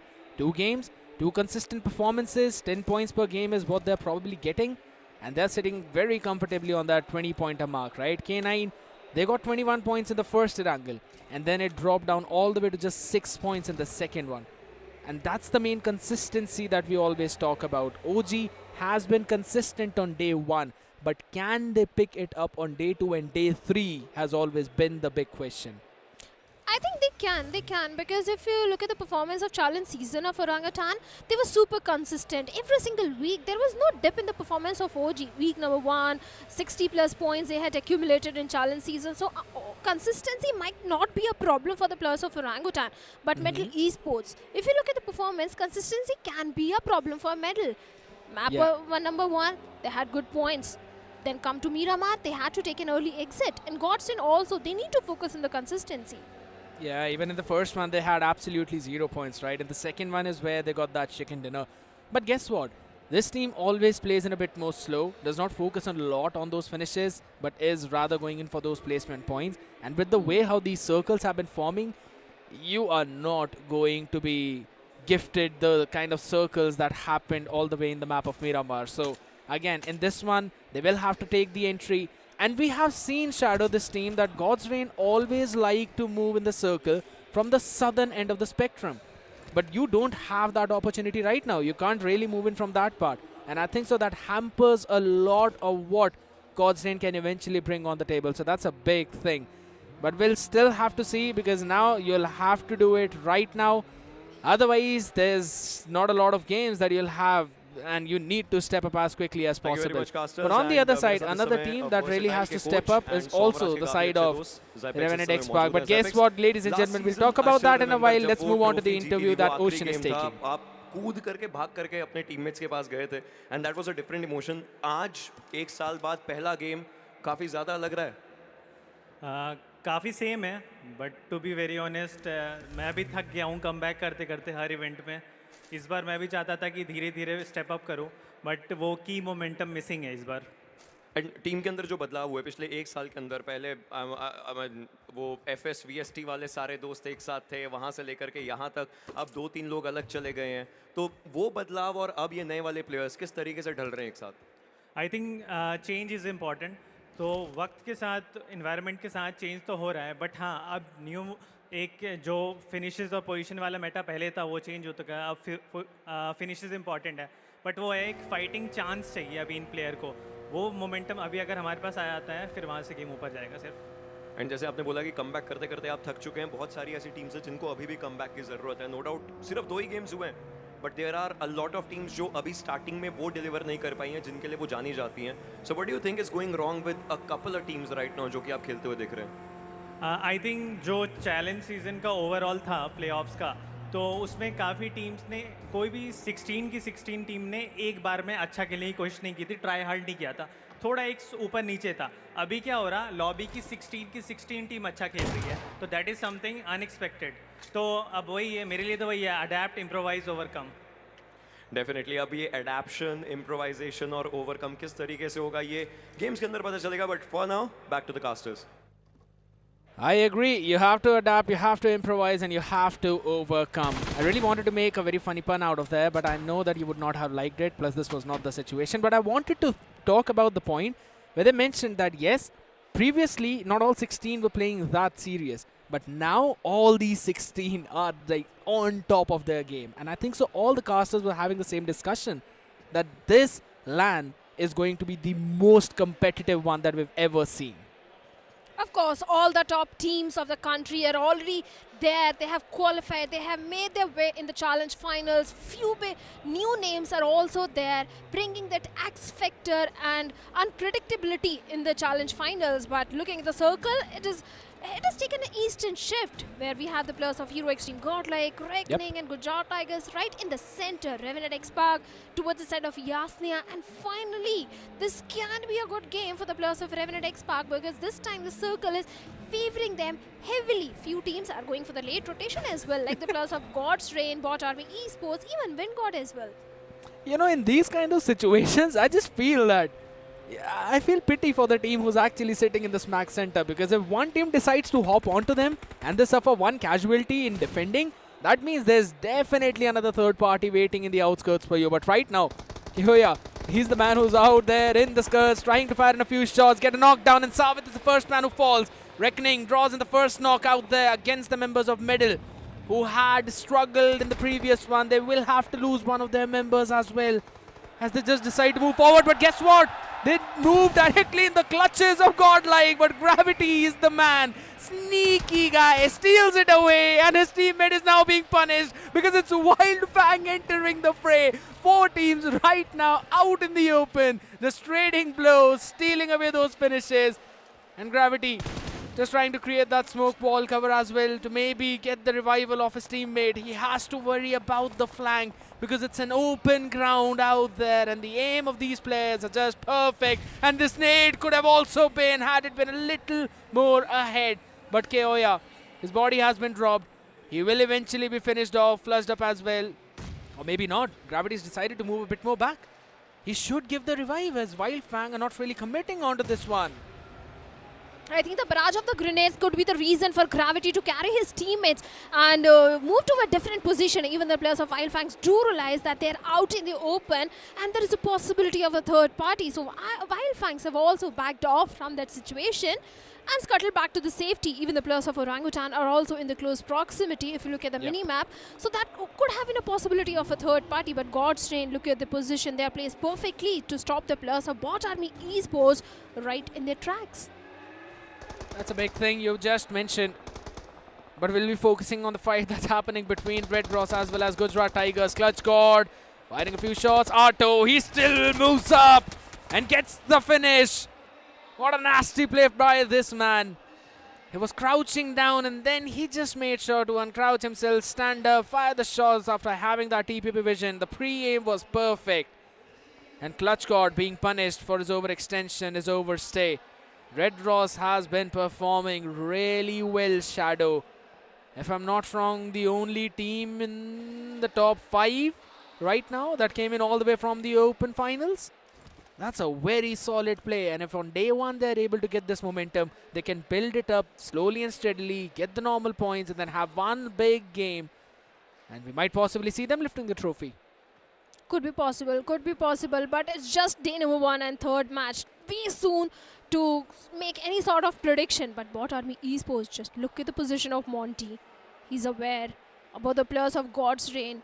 And the main question is how the players of BotArmyEsports are going to make their way to the other side of the bridge, because God's Reign are just waiting for the players of BotArmyEsports. That's a good research coming in from the side of God's Reign as well. If they go for the northern rotation, Kanan is already there, but Devotee strikes in towards the side of God's Reign, and one of the players is on a very low HP. This was a very risky move from the side of God's Reign. It indeed was risky, but as long as the player is safe, that's what matters to them, because now when the next circle forms, they will be the ones who will keep the members of BotArmyEsports until and unless BotArmy decides to move up north, and that's where K9 is staying. You know, here's this fun thing about BotArmyEsports. It's either Wyld Fang or it's either God's Reign. I don't see them taking any early fights apart from these two teams. They've decided their opponents that these are the ones who we really want to fight against. For the previous 2 games, it was Wyld Fangs. For the entire challenge season, half of the time it was God's Reign, and I guess the same storyline is now being repeated as well. So many storylines will be there, but looking at the position of the players of K9 also scared. They do have a really good spot for themselves as they're coming from all the way from the northern side. They have the entire northern control in their favor. If the circle takes one more northern shift, this can be a good game for the players of K9 Esports. That could be a possibility. But if the circle goes south, even the players of Orangutan can also do fairly well, because OG, if you look at the performance in the previous 2 games, they have been doing really good. Total 20 points, sitting on the 2nd spot in the overall ranking. So OG are also looking in the prime form. If the circle goes south and one chicken dinner comes in the favor of OG, I think they are good to go for the day number 2. Very possible, but that's the thing. We've always seen OG perform on day 1 and day 2. Day 3 is where my eyes are locked in to probably see them perform. But for now, I can definitely see a cluster forming in all the way over towards that southwestern part. Carnival Gaming near the members of iQOO Soul as well. iQOO Soul playing with a 2-2 split. But we'll be talking about that in a while, though, as Monty, he went in to scout out the area of up north, and that's where K9 was. But look at this circle. You were talking maybe a southern shift. It has definitely taken that southeastern shift as well. Godlike, solid position, medal. Prince always brings his team in the dead center of the circle. I remember Fixus mentioned that to me as well, that no matter the situation, you will always see medal in that smack center. And now they're also up in the shoes where they will be defending their own compounds. Every other team moving around them. And there are not a lot of compounds to take care of as well, right? So you have to play around those hills. You have to play around those hard covers which you need to create. It's super important, but I really like where Versatile is going right now. All the way over towards Lipovka. There's no one on their backside to take care of. VXT always manages to pull off such a rotation, keeping themselves away from all the traffic and the commotion, and now they're looking forward to the southern control, where we have the players of OG and Wingod might go up against each other. Even the players of Team Jelly might do a third party. But speaking of Jelly, he's so far away from his teammates all by himself, and such a close proximity to the players of VXT. So Jelly needs to be a bit cautious. But coming back to the team, which is having the complete southern control, are the players of Wingod, who are trying to pip a few bullets towards the side of Orangutan. Again, this position, I agree, you've got a decent amount of covers too, but it's still very open, and he is a bit far away from his rest of the teammates as well. So if any other team decides to barge in onto them or they get a knock, this basically means Wingod will be suffering with a casualty. So that's an important factor Wingod need to keep in mind, and I like the fact how they just move the vehicle around a bit. But Carnival Gaming will also be taking the entry from the southern part, and that's where we might possibly see a contest happening between these two teams. But we'll be focusing on that right now, as again Sahil, he tries to drop out of the vehicle. Neo up close to him. Wingod, they're the first ones to actually jump onto him. Even we are seeing the support coming in. Carnival Gaming out here in the vehicle, still trying to get that run over. But Neo, his life will not be saved. But guess what? Viper will be able to get not just one but two from that vehicle damage. And it's going to be LeBron falling onto his knees too. You take one of ours, we take three of yours. One of them flushed out, and Wingod had to make the decision of forcing their last player to survive. Carnival Gaming, you cannot step into the carnival of this team. Carnival Gaming, they're a pack of wolves, always going for the hunt. The previous two games, they were doing those third parties, and this time again, they striked onto the players of Wingod, leaving Yash all by himself. 4 finishes, no casualty, and the entire southern control with the players of Carnival Gaming. But they also need to be a bit cautious from one of the team which is coming all the way from the southern side, and they are the players of team iQOO Soul. So iQOO Soul and Carnival Gaming, they might also lock horns with each other. That's a big possibility.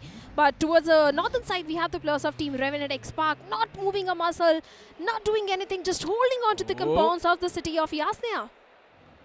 You mentioned about iQOO Soul moving in as well, and that's exactly where they are. Carnival Gaming just quickly deciding to move around in those vehicles. Both these teams, are they both deciding to not go in for this commitment? I think so. That's still a mature decision because it's way too open out there. Yeah, that's going to be a full-fledged tactical retreat for both of these teams. Knuckle will just try to land in a few utils in that smoke, but Carnival have already made their decision to not take that fight. Yash out there in prison though. That man will try to survive from Wingod, maybe playing in for a couple of placement points, but that's about it. iQOO Soul, they're just deciding to make sure systematically clearing out the entire area in front of them. But now they know that there is Carnival around them. So that's a big problem. But we'll have to shift our focus either ways from these two teams, because again, BotArmyEsports were the ones who eventually, if I'm not wrong, took care of the members of K9. I saw a couple of finishes in the finish speed. So maybe they're the ones who actually won that fight up north.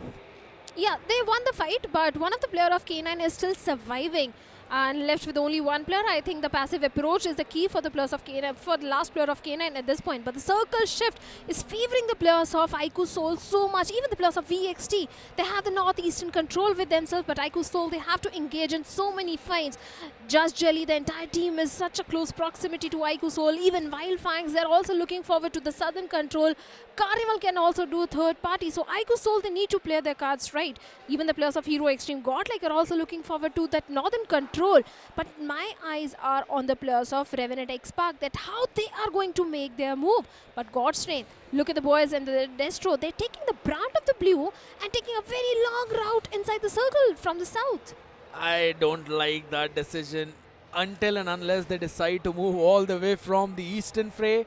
They have got a barrage of teams in front of them, and we have known God's Reign to struggle in that situation. But for now, Sensei is the man who's actually struggling to connect onto the shots on the vehicle of Some, who will just run away from in front of him. Again, Wyld Fangs, they're also in that area where there's one of the biggest clusters of this map. And Shadow, you mentioned that you think Revenant X Park's position is good. I agree.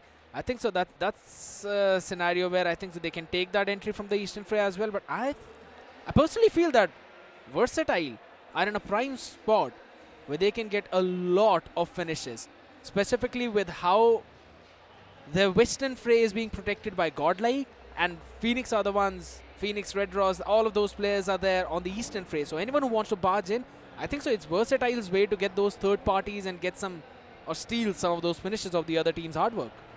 Well, Versatile can definitely eye for the chicken dinner in this one. Like you said, they have the entire northern control. Not too many teams are already present in that vicinity. But Reckoning and God's Reign, who are going for the late rotation, and seems like they locked horns with each other. And God's Rain, they are on the receiving end. Ninja Jot has been knocked out. Justin already lost, and only 2 players remaining from the set of God's Rain. This is what I was saying, that God's Rain need to focus on that consistency. One game they pop off really well, and the next game they really face an early exit. But even the players of iQOO Solar and Wyld Fangs are also locking horns with each other, as Scout has been knocked out. Yeah, Scout knocked out. And we're seeing some problems being made. Ronnie with that Molotov will confirm the finish on Sensei 2. That's a big play from iQOO Soul. Wyld Fangs, they are not just struggling in one, but rather in all the 3 games. That's a big problem. God's Rain being chased around by the members. And guess what? They move into the arms of Just Jelly, as Sam was able to welcome Delta. It's all down to Destro, who will be finished off as Ninja Boy jumps in from K9 Esports. There's just so many teams equally distributing the points of God's Rain amongst themselves. But Ninja Boy, you mentioned about this last man being there. He's still surviving out there. But guess what? There's quite a few teams out who are not really surviving. One of them being, again, the opponents of Revenant X Park. Just Jelly know where Ninja Boy is. The question is, do they go? Do they get that finish? Do they secure that one in their own hands? We'll talk about that. As for now, Sarang out on his knees. Spray God out in the open. That too in the blue. He'll need to heal himself back up as quickly as possible, because he's being that off-angle player. But he will not be allowed to do so. Henry, BotArmyEsports, he's out there to ruin the games. You thought Spray God was out in the blue. Henry is even farther out in the blue, just barely visible into that map feed itself. And he ruins the game for Revenant X Park. Joker will eventually secure that finish, but that gave an opening to the members of iQOO Soul, who are now moving in to try and get a few of the finishes of their own on the members of Revenant X Park. That's a big problem, a big blunder for their side. And another game of inconsistency moves on. Revenant X Park still left with 3 players, but surrounding awareness is not there. They were aware that one of the players of BotArmyEsports is out there in the blue, and despite that, they had to face an early casualty. But Reckoning Esports and even the players of iQOO Solar are also locking horns with each other. But the circle has taken a northern shift and is favoring the players of VXT heavily. But the barrage of grenades is a problem for the players of Reckoning, as already Dionysus has been knocked out. Viper, the only player remaining, has to go for the revival, has to go for the rescue mission. Lot of smokes being invested. But at the same time, both these teams, they also need to migrate inside the circle. They need to prioritize the circle, and VXT, even they have also started engaging in a fight, and the victims are the players of Red Ross. Absolutely. They're making sure that Red Ross cannot make their own entry. 2-2 split. Definitely not the best one out there. Red Ross onto that struggling end. Viper from Reckoning as well is the only man remaining for his own team, so he will need to survive. But on the other side of the spectrum, that's where Gujarat Tigers are also fighting in against other members. But we'll be focusing on Godlike first, as they are locking horns with the Apes, with Orangutan. Both these teams out in the open, so the only friend that they have right now are those smokes. And in those smokes, we'll see those barrage of nades landing in. We've known Jonathan to be one of the prime naders, but Vizgod answers back at him, takes him down, and in the meantime, Atanki gets a knock onto the members of Gujarat Tigers. That's an important one. What a nade! Another one comes into the play, and this time it's Saru finishing off at Minnow and the entirety of Godlike. Only in the previous one were they able to get a few finishes and positions. No says OG in this one. And their consistency is still on point. But now they have to make their entry in the circle itself. And the main thorn are going to be the members of Just Jelly. The circle is favoring VXT so heavily at this point. Just Jelly, one of the players already knocked out. They have to go for the revival. They have to go for the rescue mission. As Keo Lamau is trying to keep the foes at a distance. And those foes are the players of Orangutan, who are running high on the confidence. All the 4 players already alive. But as I say, Vizgod has been knocked out by Gods of Gujarat Tigers. Out from the blue, Gods was going for the heal battle, and seems like he struck at the right moment and got the confirmation point onto Vizgod as well. Absolutely. Now OG in a pretty precarious spot, because you've got AK as one of your star fraggers, as one of your entries. Vizgod was taken down and out. That's a big problem. iQOO Soul as well. They lost their members while locking horns with quite a few teams out there. Ninja Boy can still ruin the game of Just Jelly. That man can basically do a lot. And that's not going to be in favor of Just Jelly. Manya out there behind the rock in a hard place. And by that, I mean literally. The hard place was that nade, which landed in, finished him off, took him out. But guess what? Ninze sees a lot of people out there, tries to fire in a few shots, but no connection whatsoever. Revenant X-Park still surviving on the southeastern end. OG have now decided to make their move. Yash as well from Windgod just behind that rock, fires a few shots. OG still surviving. Medal as well joining in the fray. Prince out in the open. Legit jumps in. The vehicle. Atanki falls down. Legit will be taken down as well. It's Shadow who fires on the other end on the members of Just Jelly 2. It's a chaos in the field. It's all in open ground. And AK is the man who still survives from OG, but not for long. Aru jumps out as well, and the moment he jumped out, he was sent out of this lobby too. Versatile catching a few finishes up on Prey, and they are stopping the members of Just Jelly as well to move in. They've already got a finish in their own hands. Revenant X-Park out of the circle too. Into the blue and out in the open, and maybe out of the lobby is where they go. The blasts are there, and Versatile are the men who are launching those bazookas, who are launching those bullets onto the members. Just Jelly trying to take the rotation from the high ground, but that's exactly where all the crosshairs are locked in. Only 4 teams remaining, Shadow. VXT, they have to defend their compound, and Jelly and the boys are looking to breach into the compounds of VXT. But as I say it, Raiden finds a knock onto Jelly and Sam with a beautiful grenade, and might be looking forward to confirmation as well. Just Jelly remaining with only 2 players, and Raiden along with Somraj is trying to get the confirmation point as well, as Aru is so far away, has been neglected by both these teams. Can be the spoiler for VXT, or maybe for the players of team Just Jelly. Yeah, it's highly possible. Aru making sure that his team is getting those crucial position points, those crucial placement points, at least 5 in his bag.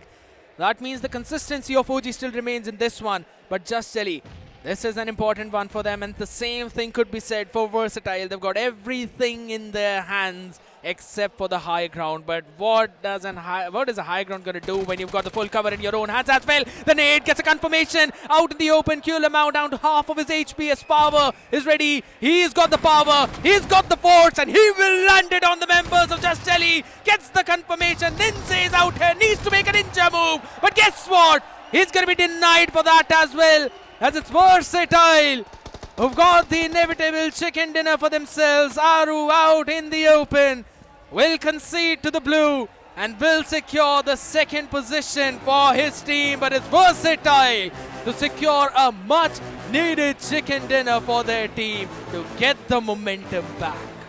You can silence them. Of course, I mean, you could silence Versatile, but then again, you cannot keep them leashed. It was Versatile just going all out this time. First 2 games, they absolutely dropped the ball, but this time they came out all guns blazing. Talk to me about S-Power, the man in drawn for that MVP. Surely he had some answers. Well, certainly he had a lot of answers. VXT, the way they took that rotation from the Eastern Highway, and after that, every single time the circle was favoring the players of VXT, and they defended their compounds with all their might, and that resulted in that beautiful victory for them.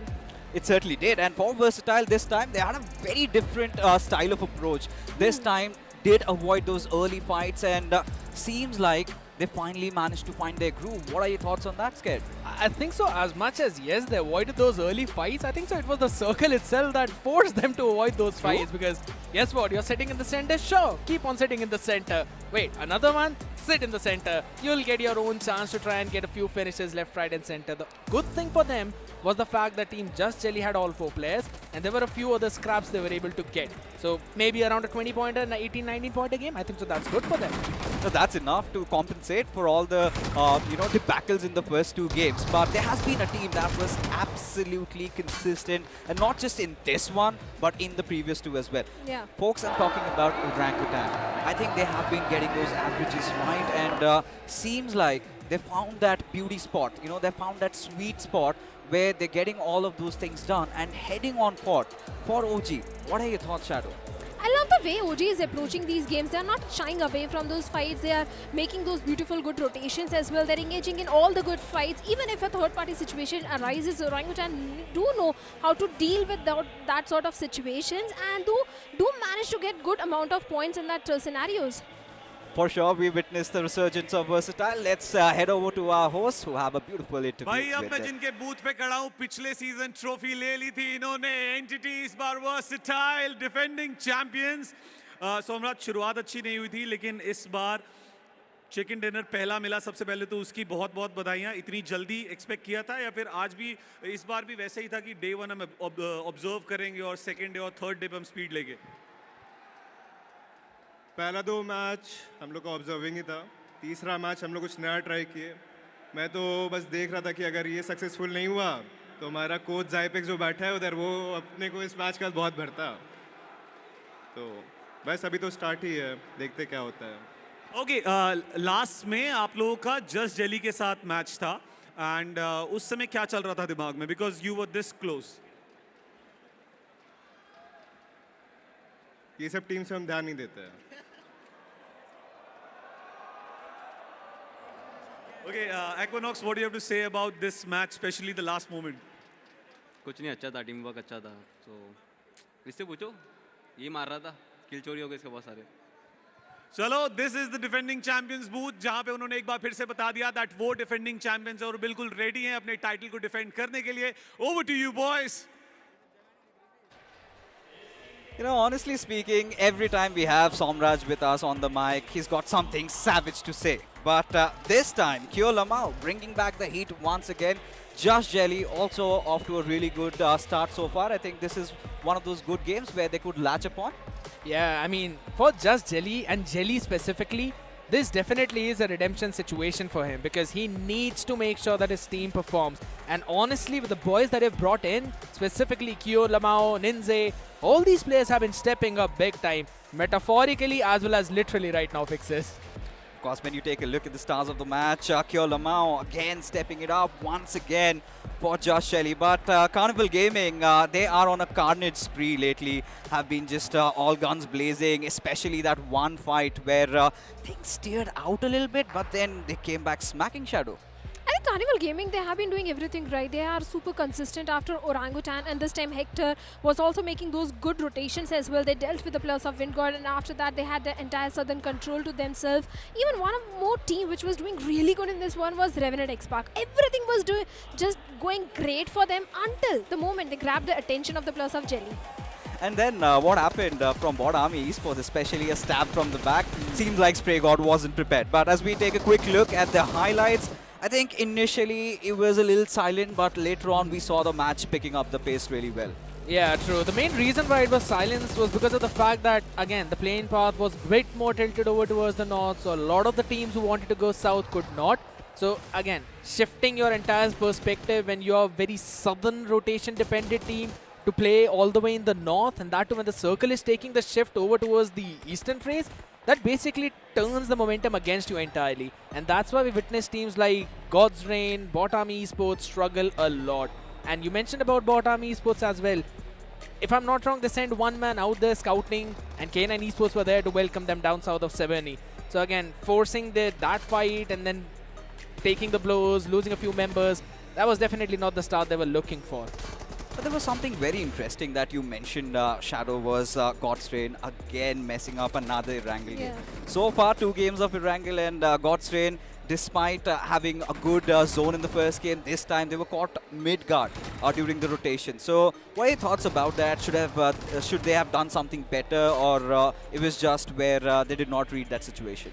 They should have done something similar to the plus of EXT. Instead of going for the late rotation from the blue, where Reckoning was also taking the brunt of the blue, they could have gone for a longer rotation within the safe zone, just like the plus of EXT did. And Destro trying to play super safe might not work in his favor, and that did result in a rotation clash against the players of Reckoning. Hope they really fix the plugs there and get their winning groups once again. Next up would be Sanhok, but for now, the match rankings in front of us, Versatile, a 20-pointer there. And now Josh Jelly, this time 13 points, is surely going to make him a little bit more comfortable, is going to ease on all those nerves, but oh gee man, scared. They have been absolutely lovely, you know, averaging 10 plus points every single game. I feel like they might find themselves maybe at the second spot. Yeah, overall. you know, I agree because they were on the second spot literally right now just before this game and getting those 11 points as well, and that too when teams like K9 they did not perform as expected, getting only 3 points. They will be able to take that big leap, and even though Versatile will be up there above of them, OG are finding themselves in a good spot. But Hero Xtreme Godlike, not a good game at all. Wyld Fangs as well, only getting 2 points. So there's some problems out there, right? And you mentioned about OG. You know, there's a reason why I've got this orange pen with myself. You know, I'm not gonna say anything. You know, if a pen worth 3 rupees can win you trophies, I think OG surely need a sponsorship there. But again, coming back, now we need to talk about K9 a little bit. It feels like they're always on the hunt, always on the prowl. But this game, it felt as if they lost a lot of steam. So what are your thoughts about that, Shadow?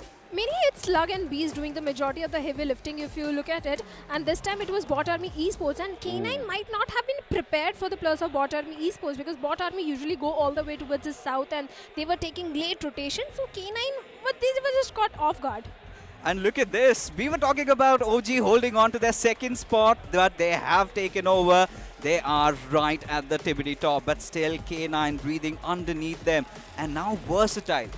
Before this, they were nowhere to be found, and suddenly take a huge leapfrogging way up at the third spot. Medley Esports, a little bit of cohesiveness from their side as well.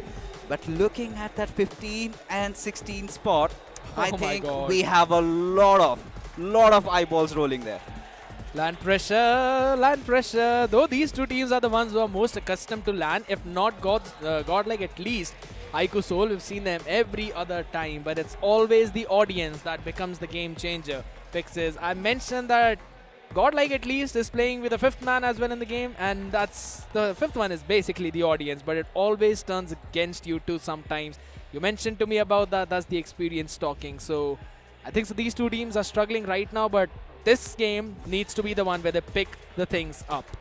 Now, all of you folks watching us on the broadcast, don't forget to level up your career with DHL. Check out on the links given below and apply. But moving on ahead, folks, is going to be such an exciting affair in the games of Sanhok. Because, honestly speaking, Sanhok has always been a table turner. If there are some teams that are struggling, I'm talking about iQOO Soul, Revenant X-Park, surely, folks, they have to bounce back.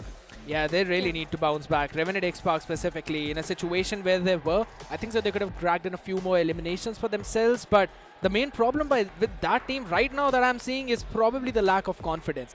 They haven't been looking very solid back in the challenge season as well. Vix is struggling for 1 point. It's always gonna hurt.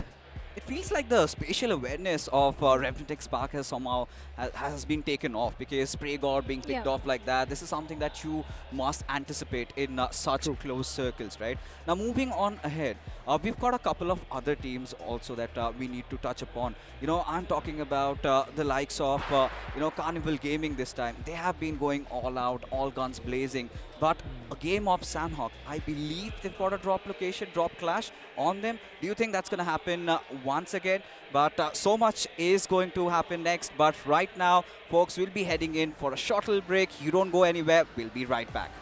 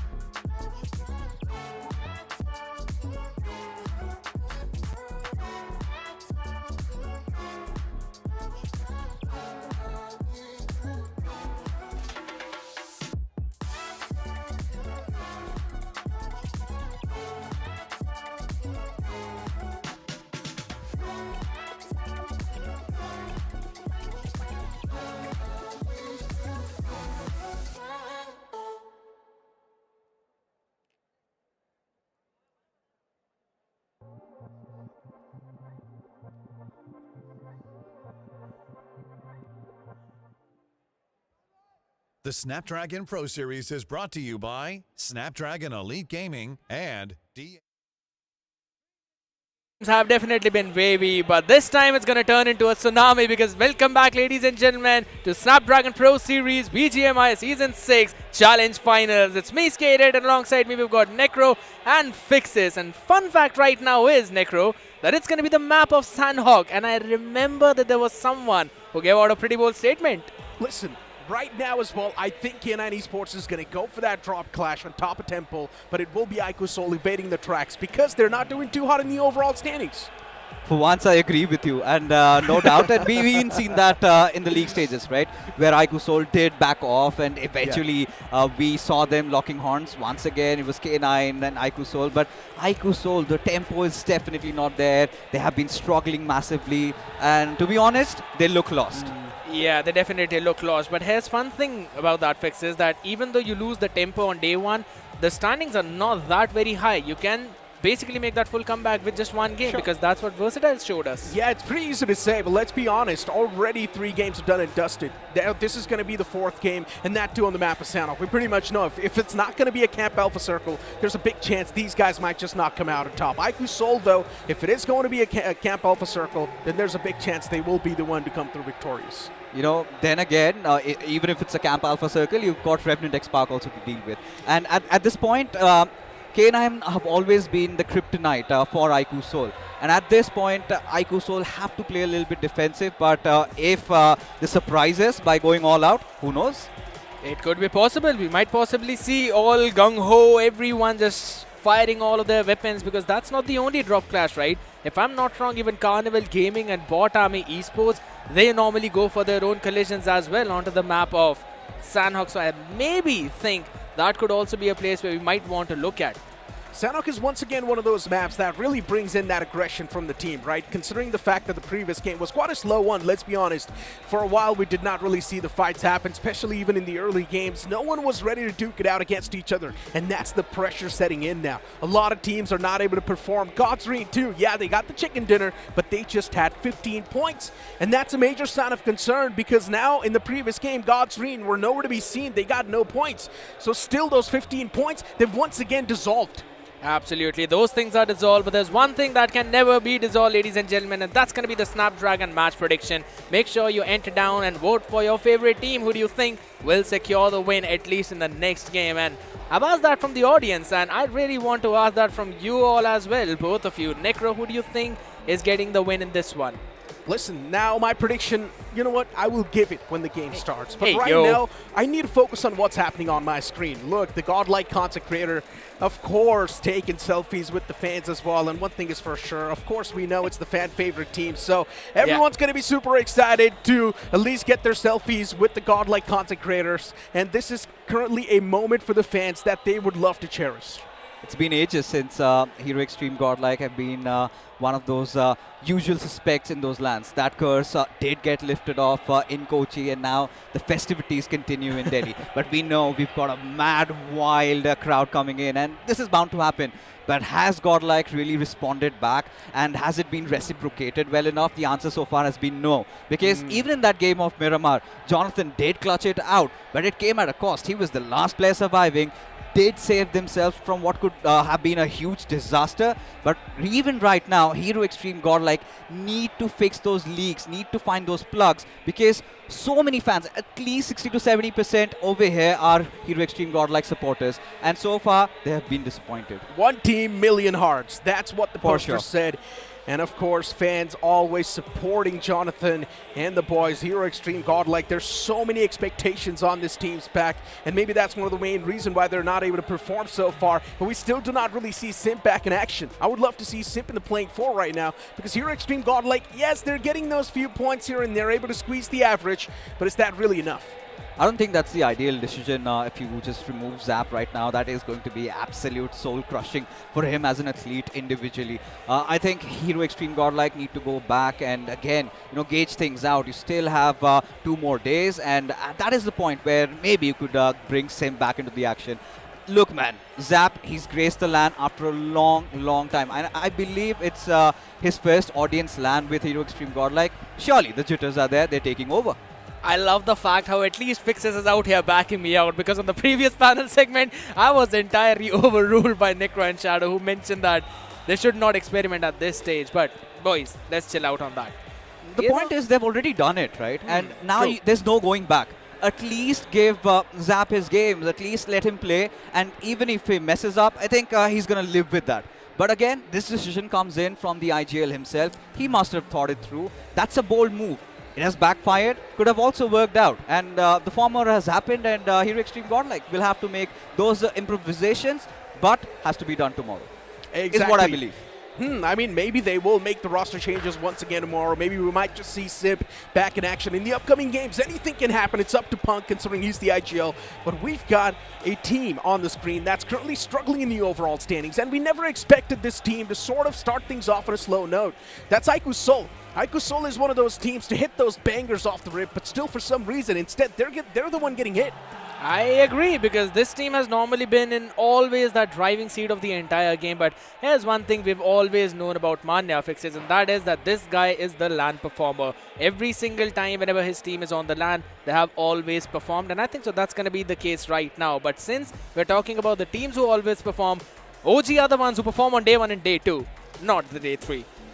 Listen, man, that OG, that old curse, that was a different team altogether. But this OG 2025, they're definitely looking sharp. They have been performing really well in all the games that they've had to play. But taking the conversation back towards iQOO Seoul. Now, Necro, this is what I believe is what they're missing out on is those extra added options. Even if they have to bench someone out, bring another player, they do not have that luxury, whilst the other teams do. And this could really go, against them, given the fact that if a player is not performing well, what do? You have to play the entire event with just the playing four that you have for yourself. I mean, look, right now, considering the way they've been playing, they've got the set playing four. I don't think so many experiments needs to be there. I don't think so they need to switch anyone out. Right now, how they're looking is pretty okay. Let's be honest, it's just the day 1. 3 games are done so far. 4th game is going to be on the way. And in that 4th game, anything can happen. Absolutely. That 4th game is going to be crucial because it changes the momentum directly. But again, here's the situation, I think so. If in case they do not make it in this one, that's when the entire day of iQOO Seoul is going to be ruined up, and they'll have to focus on day 2 itself. And this map specifically is the one where they've got the drop clash. And fun fact, after this, we also have another off-map fixes, and that's going to be off Vikendi, which goes very slow and unconventional of what iQOO Seoul likes to play. Hey, look, iQOO Soul, enough talks about them. We need to focus on VXT right now. The comeback they pulled off in that previous game. Fixes, you think it's the same comeback story that happened last time? I mean, last time it was the comeback on the day too, but VXT, they're already starting to do great things right now. No, that's way too far. Let's talk about their first game in the challenge stage. It was that game of Sanhok, and if you remember, they dropped a 30 bomber. And that is where they absolutely bombarded everybody. So for Versatile, definitely looking sharp heading on into Sanhok's matches. And all those enabling key factors, I think now they're at peace. Now you've got Ispower, he's getting those clutches, Equinox, Raiden, all back to their own grooves. And if Versatile get another chicken dinner, I think they will be again those one hot favorites that we wanted them to be.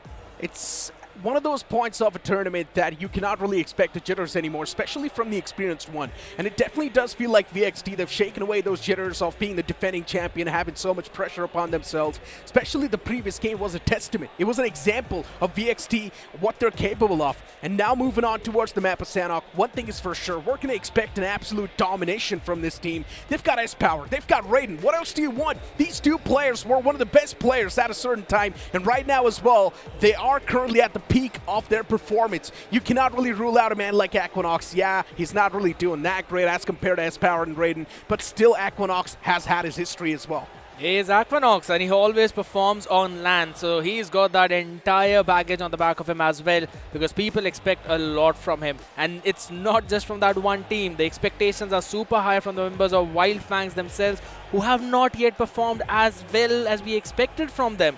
And since we're talking about the teams who are struggling on that performance, if I'm not wrong, even Gujarat Tigers, we see them in the finish feed once or twice, but not for long time Fixes. Yeah, for Gujarat Tigers, they've been quite blessed with the circle. They get their zones, but it's their fights where we have been seeing them getting squandered and sometimes beaten, battered, bruised, and all of that has been going on. But for Gujarat Tigers, these are those off games where they always tend to come back, especially that game of Vikendi. We've seen they've got a very good track record in that match, but they need to also understand for a fact that we have got majority of the matches being played in Erangel and Miramar especially.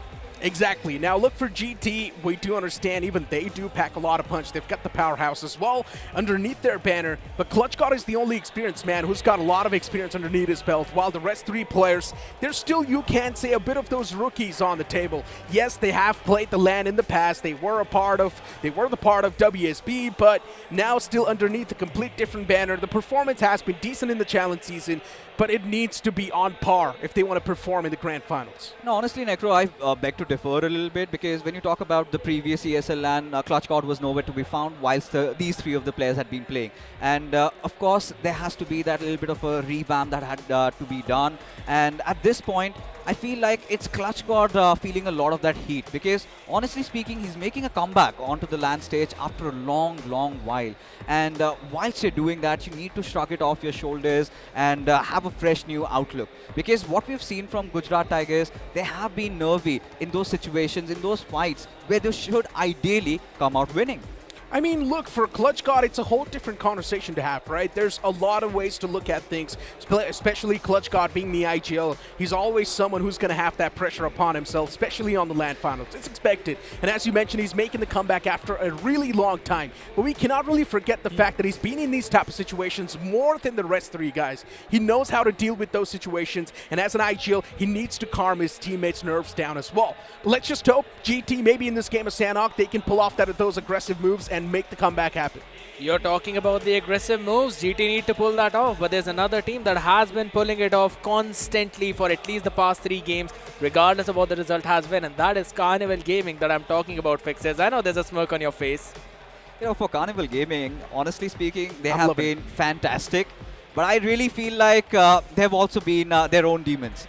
I can show you multiple instances where they can actually go on to win the fight and go out to win the game, but they somehow just go on for a friendly fire, maybe burn one of their teammates down, those nades coming through. We've seen that happen time in and time again, and this is it. This is what we were scared about. He is starting to doubt himself. This young lad, Zap, finally realizes he's got the spotlight on him. So a little bit of a smile, but I can see a lot of pain and anguish in his heart. One thing is for sure, he's disappointed with the performance he's been able to showcase so far. And considering Zap knows as well, if he's not able to play today, if he's not able to ace the opportunity that he's got, there's a big chance tomorrow he might just be replaced by Simp. And Simp has always been a part of the main playing four for Hero Xtreme Godlike. And Hero Xtreme Godlike were able to squeeze out a lot of results, not just in this tournament, even in the past couple of tournaments. And honestly speaking, when you talk about Hero Xtreme Godlike, this is as a team, the way they played in the challenge stages is a completely different story for what they're putting forth in the grand finals. They've changed their approach, they've changed their timings of entry, and this was one of those concerns that we did raise. You need to have a stable drop. And now they are looking so lost while trying to enter inside the zone. They're taking those fights and they're taking multiple fights at the same time and have been so clueless. Yeah, but look, as you mentioned, right, they've been taking multiple fights at the same time. Now, taking multiple fights, it's completely fine, but you're supposed to do that when you've got good positioning and when you've got all your players alive. And Hero Xtreme Godlike, they do have decent positioning at times, but still they do not really have all the players on the board to go for those multiple fights. Now, at this point, Hero Xtreme Godlike, in my opinion, they need to play a little bit defensive. I do understand the fans do not really like that defensive Godlike, but hey, whatever it takes to get that trophy. You've been talking about the things that you need to do to get that trophy, and another team that has been slowly and steadily moving up has definitely been Just Jelly. Godlike, yes, they've got an on and off performance, but I still trust that team. But Just Jelly is a team, specifically Jelly, who was one of the members of Godlike as well, the ex-IGL, now bringing in his own lads and performing so good that he's made it to the LAN, and he's been doing good fixes. Yeah, so far so good. Let's not curse it. He's still got that Chokers tag on him. He's got his parents, and maybe that could be that little case of Lady Luck that he's been wanting. But seems like our players are already coiled up and ready. Seems like the Rainforest actions are going to begin. Rainforest is out there and booting on your screen. Boys, I know you're excited. I don't have a favorite team, but a favorite pair on the desk, and that's Necro and Fixes for you. Exactly, the game of Sanhok boots up on the screen as the plane's gonna hit the skies once again. And the plane flap pad starting all the way from the bottom side of the map, from the southern side towards the Camp Alpha Island. Now this is gonna be a great plane flap pad, especially if you're iQOO Soul and a K9 Esports Drop Clash fan, which of course we are. I would love to see that Drop Clash on top of Temple, but as I mentioned, considering iQOO Soul is not really doing that great, there's a big chance they might just avoid that Drop Clash. And for K9 Esports, in my opinion, they should go for it because they've already got the stars aligned, and if they do manage to take down iQOO Soul, this can also be a great feat to achieve. Look at this. Ruins area. We've got two teams dropping down. Carnival Gaming and BotArmyEsports. And seems like BotArmyEsports are really bringing the heat.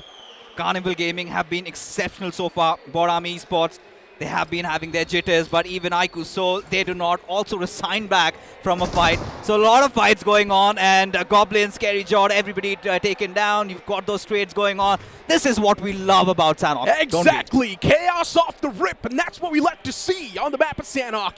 Two clashes happening at the same time, CG versus BotArmyEsports, and iQOO Soul versus K9.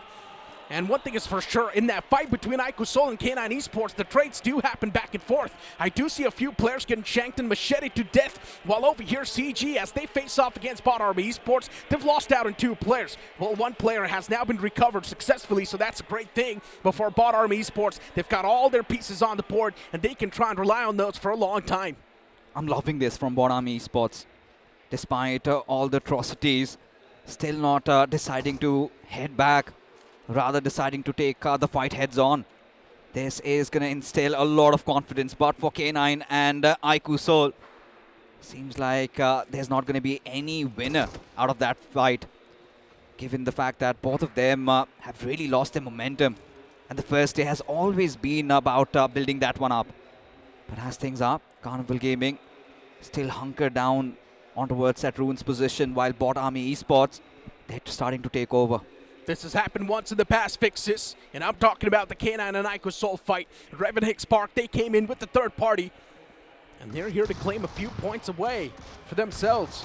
Two teams, let them duke it out. We're just over here to squeeze points away. That's what Revan Hicks Park wants to do, be the cheeky ones. But hold on, someone was trying to be cheeky, but that did not work out, unfortunately for BotArmyEsports. Now the pieces are once again starting to fall apart. It's not looking that smooth, and eventually even the last nail's going to be in the coffin. CG, what a great wipe that was, but the damage is already done. CG's down two players. It's not looking that great.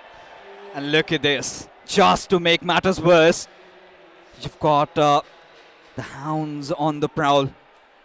iQOO, Revenant, X-Spark. It's going to be interesting to see at this point. iQOO Soul on one side, Revenant, X-Spark on the other. Shadow relaying all that important information. It seems like they might get surrounded. Ronnie already down on his knees, and there you go. Manya bids his adieu. And iQOO Soul once again smacked back. I really do not like the decision making coming in from their side. Yeah. Pretty sure the same resounding emotions would be from your side as well. Yeah, I mentioned this too. I mentioned this before the game even started. K9 Esports is going to go for that clash because they've already got a lot of points on the board. While iQOO Soul is completely on the opposite side of the spectrum, they do not have a lot of points to redeem themselves right now. But instead, iQOO Soul were too stubborn, and they still went for that drop clash, and that's why iQOO Soul right now getting third party by Revenant Spark and eliminated from this game. Let's have a look at the replay and see how exactly that fight unfolded. Revenant Spark heard a lot of shots at the top of the temple. They knew that this fight's been going on for ages at this point. So let's be the one to take the advantage. Able to squeeze those 2 points away without any sort of casualty upon themselves. That's a win-win situation. A lot of agony at this point, iQOO Soul. Certainly not what they had been expecting, given the fact that the stakes are so high. They were supposed to be off to a blistering start. It's all the opposite, but for now, Metal Esports, they're off to a great start, and even right now, in a really good position. Placed at the 4th spot, and they've got Wingod in front of them to deal with. At this point, we're at such a junction where any team getting a chicken dinner in this one, getting 10 points, could instantly propel themselves up in the top 4 or top 5. But so far, the circle quite inclined towards the North Necro, and look at it, 50% of it already submerged in water. And GDR and GT, they've got really good positions to hold on to. Exactly. This game with Sanhok has been going great. But fixes, we also need to be grateful to our sponsors for making this event come true and come to life. Before we continue, let's give a huge thanks to Snapdragon India for bringing the global community of mobile gaming together. Get access to more exclusive events and competition, and stay up to date on Snapdragon's latest technology by signing up to be a Snapdragon Insider today. And stay up to date by following Snapdragon India and Instagram on X. You know, coming back to business at this point, a little bit of an eerie silence has taken over, which brings this thought on my mind, Necro.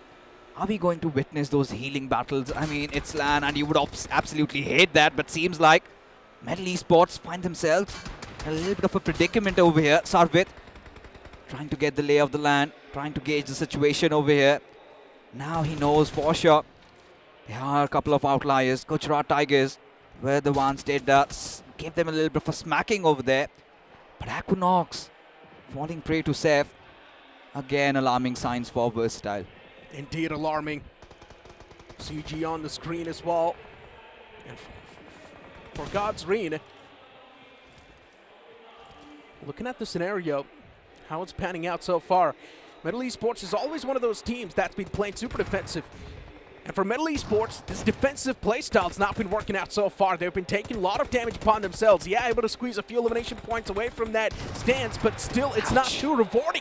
And hold on to that thought, Metal Esports, they do swing into the action, but unfortunately, they've already taken too much damage upon themselves, and God's Reen, they're playing it to perfection. They're playing for their traits, and it's great.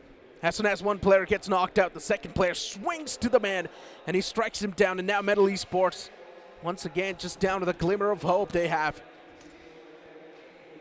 Now, God's Reign so far, they've had their good games and their bad. Especially Erangel has been horrendous. But even heading onto it, Sanhok, they've got such a beautiful zone at this point. Must be wishing if they had Ninja alive, could have been another chicken dinner in the bag for them. Still could get it though. But now they're starting to get surrounded. You've got Gujarat Tigers constantly trying to poke them out. You've also got Legit, who would be sneaky. Maybe try to steal a couple of finishes here and there, but look at this. Just around Paradise Resort, we've got Wingod, we've got Orangutan, and Hero Xtreme Godlike. But OG, they've been such a breath of fresh air tonight. The way they have stepped up every single game, getting those average points, sitting at the Tibeti top. And if they can continue this momentum, Necro, and touch wood they do, I finally feel like their curse shall be lifted. Still though, all speculations and all hopes. Uh-huh. And a lot of hopes are already shattered in the challenge season, my friend. Hopefully, for OG, their hopes won't be shattered right now. So close, but so far. Wyld Esports on the screen, and OG taking the aggressive stance. And unfortunately, LeBron, he finds the opener. OG's on the bad note. And OG's already dropped down 2 players, but Wyld Esports, what a setup this was. A spring trap that unfolds in a bad note for OG, but even OG, they slowly and steadily start to make a comeback in the fight. This grip has to be daunting. Wyld Esports now slowly and steadily starting to stumble, but there's a third party as well that's approaching. And that's Hero Xtreme Godlike at the top. This third party from Godlike can be reporting, but Infinity through the smoke. He fights another strike against another man of OG. And now OG's down to just that last man, but is not going to be able to survive for too long, considering he will be taken down by the player of Godlike. And Godlike over here like vultures to claim the remaining points in this compound. Wyld Esports, too many troubles at the same time. Can they deal with the remaining squad of Hero Xtreme Godlike, considering they've just got 2 players standing? 2-on-4 situation, and this time Hero Xtreme Godlike want to see it down to the end. Sile OP, he's been snuffed out, his position compromised. Right in front of him is Admino, relaying all that information. And now Hero Xtreme Godlike, they really need to act fast, because around the vicinity we do have the Wyld Fangs lurking around as well. For Hero Xtreme Godlike, I do not like this hesitation. Slowly but surely they are creeping through, but so are the players of Wyld Fangs. Indeed, everyone wants to be the opportunistic one. Wyld Fangs is in the close proximity, but Wyld Fangs is not someone that would like to go aggressive. But hold on, Hero Xtreme Godlike finally breaking the silence and breaking that ice. They've got the opener against Wyld, and now Wyld is just down to that one last man standing. But unfortunately, Jonathan as well drops down. And here comes the third party from Wyld Fangs, finally being the opportunistic one. Wyld Fangs has been playing pretty passive so far, but finally they decide to break the silence as well. Third party in this entire compound, Hero Xtreme Godlike now to over on the receiving end of things. And there we go, the confirmation follows up. Dre Scott, as usual, he's the one to lead the pack once again, and he's the one to find the opener as well. Wyld Fangs, the rest of the squad, they need to gather up and back this man up. Ooh, look at this. Just on the precipice of being thwarted off. Even Dre Scott gets shot from behind, and Zap, he gets his glorious moment. Punk, as he gets quickly traded off. Hero Xtreme Godlike again have to resort back to Zap and Jonathan.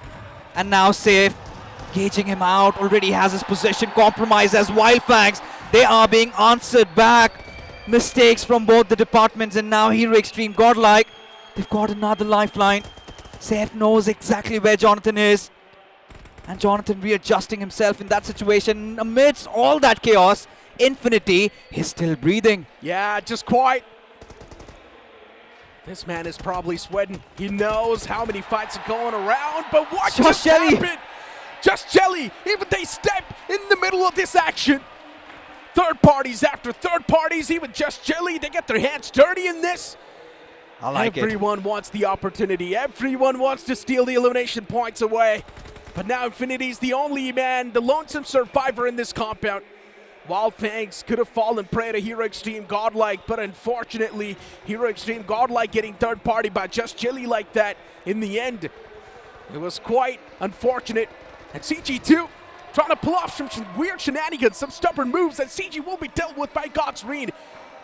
Fixes out and over this burst of action. I'm loving it. We're loving this, and this is something that we expected out of a game in Sanhok, right? All those rivalries we'd been talking about, they finally come into play. We did talk about those drop clashes. We did get to witness that. I do not know if all these teams are playing down to their egos, but surely enough, some have cruised through, some have received the brunt of it. And at this point, as things stand, when you take a look at the circle, God's Reign still quite stoic, still quite composed. with 3 of their men alive as Wyld Fangs inch in a little bit closer. Seth, again, he's trying to scout around, maybe find themselves in concrete covers, but Reckoning really haven't got enough chances to talk about them. Now sitting at the 9th spot, but still not really far behind. Get a chicken dinner and could find themselves at the very top. Not even a chicken dinner. They just need to stick with the average. 8 points per game in Reckoning Esports as well. They will be in the race at the end of the day. But if they want to be at the top, right next to OG, then Reckoning Esports will also need a lot of points. Of course, the Lonesome Survivors always doing anything it takes to survive. Legit on top of the door. This is honestly one of those positions that no one's really going to expect. Legit can definitely catch a few players off guard if he gets the opportunity to do so. But I mean, looking at that replay, looking at that blunder from CG, I understand that CG wants to be the stubborn one in this lobby. They want to be aggressive. They want to take as many fights as possible. But CG sometimes just blindly rushing his wall cannot really do the job. I think they've got their work cut out. Surely they're getting a lot of finishes. Surely as mere spectators, we love that. But at the same time, position points is where they are completely found missing. And when you talk about atrocities, when was the last time you saw Revenant X-Park swimming their way inside the circle? And this could be such a massive debacle if Gujarat Tigers get the right read. And seems like they have Shadow being spotted out. Arman, no problem for him as Revenant X-Park. Their misery continues. Beautiful strike. What just happened to Revenant X-Park, and why are they rooting for the waterways? A big question in my mind. Revenant X-Park, after third-partying iQOO Soul like that, they make such a massive blunder. The players in the water lines taking a lot of that damage upon themselves by the blue, and there's also GT camping them off now. And considering GT, they've already tasted the blood, they might just start to smell the scent of Revenant X-Park. And there we go. That's exactly what's happening. Xerath knows the position of the remaining players as well, as he's going to start to toss out a few more utilities. But ClutchGod, he's got a problem of his own. He's dealing with the players of Godsreen, but ClutchGod, I guess, is just teasing them just to make sure that Godsreen cannot really third-party this entire moment that's happening with GT. At this point, even for Gujarat Tigers, look at this. The circle has shifted away from them. And they have got to inject themselves inside the zone. Now, Godsreen definitely the gatekeepers. And to make matters worse, they're aware where ClutchGod is. Wild's versatile. They were trying to get inside the circle, and suddenly they had to duke it out against the players of Wyld Fangs. And now even for Wyld Fangs, we know we've got a lot of complaints about that game in Sanhok, but surely they're looking quite good so far. 4 finishes collected already, and versatile. They're starting to lose steam once again. They indeed are. Hold on to that thought. GT spotting out the players of GDR, make that rotation. Godsreen, for some reason, leaving this compound, which is supposed to be pretty strong in my opinion. They still decided to take their exit from this and instead hold this one. There's Legit available in the houses. And Legit, has he given his position away? That's my question. Delta PG and his teammate in the front lines, and for Godsreen as well, they do not really have the maximum amount of numbers available to try and hold this compound down. And Legit, once again, pulling off his weird shenanigans, staying on top of that door. I mean, it is definitely one of those unexpected. Yeah, it's unexpected. And he can definitely get a few finishes if someone decides to charge in that house. No one's going to be checking on top of the door. Let's be honest. They can check behind the door, but not on top of the door. This last place you're going to check in seems like Legit pulling off those antiques. If it does work out, if it does go in his favor, that would be one for the highlight reels. But a couple of moments earlier, did see ClutchGod hurting Godsreen once again, and this time he's managed to come out swinging with a finish of his own. Now again, this brings us back to the same old conversation, Necro. It was game 1, and then that is where they were having a lot of those problems. But look at this, Reckoning, they're also on the hunt against the players of Red Ross and R2. He's been taking quite some beating there. But look at the spread coming out of Reckoning. Quite well spread apart, and this could cause a lot of concern. Reckoning are the one getting hunted, Fixes. They've lost out on one player completely. Unfortunate. Reckoning Esports just walking into a complete unknown territory and getting caught off guard by the spring trap of Red Ross. This one's quite deadly. Wyld Fangs as well, somewhere down line. Red Ross have heard those vehicles, so they know there's someone in that vicinity as well. But look at the next zone shift. It's going to favor the players of Wyld Fangs, Xtreme, and Metal Esports. Wyld Fangs can easily make it to the safety lines. It's not going to be a concern at all. But as soon as a few more teams decide to breach in, that's when the real concerns will ignite. I think the real troublemakers could be the players of Red Ross.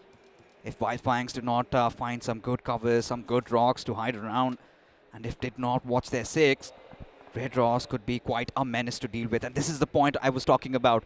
Had Xtreme gotten their numbers intact, there was no reason to move out of that compound. They still had the circle to themselves. They lost out on one of the other players.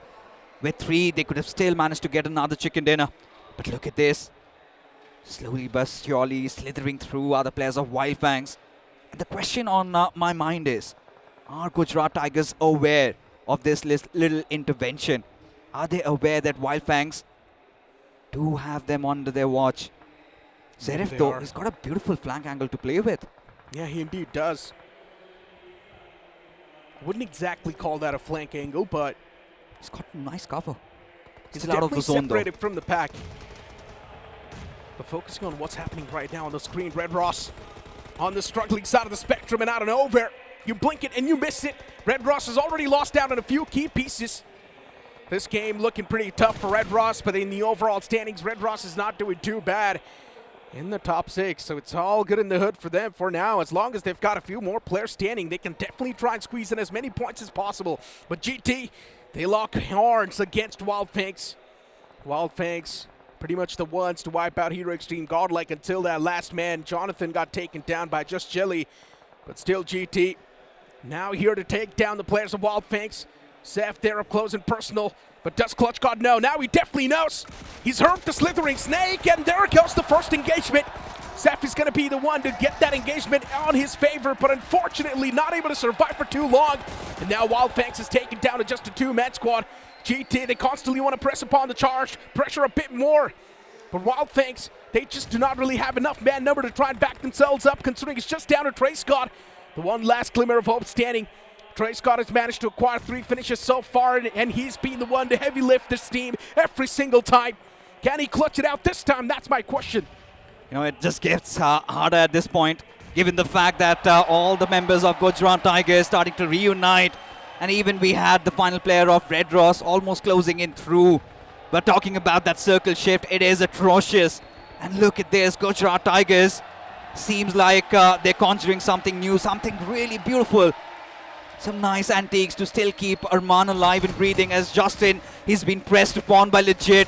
Or it could be the other way around, devoid of the fact that Legit's still breathing somehow, but Justin does come out swinging. That could have been a jump scare. As Xtreme, the numbers did dwindle down, but still have 6 finishes to speak of. But now when you talk about the favorites, Josh Jelly, they've got a beautiful circle, so do the players of Reckoning. And let's not forget, Gujarat Tigers have been quite phenomenal as well. Just Jelly's got a lot of that wriggle room to play with. There's no one on their side of the circle, and that's a great thing, as Just Jelly can try to take the advantage of that, and that's what they exactly try to do. But unfortunately, even they're catching a lot of hurt upon themselves, which is not a great thing. Just Jelly, within that span of second, they've lost out on Jelly himself. And that was quite a rough one, a rough patch for the boys. But one team that is playing this one super confidently, that's going to be GT. And they've also got all the pieces on the board fixes. You already know whose game this about to be. The only thing missing is the circle. And that is something Josh Jelly have to themselves. At this point, Gujarat Tigers, I hope they've got their vehicles, but Red Ross, Phoenix, of course, does have those 7 first aids to work around with. And maybe could throw a wrench into the works of any given team at this point. But for Gujarat Tigers, I think the task is pretty much laid out. If they get inside the circle unscathed, this chicken dinner is theirs. But Kyola Mao, man, is still alive. The zone starts to move, and now the clock is ticking, and so the breath of Justin. Can he survive? He's got a few first dates to work with, and he's going to keep on patching himself up. He just wants to secure that second spot for his team. But can he really squeeze that one in? That's my question. Just Jelly, the last 2 remaining players still surviving, Sam and Kyola himself. And as the players of GT, they move out in the open, they've got that cover fire to play with. And eventually, Just Jelly won't be eliminated from this game. We saw this chicken dinner coming a mile away. And Gujarat Tigers, the confidence they've showcased on this map of Sanhok, it speaks volumes about their upcoming performance. GT, they've got the momentum, they've got the swing of things in their court, and all they need to do is just keep on moving with the same swing, with the same momentum. The wind is in their sails as Justin is at least trying to scrape a few points away, maybe, but instead Justin is the one to fall prey. Gujarat Tigers, what a remarkable chicken dinner this is. It indeed was a phenomenal one for this team, and it was much needed as well, because they were struggling, but guess what, Fixes? If in one game Versatile can perform, then in the next one Gujarat Tigers will hunt like the Tigers of India. And to be honest, what made things more beautiful was they had things going against them. But despite that, they did not, take that pressure. They did not, did not panic in those situations where ideally a lot of teams did. And that makes them different. Especially going after the players of Godstrain eventually at the start when they were gatekeeping that circle to taking all those fights. They wiped out that entire eastern vicinity. Again, they did not have the favor of the circle towards the end. Took down 2 players of Just Jelly and somehow carved this chicken dinner for them. And at this point, this was a big one, right? At least 12 to 13 finishes collected. And I feel like GT might find themselves in the top 3 after this. Of course, they will find themselves in a really great spot in the overall standings, but Godstrain too, a really good performance from that previous game. Were able to place themselves on a decent spot, at least able to get a few placement points on their name. Yes, they had a decent amount of elimination points as well, so that's going to be the consistent average they were looking for. But let's move on towards the final few moments of the game, right? Because this is what matters the most. GT, after taking down one of the players, Just Jelly, we pretty much knew what the course of action is going to look like, considering Just Jelly was down to just 2 players, and considering GT also had more players available on the field, all they did was, yes, you guys move on forward, we'll be the one to provide you guys cover from the back,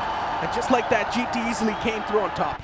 They've been stepping up big time, but it's not just about GT themselves, right? They definitely needed to step up, but even Just Jelly have been showing that consistent performance. OG for the first 3 were consistent. We saw them in the first place. Just Jelly have always seen themselves in at least those 2nd places or 3rd places, but I think so it's absolutely fine. However, those eliminations might hurt them. At this point, things have opened up once again.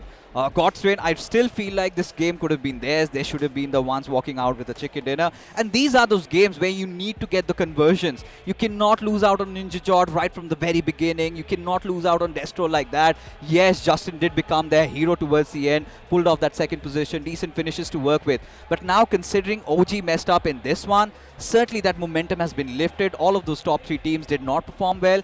Whilst the ones lurking around the middle pecking order, they will be propelling up. Yeah, indeed they will be, but the man who's propelled up right now is definitely the MVP of this game from Gujarat Tigers, Gods. 5 finishes, Necro, 9% map impact and 42% finish contribution. Yeah, I mean, as usual, Gujarat Tigers, as I mentioned, they're the powerhouses, right? They've got a lot of that firepower to work with. The ex-teammates of WSP, and we know that banner was known for their firepower, so it makes a lot of sense. Now, drive by a complete different man, Clutch God, it makes a lot of sense why they're able to showcase so many results, and it's also on a positive factor. I'm loving the fact that everyone on this team is also starting to get the recognition they deserve, and they're actually able to play pretty good as well. On day 1, if you're able to secure a chicken dinner, that's a great start. And you know what makes it more special is this is a team that came in through the open finals. They went through the gauntlet, fought against the best of so many other teams. In fact, they had to fight through the entire process, got themselves inside the grand finals, and lo and behold, here they are making their mark. They needed to make their mark, right? Because quite a few questions were being asked. Even we ourselves asked the same question. Will Clutch be able to perform? But man, oh man, what they did in this game is phenomenal. Now, let's have a look at the match rankings, and at the same time, I want to speak something important, right? We saw a team pull off quite a questionable move, which was Revenant X-Spark in the water lines, swimming towards the main island. What just happened there? Why was Revenant X-Spark going for moves like those? Honestly speaking, we did see Red Ross dropping down on Hatin. What Revenant X-Spark did otherwise is they went hunting down for iQOO Soul. The moment they got those finishes, their own drop location was taken away from them. And then we saw the circle shifting away. And that is where I think they wanted to get some loot done that completely dismantled their timings to get inside the circle. We're kind of out of options, and that is where, they got spotted out, and this was inevitable. I sort of agree with you on certain points, but I think so the main reason was they were just not really able to get their hands on the vehicles. As you mentioned, their drop location was taken away by someone else, so even the vehicles around that vicinity was taken by that team. Even towards Camp Alpha, we did see someone else drop, which was, I think so, K9 Esports, the remaining players, they got their hands on the vehicle as well, so even vehicles on that vicinity were taken away.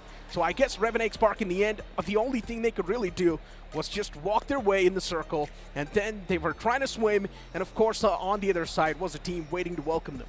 You know, honestly speaking, in a circle like that, I would highly not recommend to use a vehicle, because we know you have to cross over the bridge. You're going to draw a lot of unwanted attention, especially GDR were there, Red Ross was there, even GT was there. So taking that vehicle, I think that would be quite risky. I think they wanted to go for a safer approach. But what went wrong was Shadow revealed himself. Just at the moment when one of the players was turning back, they saw Shadow. Had that not happened, maybe Revenant X-Spark could have gone in for a sneak attack, but things didn't work out for them. That was never supposed to happen, man. I mean, Shadow, I do understand what you're saying.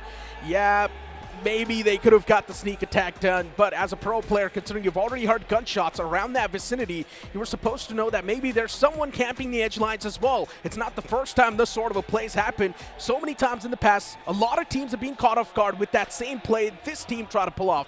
So of course, you should have watched and learned.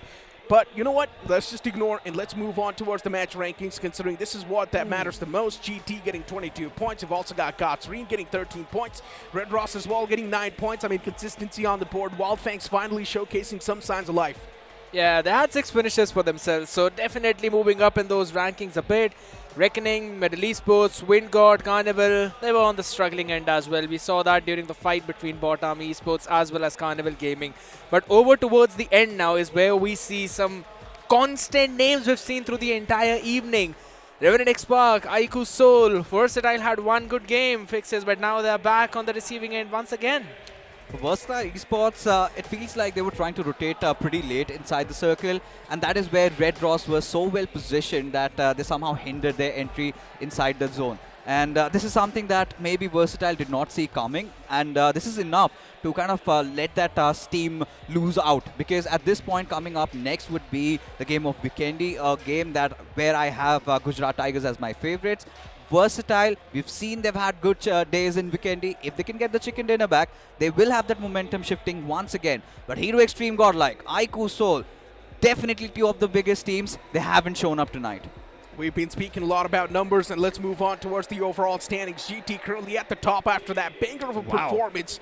One thing is for sure, GT is going to be super happy once they look at the overall standings themselves. OG on the second spot with 33 points. K9 Esports pretty much on the same terrain as well. You've got Godlike 28 points acquired. Godlike is slowly and steadily as well, sort of ranking up themselves in the overall standings, which is a great thing. Now, of course, the top 8 is something that we expected, but as we flip the table, we see an unexpected name over here, and that's going to be Carnival Gaming. They've just got one placement point, by the way. Well, Wyld Fangs. Same goes with them. right, cool. One placement point, it's fine. We're going to make sure we eliminate all the other teams out there. But at least they've got those eliminations for themselves. But man, oh man, I still can't really wrap my head around the fact that we are seeing so many big names struggling out there on the end. But one team that has performed really well and out of the expectations has been Red Ross. Red Ross is definitely someone that we did not really expect to perform so well, but considering we've seen them perform once in the official tournament as well, and they were doing pretty good for themselves. So I guess Red Ross, for them, this land is sort of like the redemption arc they're looking for. Yeah, the official was missed out, but they would definitely love to perform pretty well on this Snapdragon Pro Series land. The only concern with Red Ross, yes, sure, they've got a great start. The same case was during the start of the challenge stages as well. But eventually, as the tournament goes on, this is where, you know, the nerves take over. And that is where their true test with Destiny lies. If they can somehow stay around that 5th or 6th position by the end of day 2, I think they might punch above the belt. I think they can go for the trophy. That's a big thing though, but I really like that because I wanted at least one of the underdog teams to perform. We are seeing Red Ross. Yeah, we're seeing Red Ross performing. We saw Gujarat Tigers perform as well. It's time that BotArmyEsports probably step up their game because we see them a lot, but not on the successful end. BotArmyEsports first two games, they were quite the naughty ones, right? Chasing down Wyld They have Fangs. 0 position points. Yeah, they were just chasing down Wyld Fangs and trying to aim for the elimination points, and not having any sort of placement points is now hindering them in the overall standings. But let's move on to a short break right now. We'll be right back.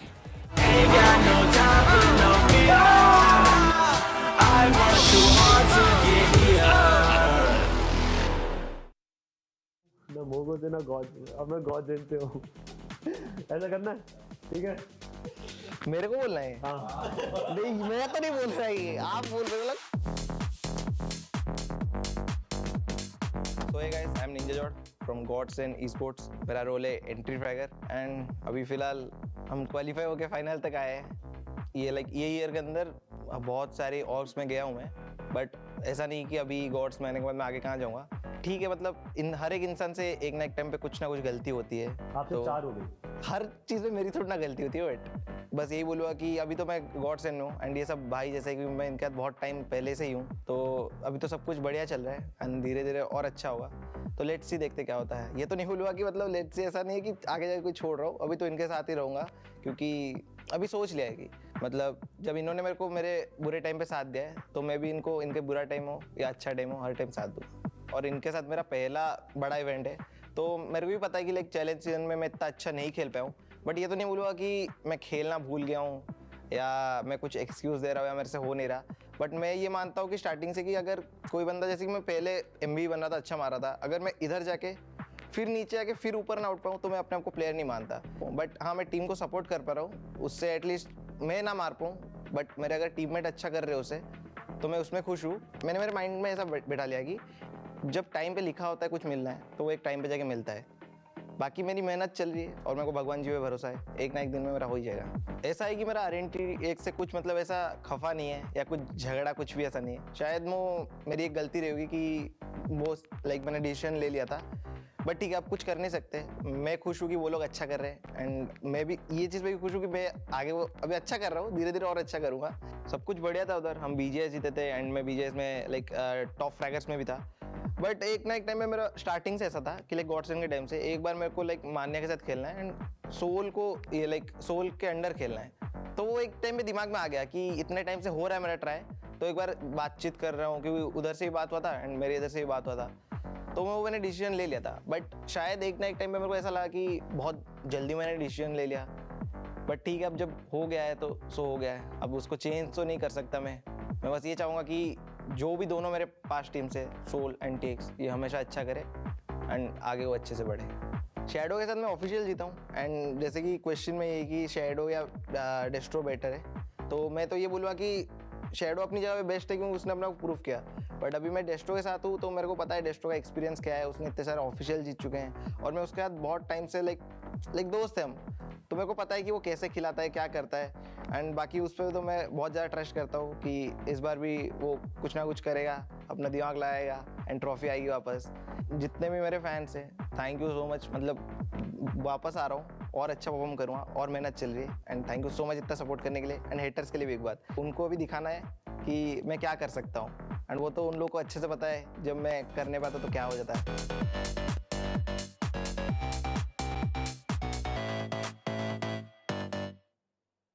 The Snapdragon Pro Series is brought to you by Snapdragon Elite Gaming and DHL.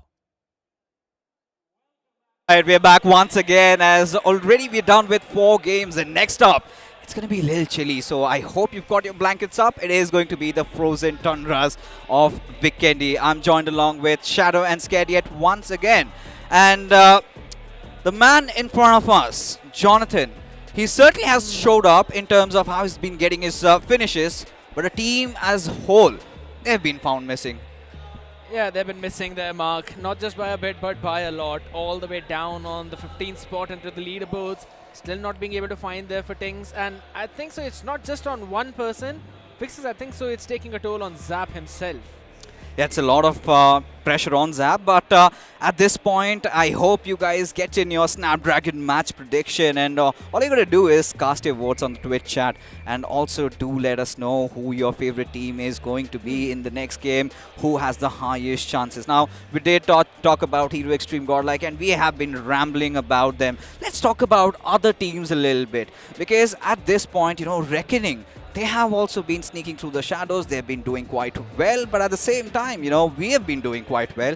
So, of course, you've got any feedbacks, do let us know. All you gotta do is scan the QR code and tell us how your experience so far has been in this entire tournament. So, back to the conversation, Shadow, talk to me through about how Reckoning have been throughout the day. I think Reckoning have been doing really good, because if you look at the performance, especially the points which they have accumulated in every single game, they're getting those average 4 to 5 points and sometimes even 9 points. So I think Reckoning is on the right track. Instead of facing any sort of a dip or a inconsistency, I think Reckoning is being really consistent by getting those average points. Indeed, they have been, but right now the consistency is the key for the teams who have been inconsistent, as it's going to be the Frozen Tundras, which has been mentioned as the bird hits the sky again. This time, the second last time for the entire evening, ladies and gentlemen. We're all the way starting from Drobro Mesto towards Peshkova. A pretty northern tilted plane fly path, so the teams who would want to drop in over towards the south, maybe towards the winery, towards Milnar, or also towards the hot springs, they're going to have a bit of trouble out there, Shadow, but maybe we're not going to witness any kind of drop clashes. Maybe. That is a big maybe. Maybe we'll have few drop clashes or few early collisions, because I'm sure you remember the game of Sanhok, what really happened towards the Camp Alpha Island, as Shadow also struck in at the right moment and getting those 2 crucial finish points for the team. Yep. So yes, drop clashes are something we always love to see. But for now, Revenant X-Park, they love going all the way towards the side of Port and Orangutan. They all usually take a split drop. And that is exactly what they are doing at this point again. Yeah, their strategies have been working out really well for them, if I'm being very honest. I mean, for the first 3 games, yeah, one game, it's absolutely fine. It could happen that it's not the best one in your arsenal, and it was only one game, and even in that, they managed to get a couple of points, so I think so it's absolutely fine. But look at it. iQOO Soul, if I'm not wrong, they're trying to take a fight all the way towards the northeastern part, maybe? Or I don't think so. Maybe they're alone. We'll have to check. Yeah, there's no drop clash. There is. They've been hidden in the shadows out there. Really want to see which team that actually is. K9 always loves going all the way towards the side of Cosmodrome, and this time they have taken a linear split, and even the players of BotArmyEsports are also towards that Cosmodrome side. We have the players of Medal Esports also in some sort of a pickle against the players of Team iQOO Soul. Like you said, iQOO Soul taking a drop clash and having a head-on fight against maybe. If iQOO Soul wins this one, the revenge, the redemption of Miramar will be there. Is it just me, or is iQOO Soul now just trying to target the teams who they are confident against? Because it does seem to be that case. Manya, no helmet, no body armor, just a bullet to the body is going to do the trick. So he's got to be wary about it. Just holding his own angle, Cyrax up on the stairs. Just firing a few warning shots, both of these teams. It's not even a stalemate at this point. There's some fake footsteps out there being shown, or maybe just trying not to give any kind of footsteps whatsoever. There's still quite a few fights happening. Nakul is the first one to draw the blood. Savid's been taken down. That's a big play. Manya gets that finish as well. So the advantage now in the hands of iQOO Soul. Yeah, the numbers advantage is definitely there towards the side of iQOO Soul. If you remember the game of Miramar, Somme was the first one to be taken down by the players of Medal Esports. So I think iQOO Soul is just doing that, what they love doing, taking their revenge. And that is exactly what they are eyeing for. But Medal has been performing really good. If you look at the performance of Medal, the first game also, they had 13 points. And after that also, they're getting those average points in every single game. They have worked on the mistakes of challenge season. They have rectified them. And they're looking much stronger. So iQOO Soul, that could be the reason for that little cautious approach in this fight. That they realize that Medal has worked on the mistakes. We can't take them for granted. I agree. And in the meantime, while the collision is happening here, Medal was also able to take the casualty, but at the same time, even K9 Esports were the ones who were on the receiving end. BotArmyEsports took that first blood out. So again, they are also starting things on a bit of an aggressive note. All the teams who are all the way down in the leaderboards. iQOO Soul, BotArmy. They're now taking fight against the teams who are at least in that middle pack. Apart from K9 who's in the top 3. Look at that circle shift, Shadow. You are going to love it. I'm already loving it. And this Vikendi, what else can you expect on the map of Vikendi? We always have those crazy circles. This time it's a completely northern circle favoring the players of Revenant X-Park. And maybe there is a slight possibility of Revenant X-Park doing a very well outing in this one. But Prince in such sort of a pickle. A 1v3, all the 3 players charging on to him. Instant knock coming in, and maybe confirmation will also follow up. But wait a second, Cyrex gets a knock onto Mania and gets the confirmation point as well. Already a casualty towards the side of iQOO Soul. And the fun fact is now iQOO Soul know the position of both the players who are there, because one of them finished him and the second one got the confirmation. So now iQOO Soul, they can just move around that house. They can try to wrap around the players as well. And Prince has been confirmed too. Some just went in out there, made sure that he'll be finishing off the enemy. Middle definitely took out a bite out of there, and all the doors of the house are now being broken down too. That's a big problem. The cover is being blown, and because of that, Cyrax falls down onto his knees. Just a pixel is all iQOO Soul needs. This team is now finally hunting.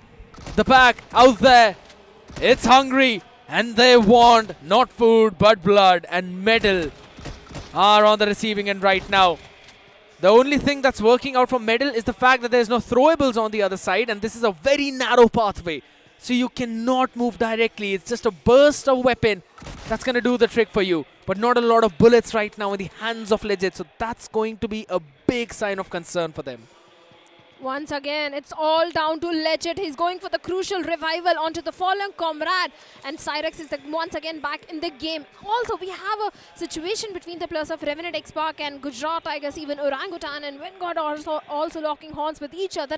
Everyone is just eyeing for that center control. Even BotArmyEsports, they are also facing casualties. Revenant X-Park, this is a really important game for them. Gujarat Tigers barging into the compounds of K9 Esports, where we have Beast, and along with that, Omega is also there. The grenade from the side of Omega, if it finds any sort of connection, that can be a big opening. And finally, Beast with a DPS finds a knock on to Clutch God. Even Zeref also goes down, all thanks to Omega's grenade. Yeah, Omega still trying to eye out. Shots being fired. He gets one more knockdown, and Gods is the only man remaining. Needs to stay alive, get the weapon. But it's Omega who deletes their opponent. Guess what? No more good game for Gujarat Tigers. It's a goodbye to them from this map. What a step up coming in from the IGL himself. After losing an early member all the way far back, Some now finally jumps in as well. DPS on the face. Legit has been legitimately deleted. And it's Some getting another confirmation thanks to Ronnie being the body. iQOO Soul finally stepping up, getting those 4 points and at least moving on the 15th position. Well, certainly 4 finish points, but 1 casualty of Mana is also there.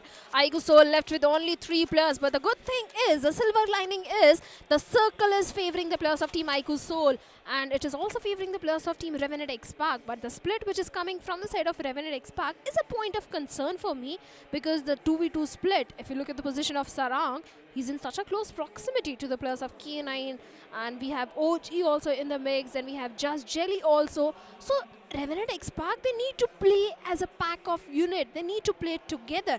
But there are a few teams who are also going for the late rotation, like we have the players of Hero Xtreme, Godlike all the way towards south, taking the brunt of the blue. Then even Carnival Gaming also taking the brunt of the blue. But in the midst of all of this, even BotArmyEsports, once again, we saw them going up against the players of Revenant X-Park. And this time, once again, BotArmy, they were eliminated. Yeah, that's the big problem now, BotArmyEsports. They were able to take down that first member, if I'm not wrong, from K9, and after that they just could not follow up on the back of it. So yes, even they are on that struggling boat right now, and not really the way how you would want to win day number 1. We were having the discussion as well, right? We were mentioning that BotArmy, again, this is one of the first major LANs for them, if not then at least in the 2025. This is one of the biggest LANs that they have ever been a part of. So the jitters are definitely going to be there right now. They're struggling as well. It's an audience LAN after all. There's always going to be pressure on top of you. And under pressure, there are a few teams who always love to perform. iQOO Soul, they are performing, at least in this one. They took down Medal. I really want to see the step up from other teams. Revenant X Park as well, finally getting that first fight. You mentioned they were able to finish off BotArmyEsports. That's a big thing. But I'm now focused on the members of Versatile, who we are also looking in the map feed are close to the members of Wyld Fangs. And if I'm not wrong, both of these teams, they probably wanted to get a piece of that third party as well for all the entire fight that happened in Peshkova. Yeah, we have Wyld Fangs and VXT also, like you said, in the close proximity. So there could be a possibility of a rotation clash happening between both of them. But I like this new rivalry which is also brewing between the players of Revenant X Park and BotArmyEsports, because every single time, be it the map of Vikendi or Erangel, these two teams lock horns with each other. And for now, every single time BotArmyEsports, they are on the receiving end. But looking at the circle, even the players of Team Reckoning are also having a good position as they are sticking to the western side of the map, keeping themselves away from all that commotion and the traffic. The only problem for Reckoning could be the players of Team Red Ross, because they are coming all the way from the blue, and if Reckoning is not aware about the surroundings, they might be caught off guard. That very well could be the case. But I don't think so Red Ross are going to take the entry from that part. I think so they're going to go all the way from up north out there. But again, that's a thing that's happening all the way towards the western part. I want to focus down on something that might happen on towards those eastern frays where iQOO Soul was. And right under them are the members of Versatile 2. One team that has been struggling for the entire evening. Another one that has had a pretty decent game. At least one chicken dinner for them, which eventually boosted their rankings up. But in terms of consistency, yeah, not so much. This is something really interesting. Brewing scared. iQOO Soul, who dropped in towards the side of Trevno. Then we have the players of Team Versatile towards Peshkovo. And iQOO Soul, just look at the way they are making their rotation. In the blue, towards the southern side, going all the way towards the side of VXT. There is a possibility of iQOO Soul and VXT also locking horns with each other, but we have OGRU right in the crosshairs of Viper, and Viper never fails to strike. Strike at the right moment and got the finish point as well. And that's going to be OG being eliminated yet again. This team did really good in the first 3 games. And after that, on the off maps, have now been struggling. 33 points still now, not a single point for this game. Not the result they wanted. But I think so they've done their job for at least day number 1. If they can wrap it up with around 7 to 8 points, I think so that's going to be really cool. Plus, you don't really want to be in the top 3 or maybe at least the top position, because then you're going to have an invisible bounty on your back. For now, Goblin. That's quite a way to park the vehicle. Perfect. That's going to go in insurance now. Unfortunately, we don't have extra style points. I mean, that wasn't stylish. It was. If anything, the vehicle was saying I'm stuck. Your jokes are getting worse and worse. That's all I have to say.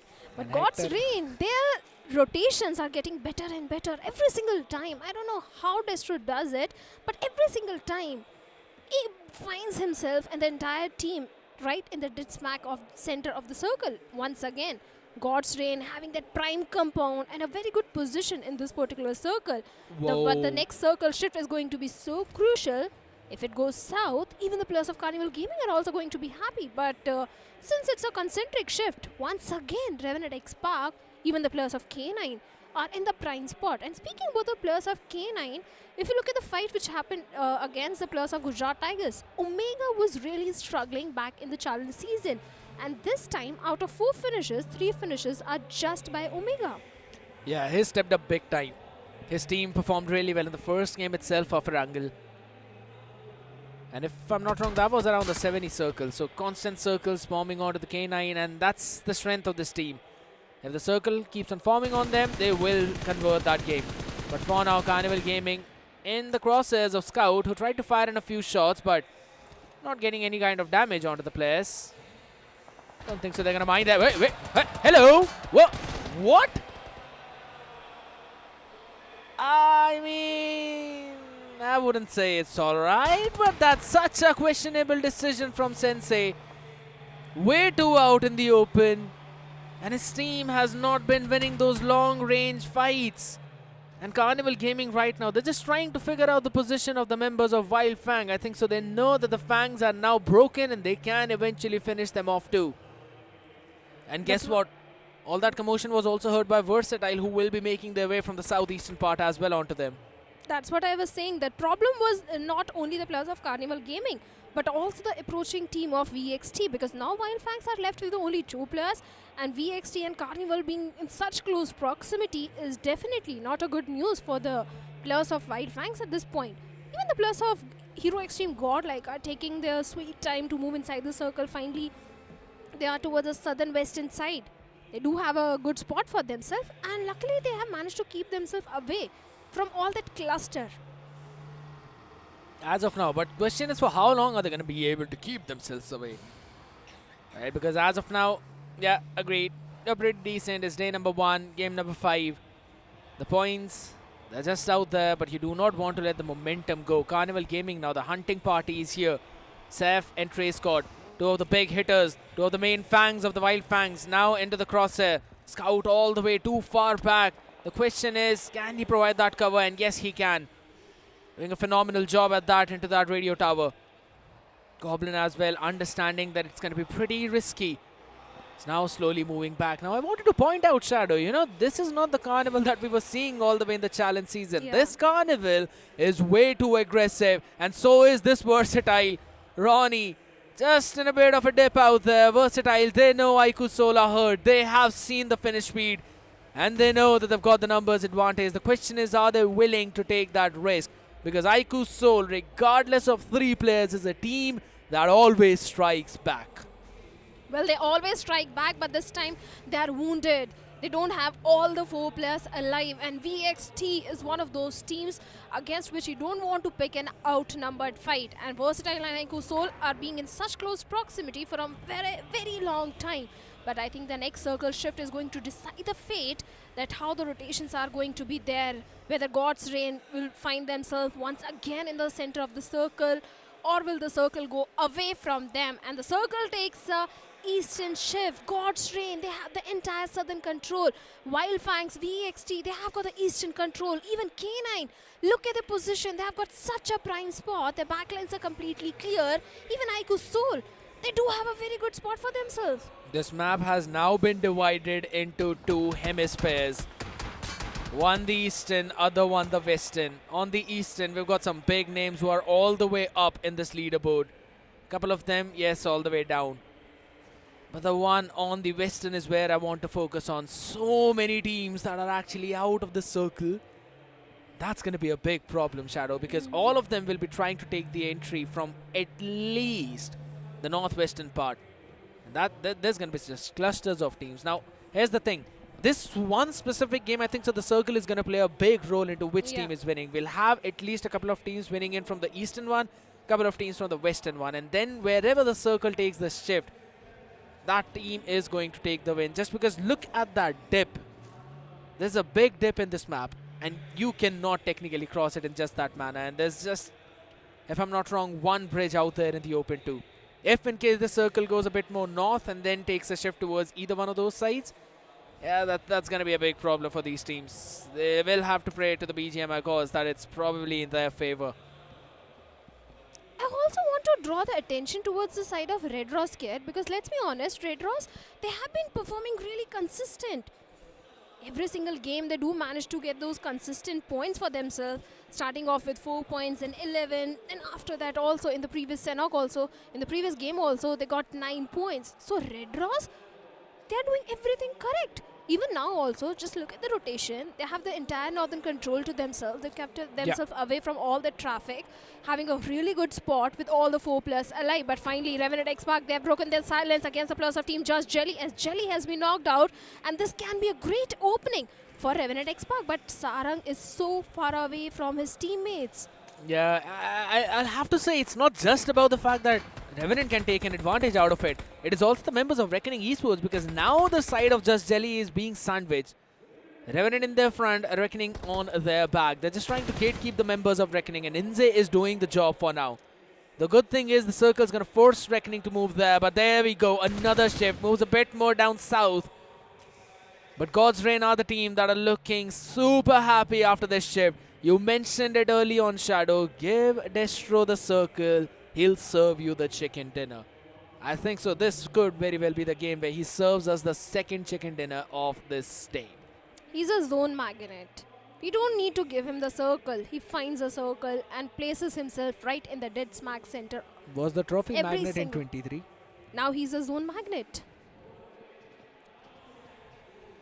Because just let's be honest, every single time God's Reign, they have been showcasing those good rotations, and every time, even in those crazy circles, God's Reign and the boys, they always find themselves in a really good spot. Even now also.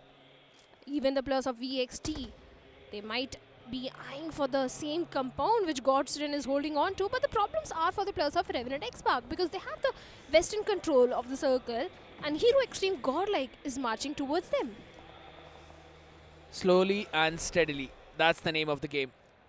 Revenant X-Park need to be careful about whatever's happening in the vicinity, as you mentioned. And to be very honest, we haven't really seen this passive Godlike or this passive Versatile. These are not the same two teams which we really saw in the challenge season, where they both, and only they both, had over 200 finish points. This just seems to be a case where now, after the first 3 games, they've lost that confidence and they're just struggling to find their own footing. I really feel a bit concerned for both of these teams. And another sign of concern for the sides of Wyld Fangs. They have been struggling a lot as well. And even now, 3 members remaining: Scout, Trace God, Seth. Good thing is that Trace God and Seth are performing. Well, they always perform, but Wyld Fangs, I think the problem is not the performance, it's the placement points, because every single time, if you look at the performance, they're getting those finish points. The placement points are a concern. The survival is a concern for the players of Wyld Fangs. So I think by tomorrow they'll rectify it, but just Jelly just knocked himself out. This is not really a good news, especially when you have the players of Hero Xtreme Godlike in such a close proximity. But for now, we have Wyld Fangs versus Versatile happening, as Versatile is trying to breach into the compounds of Wyld Fangs and have that entire northern control to them. This is going to be an important battle for both these teams, because whoever comes victorious in this one will have the entire circle control to them. For now, it's Carnival Gaming who have got the entire circle control to them. And iQOO Soul, this is a bold move. They barge all the way in from the center. And now they're being punished for that. Knuckle out and out of this game itself. Ronnie out of the vehicle too. It's all down to Some, last remaining member, who's again taking a fire from every direction. And it's Wind God who move in to secure that finish. A big mistake of iQOO Soul. That is not really the way we see them rotate. It seemed more desperate. And they face the consequences. Even K9, they might also face the consequences as they are trying to pick a fight with the plus of VXT, but Equinox out in the open has been knocked out.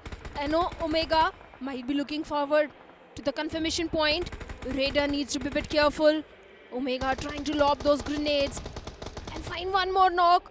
And speaking of nades, even Carnival Gaming also finding knocks onto the players of Team Reckoning, as both of them are trying for the center control of the circle. As Neo also finds a knock onto Viper. The trades are happening back and forth. So many teams are just trying to have a dash inside the circle. Yeah. VXT, this is going to be super important because only one last player remaining, that is Raiden. And he's just behind that one vehicle, trying to pray for his life and hope that K9 leave that area, because everyone's going to be converging out there now. Wyld Fangs, they'll be onto the receiving end, but guess what? Reckoning have been finished off. Godlike as well facing so many problems for themselves. Raiden right now out there in the open as everyone jumps onto him, and it's Ninja Boy out there. First brought down to the knees, but Beast comes in with a trade. Can he get that finish? And he absolutely will not, as it's Omega who secures that one last shot onto the body. The shotgun shells going wide, but this is the perfect time for Wyld Fangs to now jump in and take that down. But we'll be coming back to that later, as again it's Sarang, Arto taking down Beast. This time from Red Rose though, who's still trying to survive, who's still crawling out of there. Versatile has been finished, Shadow, so that's a big problem for them because the bottom three, they are consistently getting bad performances after bad performances. Even Godlike is out of the race. And if I'm not wrong, it was Revenant X-Park who stopped their pursuit. But God's Reign now slowly and steadily moving in the circle. But this one stalemate with K9 and Wyld Fang is where the game will entirely change. Just look at the position of God's Reign. They've got the entire northern control. Even Revenant X-Park is also stepping up big time as they eliminated the players of Hero Xtreme, Godlike, and few finishes from the side of Red Ross. Like you said, Carnival, they have a good compound control, but for now, God's Reign, they're trying to breach into the compounds of Wyld Fangs, but the circle takes a shift towards the western side and is favoring the players of Carnival Gaming heavily. But Revenant X-Park, even they can benefit from the circle, but they don't have the numbers. Only 2 players remaining from the side of Revenant X-Park. Yeah, they're going to be onto that struggling end as well. But again, the focus goes down. Trace God up against Beast, and all the way in the back lines, we see the members of God's Reign as well. They can easily take a few shots maybe if they want to. A few finishes out there for themselves. Omega, 4 finishes, was eliminated eventually. Beast, we have known this man to go in with some nasty plays, and he can try for the same thing right now. But at the same time, constantly cooking up the nades. The patience is there from the members of Wyld Fang, who are now slowly losing it, or at least forcing Beast to lose a bit of it. Molotov out there into the stairs, forcing them not to move forward. This is a Carnival Gaming chicken dinner to secure. God's Reign out in the open too. Viper right now finds a good knock onto Delta, who eventually revealed his position after he tried to take Trey Scott out of Wyld Fang. So it's only Seth versus Beast. And Beast has to pick this battle because he's left with no first aid at all. He can't go for the mid strat. He has to pick a fight with the Sev. Even the players of God's Reign are also trying to migrate inside the circle from the northern end. Wind God, they also have to make that journey from the southern side. And Carnival Gaming, Hector is keeping a close eye onto the players of Wind God Esports, making things so difficult. Beast, the blue, the wall of death is closing in, and finally has found few first aids, 3 first aids towards him, and the player Seth is charging towards him on a sliver of HP, and finally Beast gets a confirmation point. But we also have God's Reign trying to breach into the compounds of Carnival Gaming. Trades happening back and forth. This is the fight for chicken dinner. One of them needs to take that win, and guess what? The team Reverend X-Park will eventually use this distraction to maybe get a third party in. Ninja landed an 8 but did not get that finish. Justin is already down on his knees, so that's a big problem. Carnival Gaming slowly and steadily just jumping around, and with that jump, they get the confirmation as well. God's Reign out of there. Viper has been striking like the most venomous snake, constantly being the kryptonite for God's Reign. Maybe this time, the gods are being taken down by the mortals, and these mortals have been looking more deadly than ever. Hector, Goblin, Neo, something has changed in this lineup. Shadow, from the challenge season to the challenge finals, we've seen 2 different types of playstyle from this team today, and both of them have borne fruits for them. 11 finishes. Carnival Gaming is raining death and destruction at this point, and I completely agree with you, Scared. Maybe Carnival Gaming was hiding all those strats in the challenge season, and finally they are revealing the true colors. And now Wind God Esports, they're also trying to pick a fight with the plus of Carnival Gaming, but they need to be aware about the position of Sarang and Shadow of Revenant X-Park. Phoenix? Even Phoenix is going for the heal battle from the side of Red Rose, but finally the last first aid, and he has been eliminated on the 4th spot. My question is, why did he not fire those shots? He had a player of Revenant X-Park out in his crosshair. Unfortunate, maybe just mistimed it. I probably didn't see the player out there. Maybe just gave them a lifeline, you know. Haha, go ahead. Of course, he did not do that. I know that.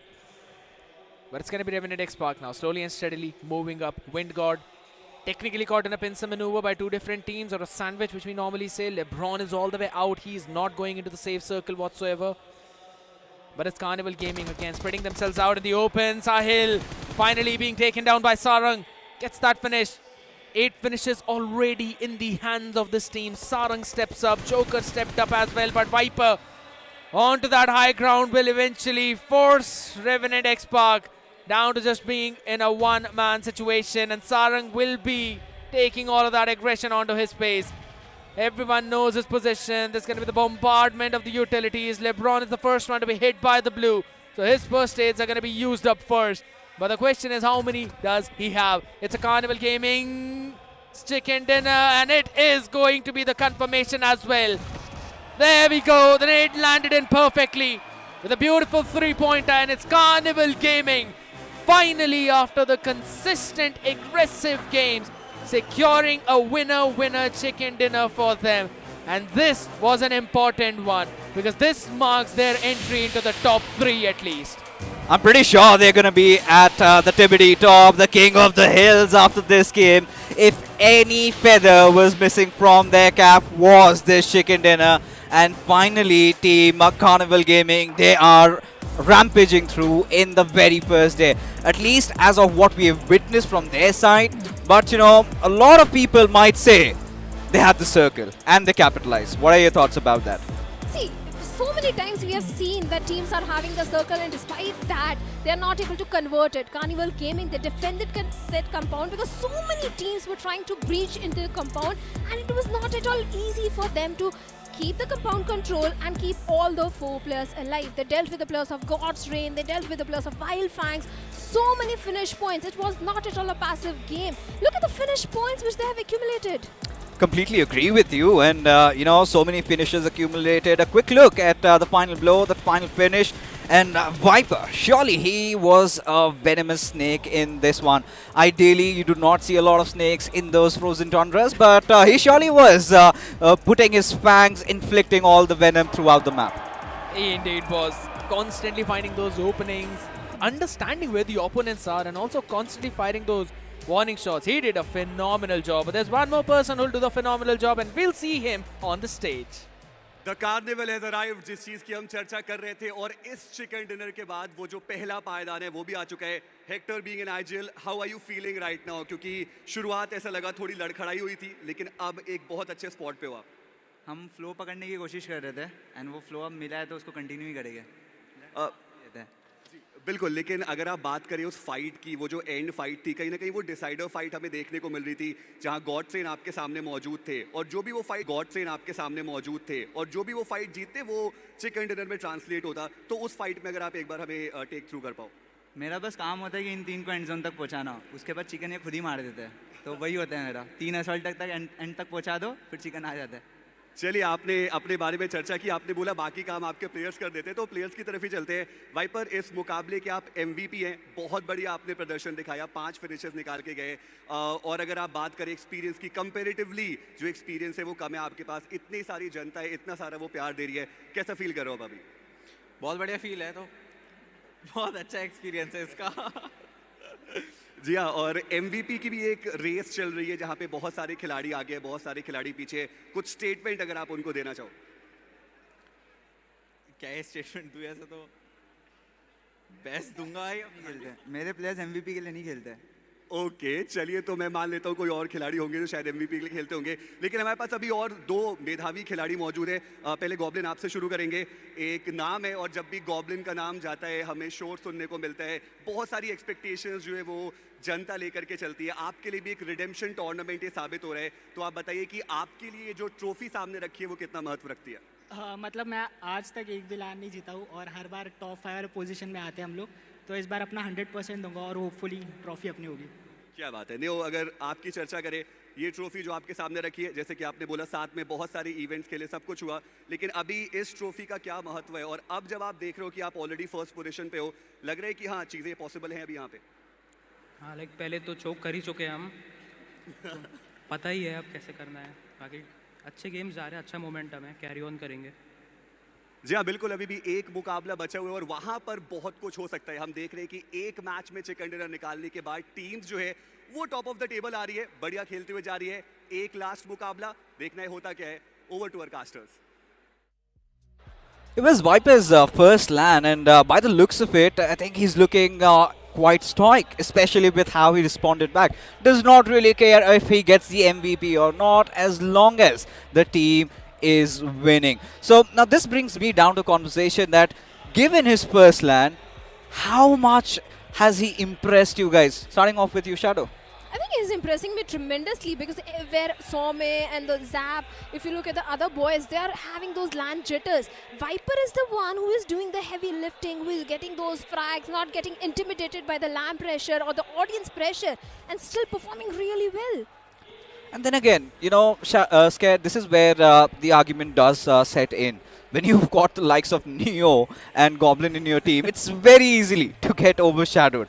Yet this man goes all out, also finds himself as one of the stars in this matchup. So, you've got any added points on him? It's about the confidence. This man felt it in the game number 1. He's been failing in all the other games as well. Yeah, we had our own questions about Carnival Gaming back in the challenge season, but with the way how they've been performing since the first game itself from today, this is a very different beast we're talking about. It seems that they're hungry, and it's not just about the hunger. I think so they're starving at this point. So they are focusing to get those wins. And that's also the case with the team that we've got in front.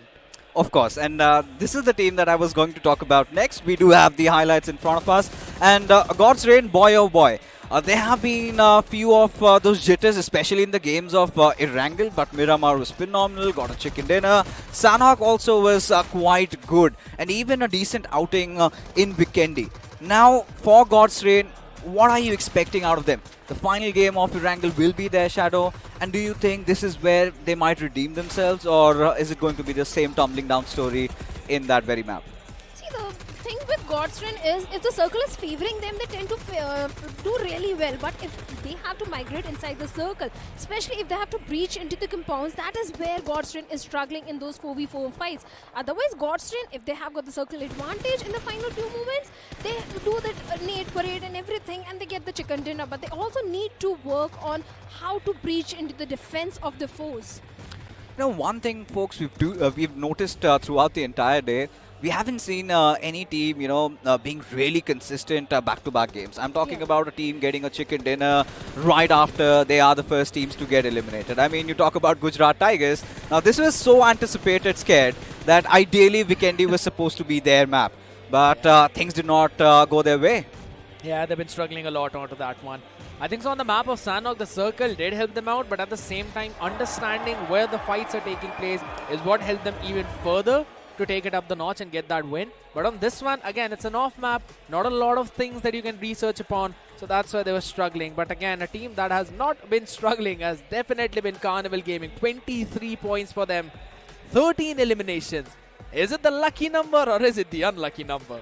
Does not matter. 23 points is what they've accrued out of this game, and yes, position points has always been a concern so far for Carnival Gaming, but I believe not anymore. But we also, however, did witness the resurgence of Revenant X Park. Now, Shadow, run me down to what did they do different in this game, as a result of which they found a perfect balance of good position along with a lot of finishes. They kept themselves away from all the traffic and the commotion. This was a pure research and homework which they have done. They realized how teams like rotating in the map of Vikendi and Revenant X Park, they kept themselves on the periphery of the circle towards the northwestern side every single time. And that resulted in a very good game. And now just Vikendi, if you look at the performance of Revenant X Park, they're improving game by game, at least in terms of survival.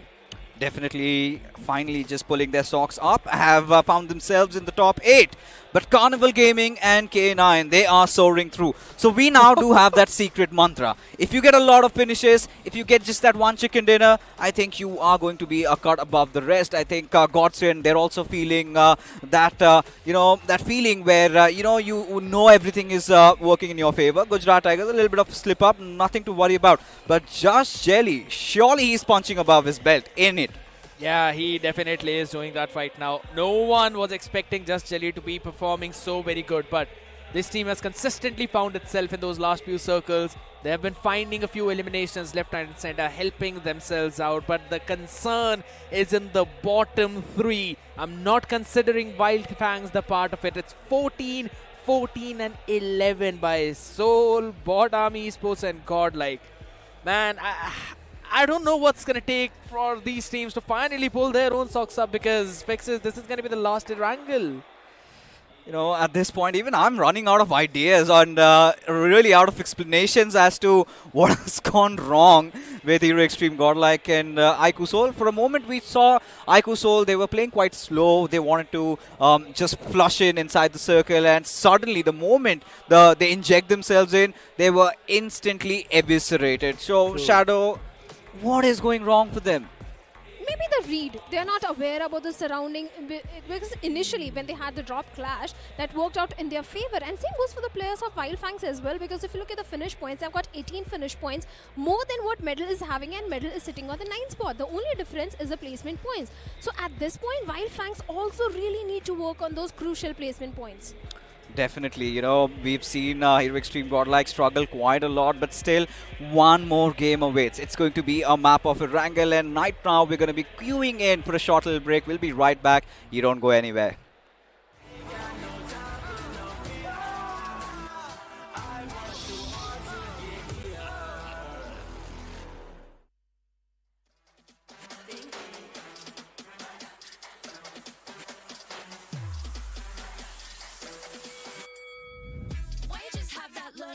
The look up on your face when the underestimation today. 'Cause I can't fly without you by my side. I can do a whole lot more than just a pretty eye. Know that it'll take some time to see, but you're never stopping me. I know that we ain't giving up. If you thought so, well, tough luck. So we're just gonna do our thing. Ain't over till the bell goes ding. We're gonna fight, so step aside and let us sing. We're gonna bring you down. If you think you'll stop us somehow, just let us do our thing. This ain't over till the bell goes ding. This ain't over till the bell goes. This ain't over till the bell goes. This ain't over till the bell goes. If you think I've had enough, well, I guess you don't know tough. I'll never be the one to back down. You haven't been the first one to show me doubt. 'Cause baby, I can't fly without you by my side. You're never breaking me, never stopping me, never making me be less than all of me. Know that it'll take some time to see, but you're never stopping me. I know that we ain't giving up. If you thought so, well, tough luck. So we're just gonna do our thing. Ain't over till the bell goes ding. We're gonna fight, so step aside and let us sing. We're gonna bring you down. If you think you'll stop us somehow, just let us do our thing. This ain't over till the bell goes ding.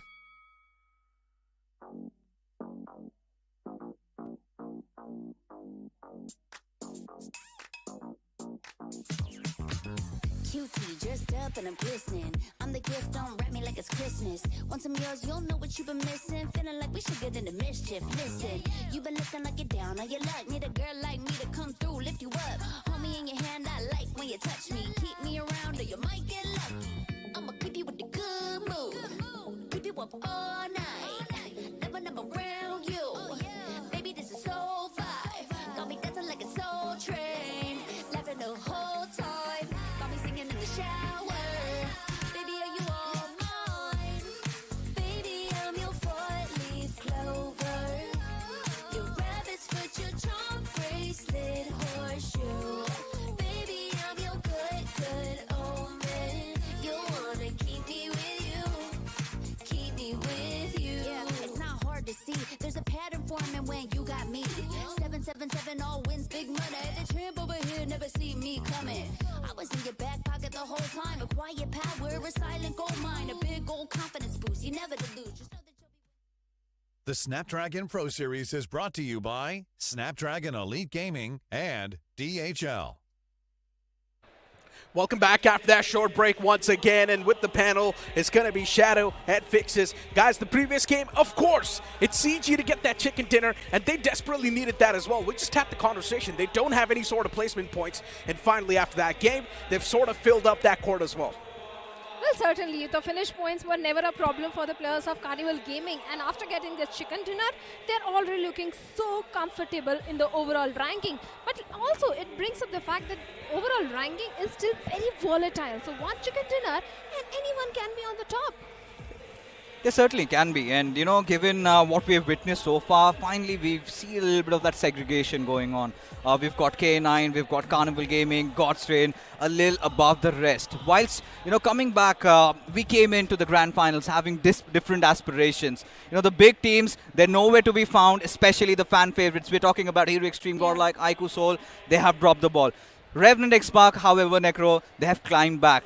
My eyes will be on Revenant X-Spark if they've made it to the top 8, if they can somehow squeeze in inside the top 5 or 6 by the end of the evening. You can't even forget the comeback story, right? On day 2 is where they pulled off a major comeback in the officials, and maybe this time as well, they've got the same storyline planned up, right? On day 1, just get enough points, and then on day 2, considering it's going to be the day of comebacks, that's when Revenant X-Spark can start to strike with all the other teams on the latter half of the board. But we've also seen the same meta sort of revolving around every single tournament. The teams that perform on day 1, we see a slight dip on day 2. Hopefully that's not going to be repeating in this one. And the reason could be the other teams, all the foes do have a read. They realize what sort of rotations everyone is bringing in. And when you're on the top of the table, you are grabbing all the attention. Everyone's eyes are on you. Everyone is doing the research and read on the top teams. And that could be the reason that you have a bullseye target behind your back on day number 2. You face a major dip. And this is not something new, right? You need to adopt. You need to improvise. This is what all these teams need to do so. Especially considering for Carnival Gaming, it's going to be so difficult to really find those chinks in their armor because fragging-wise, they have been super.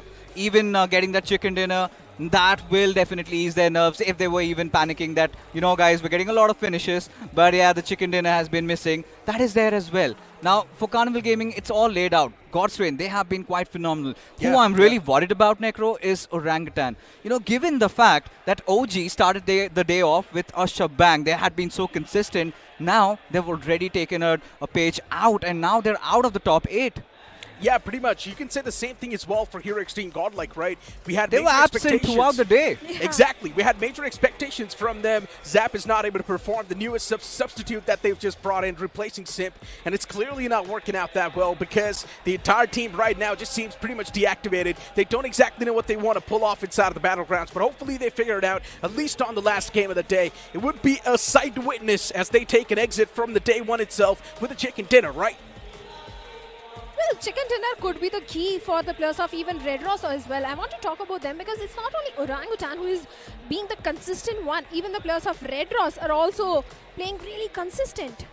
They indeed are. Red Ross are playing consistent. Another team that I would like to see the same consistency from is also going to be iQOO Soul. For some reason, even iQOO Soul is not really able to find that group that they're known for, but hopefully the last game of Erangel can actually give them that leeway they're looking for. You know, for starters, they at least need a chicken dinner, and they need it badly. Especially if you are iQOO Soul or Hero Xtreme Godlike, something needs to be there, or otherwise it's going to be such a gloomy day. And I'm pretty sure, even for Hero Xtreme Godlike, things are going to be so disastrous, given the fact that they made some bold decisions that backfired. What are they going to come with tomorrow? Because right now, the war cry is there, the game is about to begin, everybody is excited. The final game of the evening. It is, of course, going to be this game of Erangel. And Necro, my man, take it away. Exactly. The plane's going to hit the skies for one last time on the day 1 as the plane flight path begins all the way from Primorsk towards the opposite side, which will be Lipovka. Now the plane flight path heavily tilted on the right side of the map. If the teams do want to move in towards Georgia Pool, Rozhawk as well, it will be a tough stretch. That means drop in for a pit stop, get your hands on the basic weaponry, get your hands on the loot, and then move in towards your primary drop location. At this point, I'm still eyeing out for that military base fight. Pretty sure so far for Godstrain, one of the major concerns have been their consistency or even a good performance in the game of Erangel. First game they had a good circle, second game they absolutely dropped the ball. But this time BotArmyEsports, they're heading their way. And now for BotArmyEsports, they really are playing as if they've got nothing to lose. They've been engaging in a lot of those fights and they surely have been missing out on position points. And if right now they could somehow throw a spanner into the works of the players of GDR, that could completely abrupt that momentum that they have gotten through. In my opinion, they should play the same way they've been playing so far. BotArmyEsports, I'm speaking. Me too. I think so. That's the right approach to take, especially if you're someone who's not exactly known in the playgrounds. That's the best way to make yourself known to the community. Also, tell the people who you are, create yourself a few fans, because you need to showcase that firepower. You need to take those early game fights as well. If you're going to try and switch on that defensive playstyle, let's be honest, a lot of the newer teams try to do that. It does not work out. So for BotArmyEsports, their stronger suit is going to be the firepower, and that's what they are relying on. But this time they've taken a little bit of a backseat. Feels like they've also understood how the pace of the lobby has been so far. And certainly Godstrain at this point are forces to be reckoned with. BotArmyEsports deciding to loot around that certain belt, just around the exteriors of the military base. Whilst the circle, quite an interesting one. At this point, I'm starting to fathom where the Gujarat Tigers, they're going to be heading all the way up towards Georgie. Or they might make do looting around those western belts, the shorelines, and somehow stay sticking close to the circle. Early game stages. Teams getting their hands on the basic weaponry and then getting their hands on the vehicles and moving in towards their prime spot. K9 Esports won the first Erangel. And considering we're once again back on the lands of Erangel, there's a big chance K9 Esports can also end things off on a great note. So far, they've been super consistent. 42 points on the board on the second spot in the overall standings, right next to CG. And if K9 Esports, even CG, or even Godstreme get a chicken dinner, that's going to be a major leap.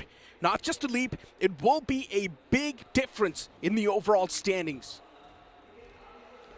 At this point, down till Wyld Fangs, anybody getting a chicken dinner could have a taste of that top 3.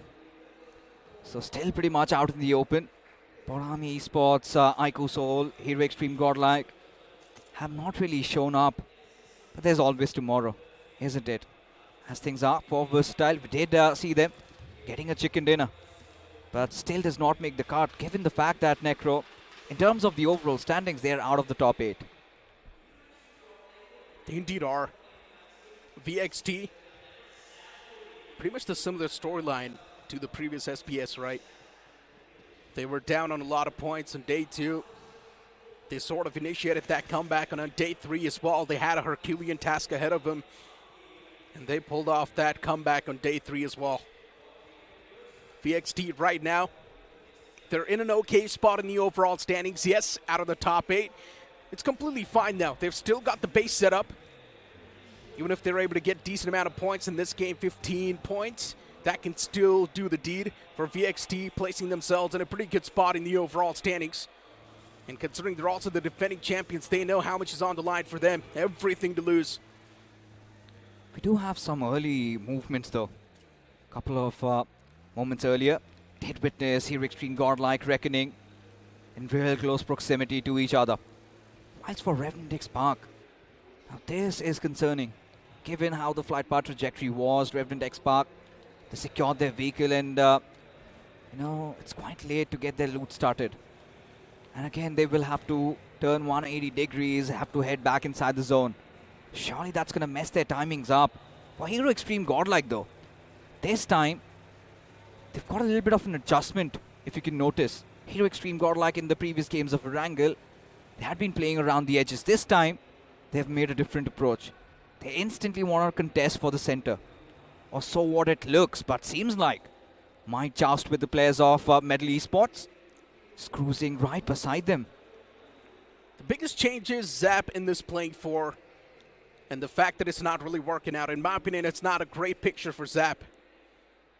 And in my opinion, I do understand, yes, they have played with Zap in the challenge season, but not as much as they've played with Simp.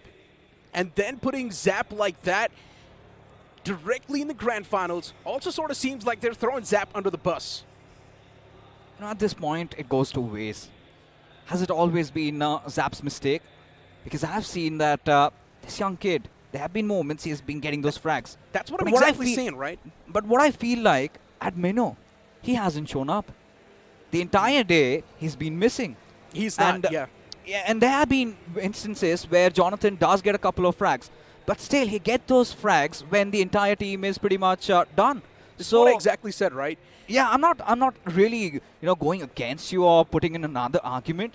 I'm saying at this point, when the buck stops, who does it stop? Who is the one to be under fire? Is it going to be Punk for making that bold call? Because even for Punk, I felt like some of those calls have been quite murky in terms of how they played in the challenge season and how they started things off in the grand finals. The reason why I said it feels like they're throwing Zap under the bus, even if it's not Zap's mistake, as a viewer's perspective, the viewers are always going to think, yeah, it's Zap's fault. Exactly.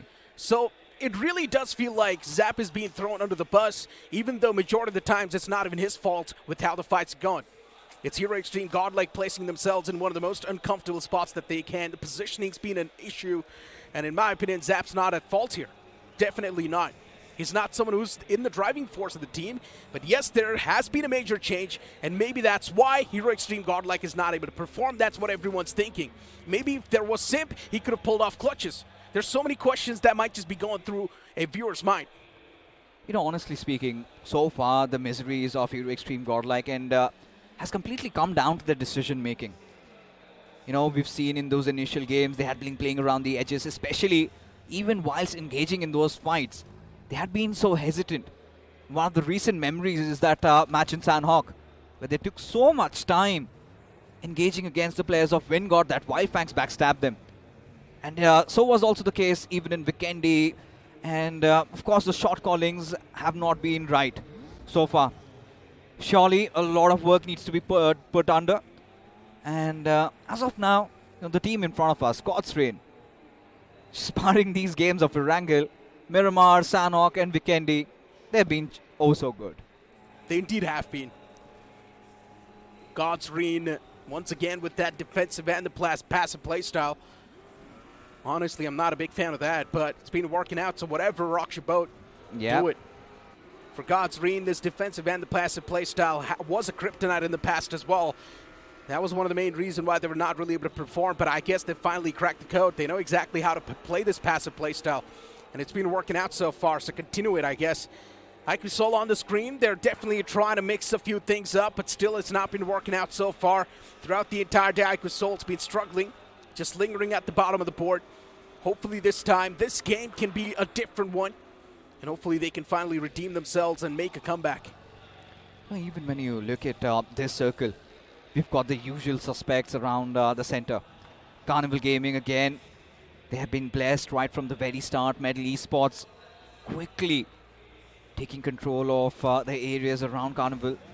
Even Versatile, they're also somewhere in the nearby vicinity. Now for Xtreme and Wyld, they're quite close to each other. But quite some bold decisions once again made by Hero Xtreme Godlike. Look at them. This time they decided not to drop around Lipovka. Rather they have chosen Primorsk as their looting location. Now, what do you feel about that? Is this going to work out? Pretty versatile so far. Hero Xtreme Godlike not really having a set pattern to play with in the grand finals, while all the other teams, they've got their stuff figured out. And I guess maybe that's one of the main reasons as well why Hero Xtreme Godlike is not able to perform so far, just not really having the lay of the land, not really having a proper game plan. That's also costing them quite a lot. And we mentioned this too during the challenge season itself. Every single team that's currently playing in the grand finals is super deserving. Everyone packs a lot of punch. Everyone's got that experience. Yes, a few new faces in the mix, but even those new faces were playing like they've got the experience. So Hero Xtreme Godlike, these sort of mistakes, I mean, they're happening on day one. I guess we can let that slide. But on day two, on the comeback day, they need to be the one on the train. And what makes it even better for us to digest is the fact that they were the toppers of the overall standings, right? One of those two teams to have secured more than 200 finishes, and they are lacking in that department as well. At least as of now, in this game, the only silver lining for Hero Xtreme Godlike is the fact that at least they have got their 6 covered. Nobody behind them. So that could be something that they can really start building upon. But for iQOO, they've also messed up with their rotations and their timings, always getting caught between a rock and a hard place as Revenant X Spark. Seems like they've got things rolling. Sarang has already managed to secure a knock. And there you go, Lucifer dealt with. Easy peasy. This fight's happening all the way towards Kamishki, by the way. On the northern side of the map. Top right corner. I'm not even sure what Revenant X Spark is doing over here in the first place. That's my question.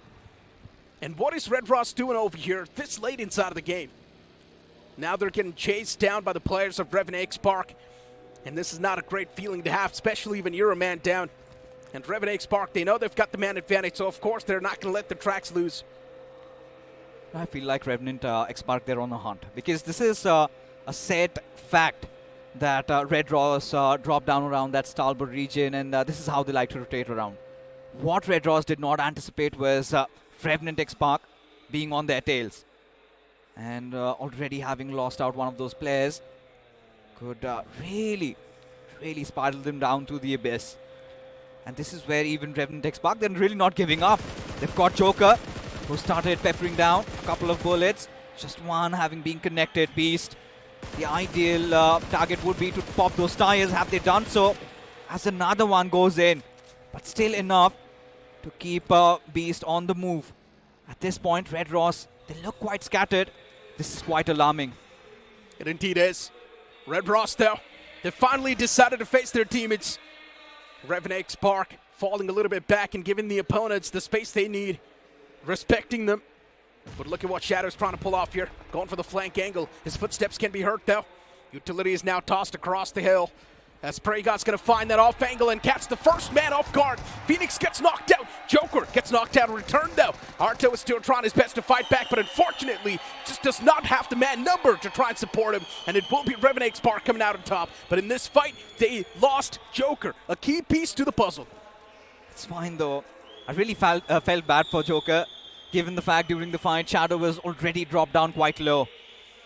Did not make those hasty moves, otherwise could have flipped things around as Orangutan.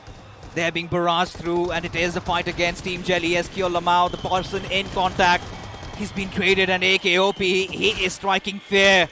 As OG, now in the troubles of their own, suddenly are down to the last man, AKOP. And if anybody could clutch it out, could beat this man, but Team Jelly, they've also been so good throughout the day, haven't they? They indeed have been. Both the teams that are facing right now, they've been doing pretty good so far. They've had the consistent string of games. But this one game can be a bad one for OG. Last outing, bad. That's not going to be a great start for day two. The ball's not going to be near court. OG would love to at least squeeze a few placement points away, get that average on the board, so they can still be in the race for day two in a better spot in the overall standings. But right now, the fallen player's back up on his feet. AKOP can definitely try and achieve something here. He needs to find the opener. That's all he needs to do. Jelly's tossing out the utilities, and that's doing a lot of hurt. Few utilities tossed out even from the boys of OG, and that's not going to find any sort of connections considering just Jelly. They seem pretty safe. And they've also got the man advantage in the fight. Sam, even he pushes out a bit of that comfort zone, wanting to find the opener. It will be a tough one, though. Revenant Spark now let loose against the players of K9 Esports. What's going on? This was inevitable. Again, Revenant Spark getting a little ahead of themselves. Surely they have secured those 4 finishes. But you know, right, K9, they're always on the hunt. They're always on the prowl. And chaos is where they find themselves comfortable at. That is where they thrive at. As for Team Jelly, they've gotten one of their men back up. It's a 2-on-3 situation. And now with Aru being taken down like that, makes things oh so difficult for AK. 1-on-3 for AKOP. He's already got a grain cooked up. Does he hit its mark? That's the big question. As Aru, he gets blown into smithereens as AKOP. He's got to clutch this one out.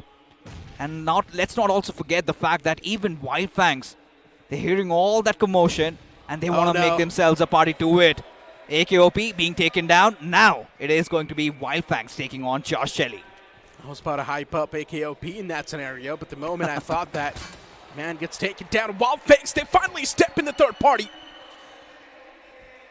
Wyld Fangs, they've already got the first man down. Just Jelly now taken down to a 2-man squad. This can be the go call that Wyld Fangs needs to make.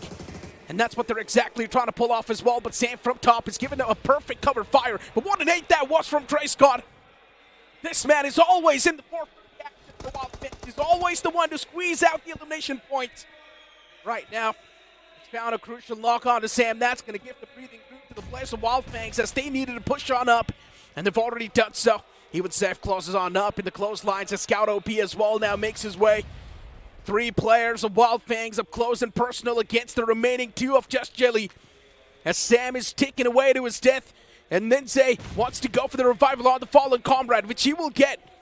But Wyld Fangs, they're wasting too much time. They need to make the push right now, and that's what they exactly do. On the staircase, they find Ninze, and they will also claim the elimination point. Still one more player around the fray, and he will be racked up as well. Oh my god, take a bow, Trey Scott. All the players done and dusted. Surely has been carrying so much of that burden in that situation. Wyld Fangs spreading their fangs, and Josh Jelly falling prey. As now taking a look at the circle, Necro still favoring the players of Medal Carnival Gaming, still at the very smack center. But BotArmyEsports, they're lurking around, reckoning. Surely they've heard all that commotion. They did hear those vehicle noises. Been given away. And at this point, reckoning, they've got a choice to make. Do they come out of their hiding? Do they fight it out? Or do they wait for the circle to take another shift and then act accordingly? Questions will be there. But focus on what just happened. Man, Trey Scott, as you mentioned, he's certainly been carrying a lot on his back. Even right now, getting all the 3 finishes for his team. Trey Scott, this man is insane. Single-handedly doing so much for his team. While the rest, they're trying their best to contribute, but Trey Scott is just on a different level. Every single time at the top, and the positioning as well this man comes up with. His presence of mind is incredible. And it just works out every single time. BotArmyEsports on the screen. A few shots were taken against Reckoning Esports, but no value found so far. Those shots, empty. You know what I liked about Wyld Fangs in the previous fight? Scout used himself as a bait. He was the one who put his body on the line, while Trey Scott, he did majority of that hitting. So as long as Scout can find some use for himself, that really works in the favor of Wyld Fangs. As long as they're still alive, that's really good. But as of now, Monty just gazing the situation, having his crosshairs pinned out as God's Rain. They're also in pursuit. Wind God even around them, even Gujarat Tigers could make things really tight. But look at Hero Xtreme Godlike. Moments ago, they were around Primorsk, now around the northwestern side. This is something that we wanted from Hero Xtreme Godlike. A little bit of that unpredictability. And this could be one of those games where they could go big. But little do they know, Necro, when you look at Sarang, he's right on their tails. Indeed he is. God's Rain, hold on. A lot of shots raining on top of them. Medal Esports from the top, and there's a big split as well that Medal Esports is playing with. The man separated out. He needs to keep his position anonymous. The moment his position is revealed, Medal Esports will be in a big pain of hurt. And right now, Reckoning Esports in the smack center of the zone, by the way, just driving around, playing for the intel. They haven't really found themselves a safe spot to play with, and that's why Reckoning Esports, they're constantly just driving around. They need to find themselves a safe place to play with. I really do not like the ring of it. Look at Reckoning. They're so fake exposed. shots. Fake shots. They're still so exposed, Necro. Look at this. They can get so around it so quickly and so fast. Of course, Wind God not being an imminent threat to them. Surely firing those shots is going to give their position away. Brilliant. But Dionysus, he is brilliant in that situation. Picking off on LeBron. Surely they're not going to instigate that push. Oh my god. But this is a disaster. LeBron could have done much better. The man did not even need to do anything. The shots were a big bait for WinGod Esports to go for that peak. And they actually did so as well. They fell for that bait fixes. But I'm loving these cheeky tactics that the players are coming up with, right? At the start of the day, we saw CG pull off that cheeky move. Now Reckoning Esports is doing this as well. I'm loving the fact that we are leveling up the game. We certainly are. And now, to make matters more interesting, look at Versatile. They're also closing in, and all these pocket strats these players have come up with. And there are just a couple of them. I feel like they've done their homework, they've done their bidding. You know, those extra few steps that they've walked has given them miles of performance, which they're showcasing in terms of how their outing has been, but look at this. It is going to be an absolute brawl fest. You've got Medal, you've got Reckoning, you've got Versatile, you've got Wingard, and now this is a fight that everybody was looking out for. Hero Xtreme against iQOO Soul. And already Zap has fallen down. That's not a great way to kick things off inside of the fight, but Jonathan, he's got another player in the front. Actually, two players.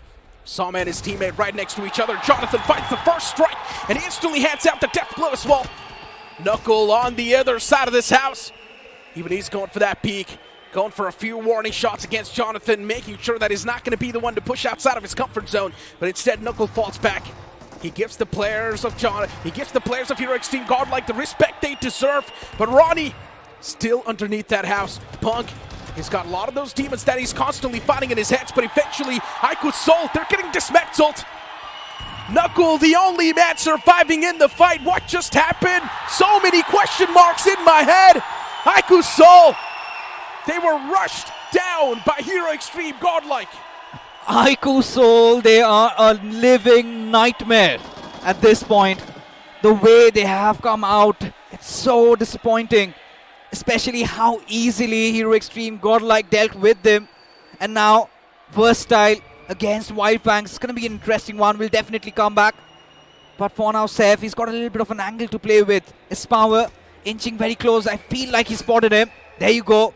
His power still in race for that MVP contender. Has spotted out Seth. Just lines him up. Does get that final finish. And that being said, Versatile again a clean wipe. But did you look at how scared to death iQOO Soul were when Jonathan just came in? There were two players and nobody seemed to respond. I wouldn't say scared to death. There was just a big disconnect. For some reason, it felt like iQOO Soul wanted to disengage from that fight. Let the players of Hero Xtreme Godlike have their own territory in that They had the upper edge. Yeah, they did. But still, for some reason, iQOO Soul, they wanted to disengage from that fight. There were two different thoughts between two different teammates, and that's why this sort of scenario occurred. A big disconnect between the players. Miscommunication definitely happened there. But hold on, BotArmyEsports, even they're racking up a few eliminations for themselves. 3 so far on the board. And CG is now going to be there on the opposite side. CG has always been a living nightmare for a lot of teams because off the rip, they've started things off on the aggressive note. On game 1 itself, CG was playing super aggressive. And what am I watching right now? A quick drive-by from the boys, and they take down 2 players in return. CG, they are a living nightmare for teams, and once again, they continue to be a nightmare as the last man gets struck down. CG, they come out on top. The Grim Reapers arrive, and do they arrive in style? Carnival Gaming completely unfazed by the competition. Just shredding through their opposition. And they make it look so easy. But now Hero Xtreme Godlike, this is a game. And look at Jonathan already bagging off 5 finishes. They needed a hero, and surely as Jonathan has stepped up for his team. But the work's still not over. Hero Xtreme Godlike, they got mountains to climb. One good chicken dinner and everything could look dandy. But look at Sarang. Still hidden, still positioned on compromise, and Punk, he's heading their way. Indeed is. I'm not a big fan of this move from Punk. He can be caught. Punk, this is one of the worst possible positions you can place yourself in, but he still comes out on top with a positive trade. What just happened? God'sreen, they're choking this fight. Jonathan's able to find the second strike as well, as now God'sreen is down to just a 2-man squad. What just happened? The situation gets taken down to a 2-on-2, and God'sreen, for some reason, they're not having any sort of replies to the firepower of Jonathan as he single-handedly vacates this compound with the dead bodies of God'sreen. And he's gotten 8 finishes on the board. This man is on a mission. He is on a rampage. Surely the crowd tells you how elated they are feeling watching their hero shine and perform in a night full of scars. He is definitely that supernova that Hero Xtreme Godlike needed. Surely has risen up to the occasion. 11 finishes, out of which 8 into the bags of Hero Xtreme Godlike, says Jonathan. But coming back to the game, Medal Esports still so calm, still so composed. They've got the lay of the land, they've got the entirety of the circle to themselves. Who's going to be the first one knocking on their doors? Who's going to be breaching through us? Reckoning. They've got their troubles to deal with, just hovering around. But Carnival, they're on the prowl as well. They indeed are. They have been on the prowl since the start. But hold on to that thought, Metal Esports. It's time to end the defensive play style. It's time to go a bit aggressive in the playing field. And that's what they're doing. Taking that extra bit of step to go aggressive in the game and get those elimination points racked up as Jonathan. Now he closes on up towards this compound. He's got a lot of lifting to do. Jonathan, 8 finishes on the board, stepping up when his team needs him the most. Hero Xtreme Godlike, they were down in the slumbers throughout the entire day, but this can be the game that can reignite the hope in the hearts of Godlike fans. And Jonathan with 8 finishes, looking to roll on that consistency. He's got the wind in the sails. Reckoning Esports out in the open to not really have the best possible cover to play with, but hey, it's still something that they can work with. Surely did take matters to his own hands, didn't he? But look at this. Gravity in a little bit of a kerfuffle there, as Viper also finds himself knocked out. Trades coming in from both the direction, but look at Hector. He's got a nice angle to play around. But even Metal have their troubles of their own, but Jonathan finally getting dealt with. But a valiant run nonetheless for this young lad as Zap. He's resorted for that healing battle. Yeah. Does have still 5 more first aids to work around with. A top 3 finish, and Hero Xtreme Godlike seems like they will find themselves back in the top 8. Unfortunately, he's not going to be able to survive for too long, Fixes. Zap is going for that med strat all the way in the back. And yes, Sarang is out in the open. Revenant Spark says dreams can't be spoiled in this game. Revenant Spark would at least want to place themselves on a decent spot, get as many points away as possible, but Zap can put a spanner in the works. And this also gives a perfect structure to the rivalry as Zap finds the final nail in the grass and he shuts him down. Beautiful way to end things off for Hero Xtreme Godlike. They've already got a decent amount of points on the board from this last game, and that's going to keep them still in this race. As Viper gets knocked out from CG now. CG, they've got the zone advantage, but unfortunately now they're getting racked up by the players of Metal Esports as they slowly and steadily walk against him. But Hector is still trying his best to reply back. Neo from the back provides a beautiful cover fire as Cyrax falls apart. But now Legit has pushed up close and personal as Sarvin has found a few connection, but eventually Legit strikes down Hector. And just like that, CG, they've been eliminated from this game, and it is Metal Esports to get the chicken dinner in the end. You know, for Metal Esports, lovely stuff, but Carnival Gaming again continue with their Carnival that they've been having. Again, a good balance of those finishes and nice placement points as well. Metal Esports, much needed chicken dinner. But this game was all about the redemption arc of one man only. That is going to be Jonathan. When was the last time, Necro, did we see him being the one putting his life on the line, being the entry fragger for Godlike? Yeah. And finally, seems like when things were really falling down for them, he became the hero. The real question is, how can God's Reign choke that? That should be the real question here. Punk, he literally stopped his vehicle in one of the most uncomfortable spots that you can ask for, but he still comes out with a positive trade. One slap to the face of the opponent, he falls down from that S12K, and then Jonathan comes in from the back, he gets another knockout, and he continues that rampage. God's Reign clearly choked that fight majorly, and that should not have happened in the first place. It was a very well orchestrated push. That is what I believe, because that one compound, it's very difficult to defend that. Given the fact that you do not have a lot of moving space around, just slam in, throw a couple of grenades, just go pushing through. Suddenly, find your opponents off guard. That is what Hero Xtreme Godlike did, because God's Reign did not see that coming from miles afar.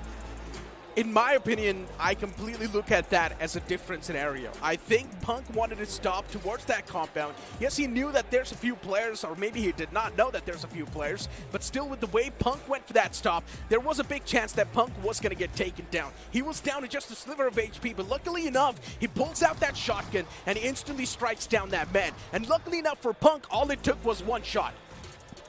Well, certainly it was just one shot, but like Fixes said, Jonathan, it was so important for the entire team of Hero Xtreme Godlike to end the day on a good note, because that is going to build the momentum for the upcoming day. Exactly, but you know what? We've got the interview lined up with the victors of the previous game, so let's move on to the stage.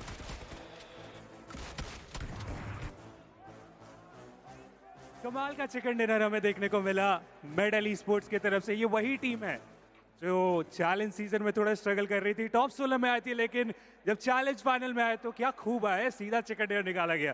Prince भाई, challenge season में तो परेशान किया, लेकिन यहाँ पे आके आप बाकियों को परेशान कर रहे हो, क्या पूरा सिनारियो था जरा बताओगे? यार हम किसी को जानबूझ के परेशान नहीं कर रहे, हो रहे लोग अपने आप। क्या दिमाग में चल रहा है? क्योंकि आज के दिन का जो अंत हुआ है वो आपके अकॉर्डिंग हुआ है, लेकिन जो इससे पहले हुआ वो आपके अकॉर्डिंग नहीं हुआ, तो क्या रहा आज का पूरा दिन? हमारा मैन लॉस ज़्यादा हो रहा था 2 गेम में, जहाँ पे हम दोनों में जोन में थे। चाहे सैनॉक देख लो, चाहे वो एरेंगल देख लो, मेंशन में थे, और सैनॉक में भी हम जोन में सेंटर में थे, पर वही कि हमारे बंदे लॉस हो गए उसमें। आई थिंक ये तो चल ही रहा है, और ऊपर से लेजेंड का जब साथ मिला तो मुझे लगता है कि काफ़ी कमाल कर रहा है। क्लच के लिए आप जाने जा रहे हो भाई, जहाँ भी लग रहा है कि शायद मेडल से चीज़ें दूर जा सकती है, वो एक प्लेयर है लेजेंड जो उनसे सब कुछ छीन के लिए आते हैं। कैसा लग रहा है पूरा ये माहौल? फाइनली जो करना चाह रहे थे वो इस मैच में हुआ। बहुत बढ़िया लग रहा है इतने लोगों के सामने परफॉर्म करके, और मेरी टीम और मैं बहुत मतलब हमें पता था, कॉन्फिडेंट थे हम कि लास्ट मैच हमारा अच्छा जाएगा ही जाएगा, और एक टाइम के बाद जब जोन भी आया तो अपने को पता चली गया था हमारा मैच ही है।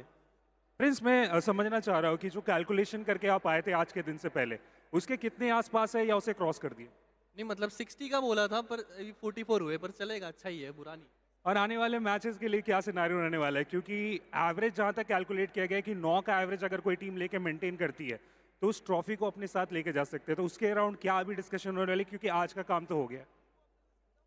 बात तो सही है, पर देखते हैं, अभी मेरे को इतना आइडिया नहीं है कि कल क्या होगा। हम ट्राई करेंगे हमारा 100%, और आज का जो टारगेट था हम वो कल पूरा करेंगे मतलब। चलिए, thank you medal sports, and I think जो करना चाह रहे थे ये तो कामयाब हुए। कल क्या होगा वो तो कल ही जानेंगे, बट अभी कास्टर्स की तरफ चलते हैं। Funny guy Prince, but Medal Esports, the team that struggled so much in the challenge season, now look at them. On the day one, in the end, they get the chicken dinner, but it does not matter. The MVP of the previous game was Jonathan. 8 finishes and 67% finish contribution with a map impact of 14%. That's the highest finishes so far in the challenge finals. Of course, 8 finishes. Even before that also, I think that in the entire roster of Hero Xtreme Godlike, Jonathan was getting those crucial frags. And finally, those 8 finishes, I think he's also aiming for the MVP of the tournament as well after this. I mean, right now, the way he's playing, finally, you can say he's playing for his team. You know, every single movement, look at it. You know, he is a player meant for these big occasions, right? And this time, I have been saying this, Hero Xtreme Godlike, they needed a hero. And Jonathan, surely, I've never seen Jonathan in the recent days making those entry frags. He's done that this time around. At this point, I think this is a good pointer that Punk can really use him as somebody to be the tip of the spear, just go in, get all those finishes. This is what I believe the audience was yearning for. This is what their fans were dying to see. And seems like their hunger has somewhat been satiated. Hopefully it has been, because look, on day one, I would still say that's a decent outing for the players of Hero Xtreme Godlike. Till the previous game, they were not really doing that great in the overall standings, but I'm pretty sure after this game, that's going to propel them in a pretty decent spot in the overall standings, maybe in the top 8 as well. It's still a big question mark though. You've got the stars of the match of the previous game on the screen. Neo, of course, being the best companion, and then you've also got Finisher being Sarvit, considering he was the one to get the final nail in the coffin. But still, you cannot really forget the fact that even CG had quite a consistent ending, right? Yeah, CG has been consistent the entire day. And not only CG, I think Medal also. If you remember, in the first game, they came on the second spot. After that, every single game, Medal is getting those average points. At least 3 points, bare minimum. They're getting in every single game. They're not getting 0 points like Hero Xtreme Godlike and Godstrain. The consistency has been there from the side of Medal as well. Exactly, it has been. But you know what? Let's look at the highlights of the previous game, and let's see how the action was initiated. It was Revenant Spark who sort of drove all the way up north on the top right corner of the map and tried to hunt down the players of Red Ross, but unfortunately did not really work that well, considering they were just able to squeeze a few points away. Then you move on towards another action that erupted, which was OG versus the players of Just Chili. And unfortunately for OG, they were not able to defend this compound. I'm really glad that Jelly managed to get all the 4 finishes to himself against the players of OG. What happened later was quite unfortunate, but still trying to wrap my heads around this fight. You had Knuckle and Some having a perfect crossfire. Surely there was that disconnect. And iQOO Soul, they are in a nightmare at this point. They're living it. And surely, you know, it's so poetic when Hero Xtreme Godlike are the harbingers of that. Yeah. You know, at this point, for Hero Xtreme Godlike, still a lot of work needs to be put in. We can't really say that, you know, they've done their bidding, they've amassed enough points that was required throughout the day. So far, Carnival Gaming, in my opinion, has been the most successful team. They would be crossing over that 50-55 point marker. They will have a huge bounty on their heads tomorrow. The best part about this day one is that no one has sort of been the difference maker. Everyone is super close in that contention. One single game can instantly be that big major changer in the overall standings. If the teams in the top 5 get a big game, they can be the difference maker. If the teams underneath the top 8 can get a chicken dinner, they can instantly be in the top 5. That's how close the overall standings are. That's how fragile they are. That's the story of every tournament. Day number 1, overall rankings are always very volatile. Day number 2, initial few games can also be the change makers, but after day 2 is over, staging a comeback is extremely difficult. It indeed is. I mean, we've got the match rankings of the previous game on the screen. 17 total points acquired by Metal Esports, exactly what they needed. And after this performance, Metal Esports is going to put themselves in the top 5 without any sort of questions. You've got Hero Xtreme Godlike with 17 points. In my opinion, that's more than enough for Hero Xtreme Godlike to initiate that comeback and also be in a decent spot in the overall standings. You flip the page and you see a few disappointments, and one of them is also going to be iQOO Soul, constantly failing to perform fixes. What is going on with this team? You know, they have been looking disconnected, and we've been over about this. Now, what is really concerning also for me is we've seen 2 different phases of Orangutan also. The first 3 games, OG, they were quite stellar, constantly getting points on the board. They were even for a moment at the top spot. And look at this. I think the remainder of the 4 games clearly did not go their way. So they have lost that wind in their sails. And at the same time, you've got 2 phases of Carnival Gaming also. In the first 3, we saw them going all out. In this last 3, we saw them get a lot of good position points. They also had a chicken dinner and a perfect balance also with those elims to themselves. I've been a big fan of the way CG has been playing so far, and I've mentioned this as well during the cast, that CG's been playing super aggressive, and I've been loving that. CG's playing complete pressure-free, and that's why they're currently at the top in the overall standings with 59 points. That's still a decent difference maker in my opinion. They've got that cushion to play with, and if CG maintains that cushion even on day 2, then maybe there's a big chance they can be the one to run away with the trophy as well. But look at the major comeback that we're seeing so far. Revenant X Spark in the top 6 with 37 points. Of course, Revenant X Spark, the day didn't entirely start in their favor. They got only 5 points in the very first Erangel. After that, they focused on the position. They focused on the survival. And after that, towards the end of the day, things really started falling in place. And Revenant X Spark was able to stage that comeback. But seems like for iQOO Soul, BotArmyEsports, even for Wyld Fangs, just look at that 2 placement points and 21 finishes. Just For Wyld, 2 placement points. Look, for Wyld Fangs, let's be honest, it's just Trey Scott putting in a lot of work. Seth, Scout, Sensei, they need to step up. At the end of the day, it's a team game. Not one single man can do the comeback. Not one single man can rack up a lot of points for you.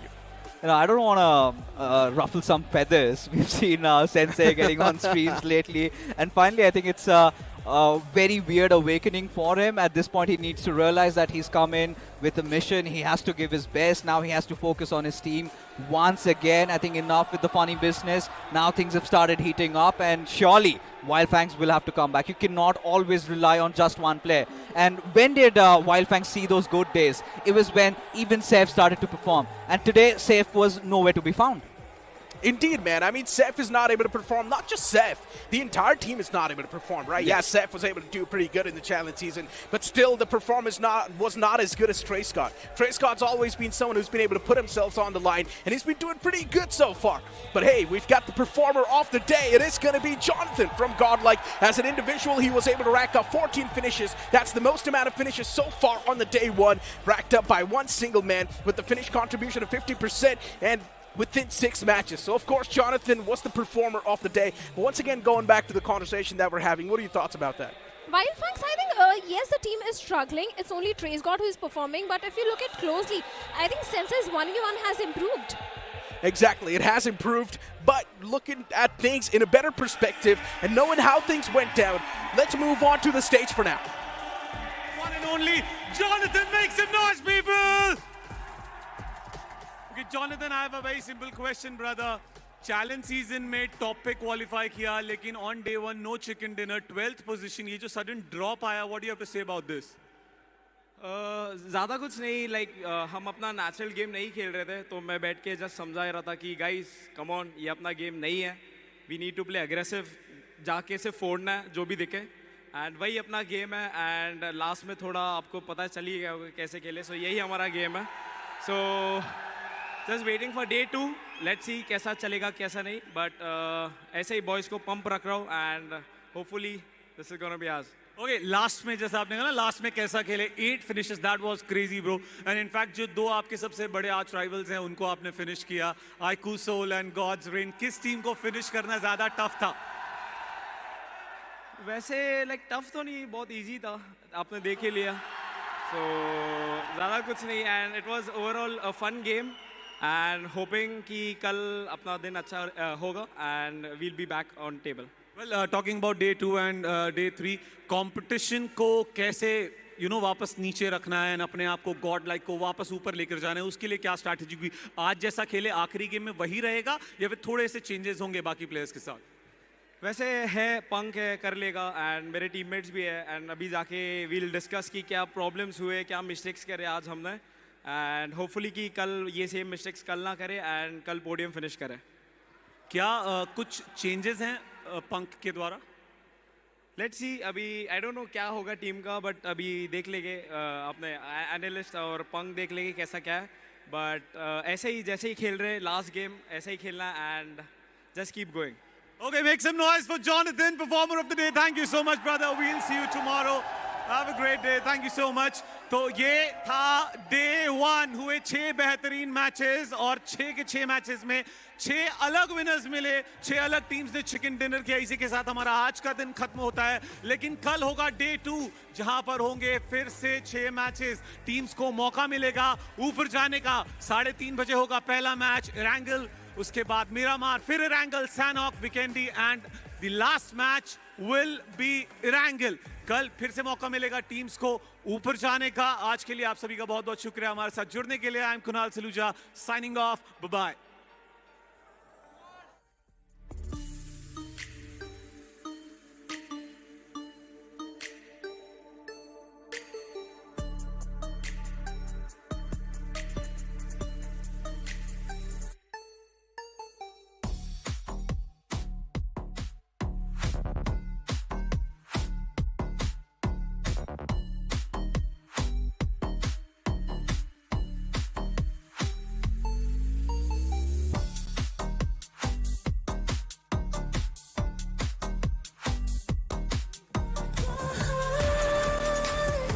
Take it back, you never had a chance. I'm gonna take the one. Call it a savage love, just till I had enough.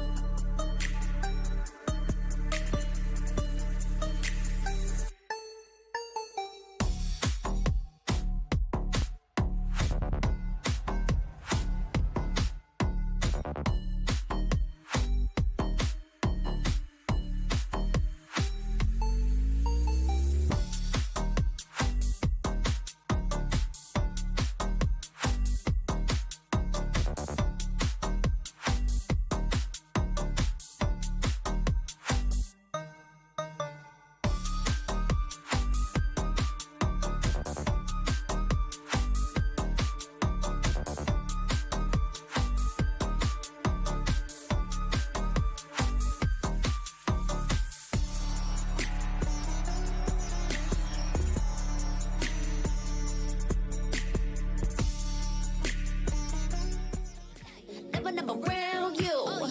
Baby, this is so vibe. Got me dancing like a soul train. Laughing the whole time. Got me singing in the shower. Baby, are you all mine? Baby, I'm your four-leaf clover. Your rabbit's foot, your charm bracelet, horseshoe. Baby, I'm your good, good omen. You wanna keep me with you. Keep me with you. Yeah, it's not hard to see. There's a pattern forming when you got me. 777 all wins, big money. The tramp over here never see me coming. I was in your back pocket the whole time. A quiet power, a silent gold mine, a big old confidence boost. You never to lose. Just know that you'll be winning cause I'm with you in the building. I'ma keep you with the good mood. Keep you up all night. Never, never around you. Baby, this is so vibe. Got me dancing like a soul train. Laughing the whole time. Got me singing in the shower. Baby, are you all mine? Baby, I'm your four-leaf clover. Your rabbit's foot, your charm bracelet, horseshoe. Baby, I'm your good, good omen. You wanna keep me with you. Keep me with you. You been looking like you're down on your luck. Need a girl like me to come through, lift you up. Hold me in your hand, I like when you touch me. Kick me around and you might get lucky. Baby, I'm your four-leaf clover. Your rabbit's foot, your charm bracelet, horseshoe. Baby, I'm your good, good omen. Yeah, you wanna keep me with you. Oh yeah, keep me with you.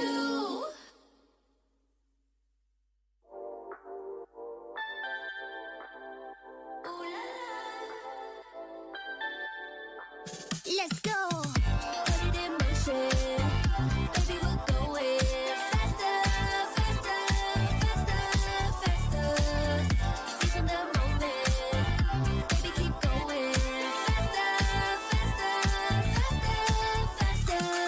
Speed up, make that thing rev. Foot on the gas so you got nothing left. Let's drive to the top of the mountain and see the view. Let's vibe, looking back on the journey, just me and you. Ain't nobody wanna go slow. Yeah, I was chilling in the past, I was solo. Now that I got you.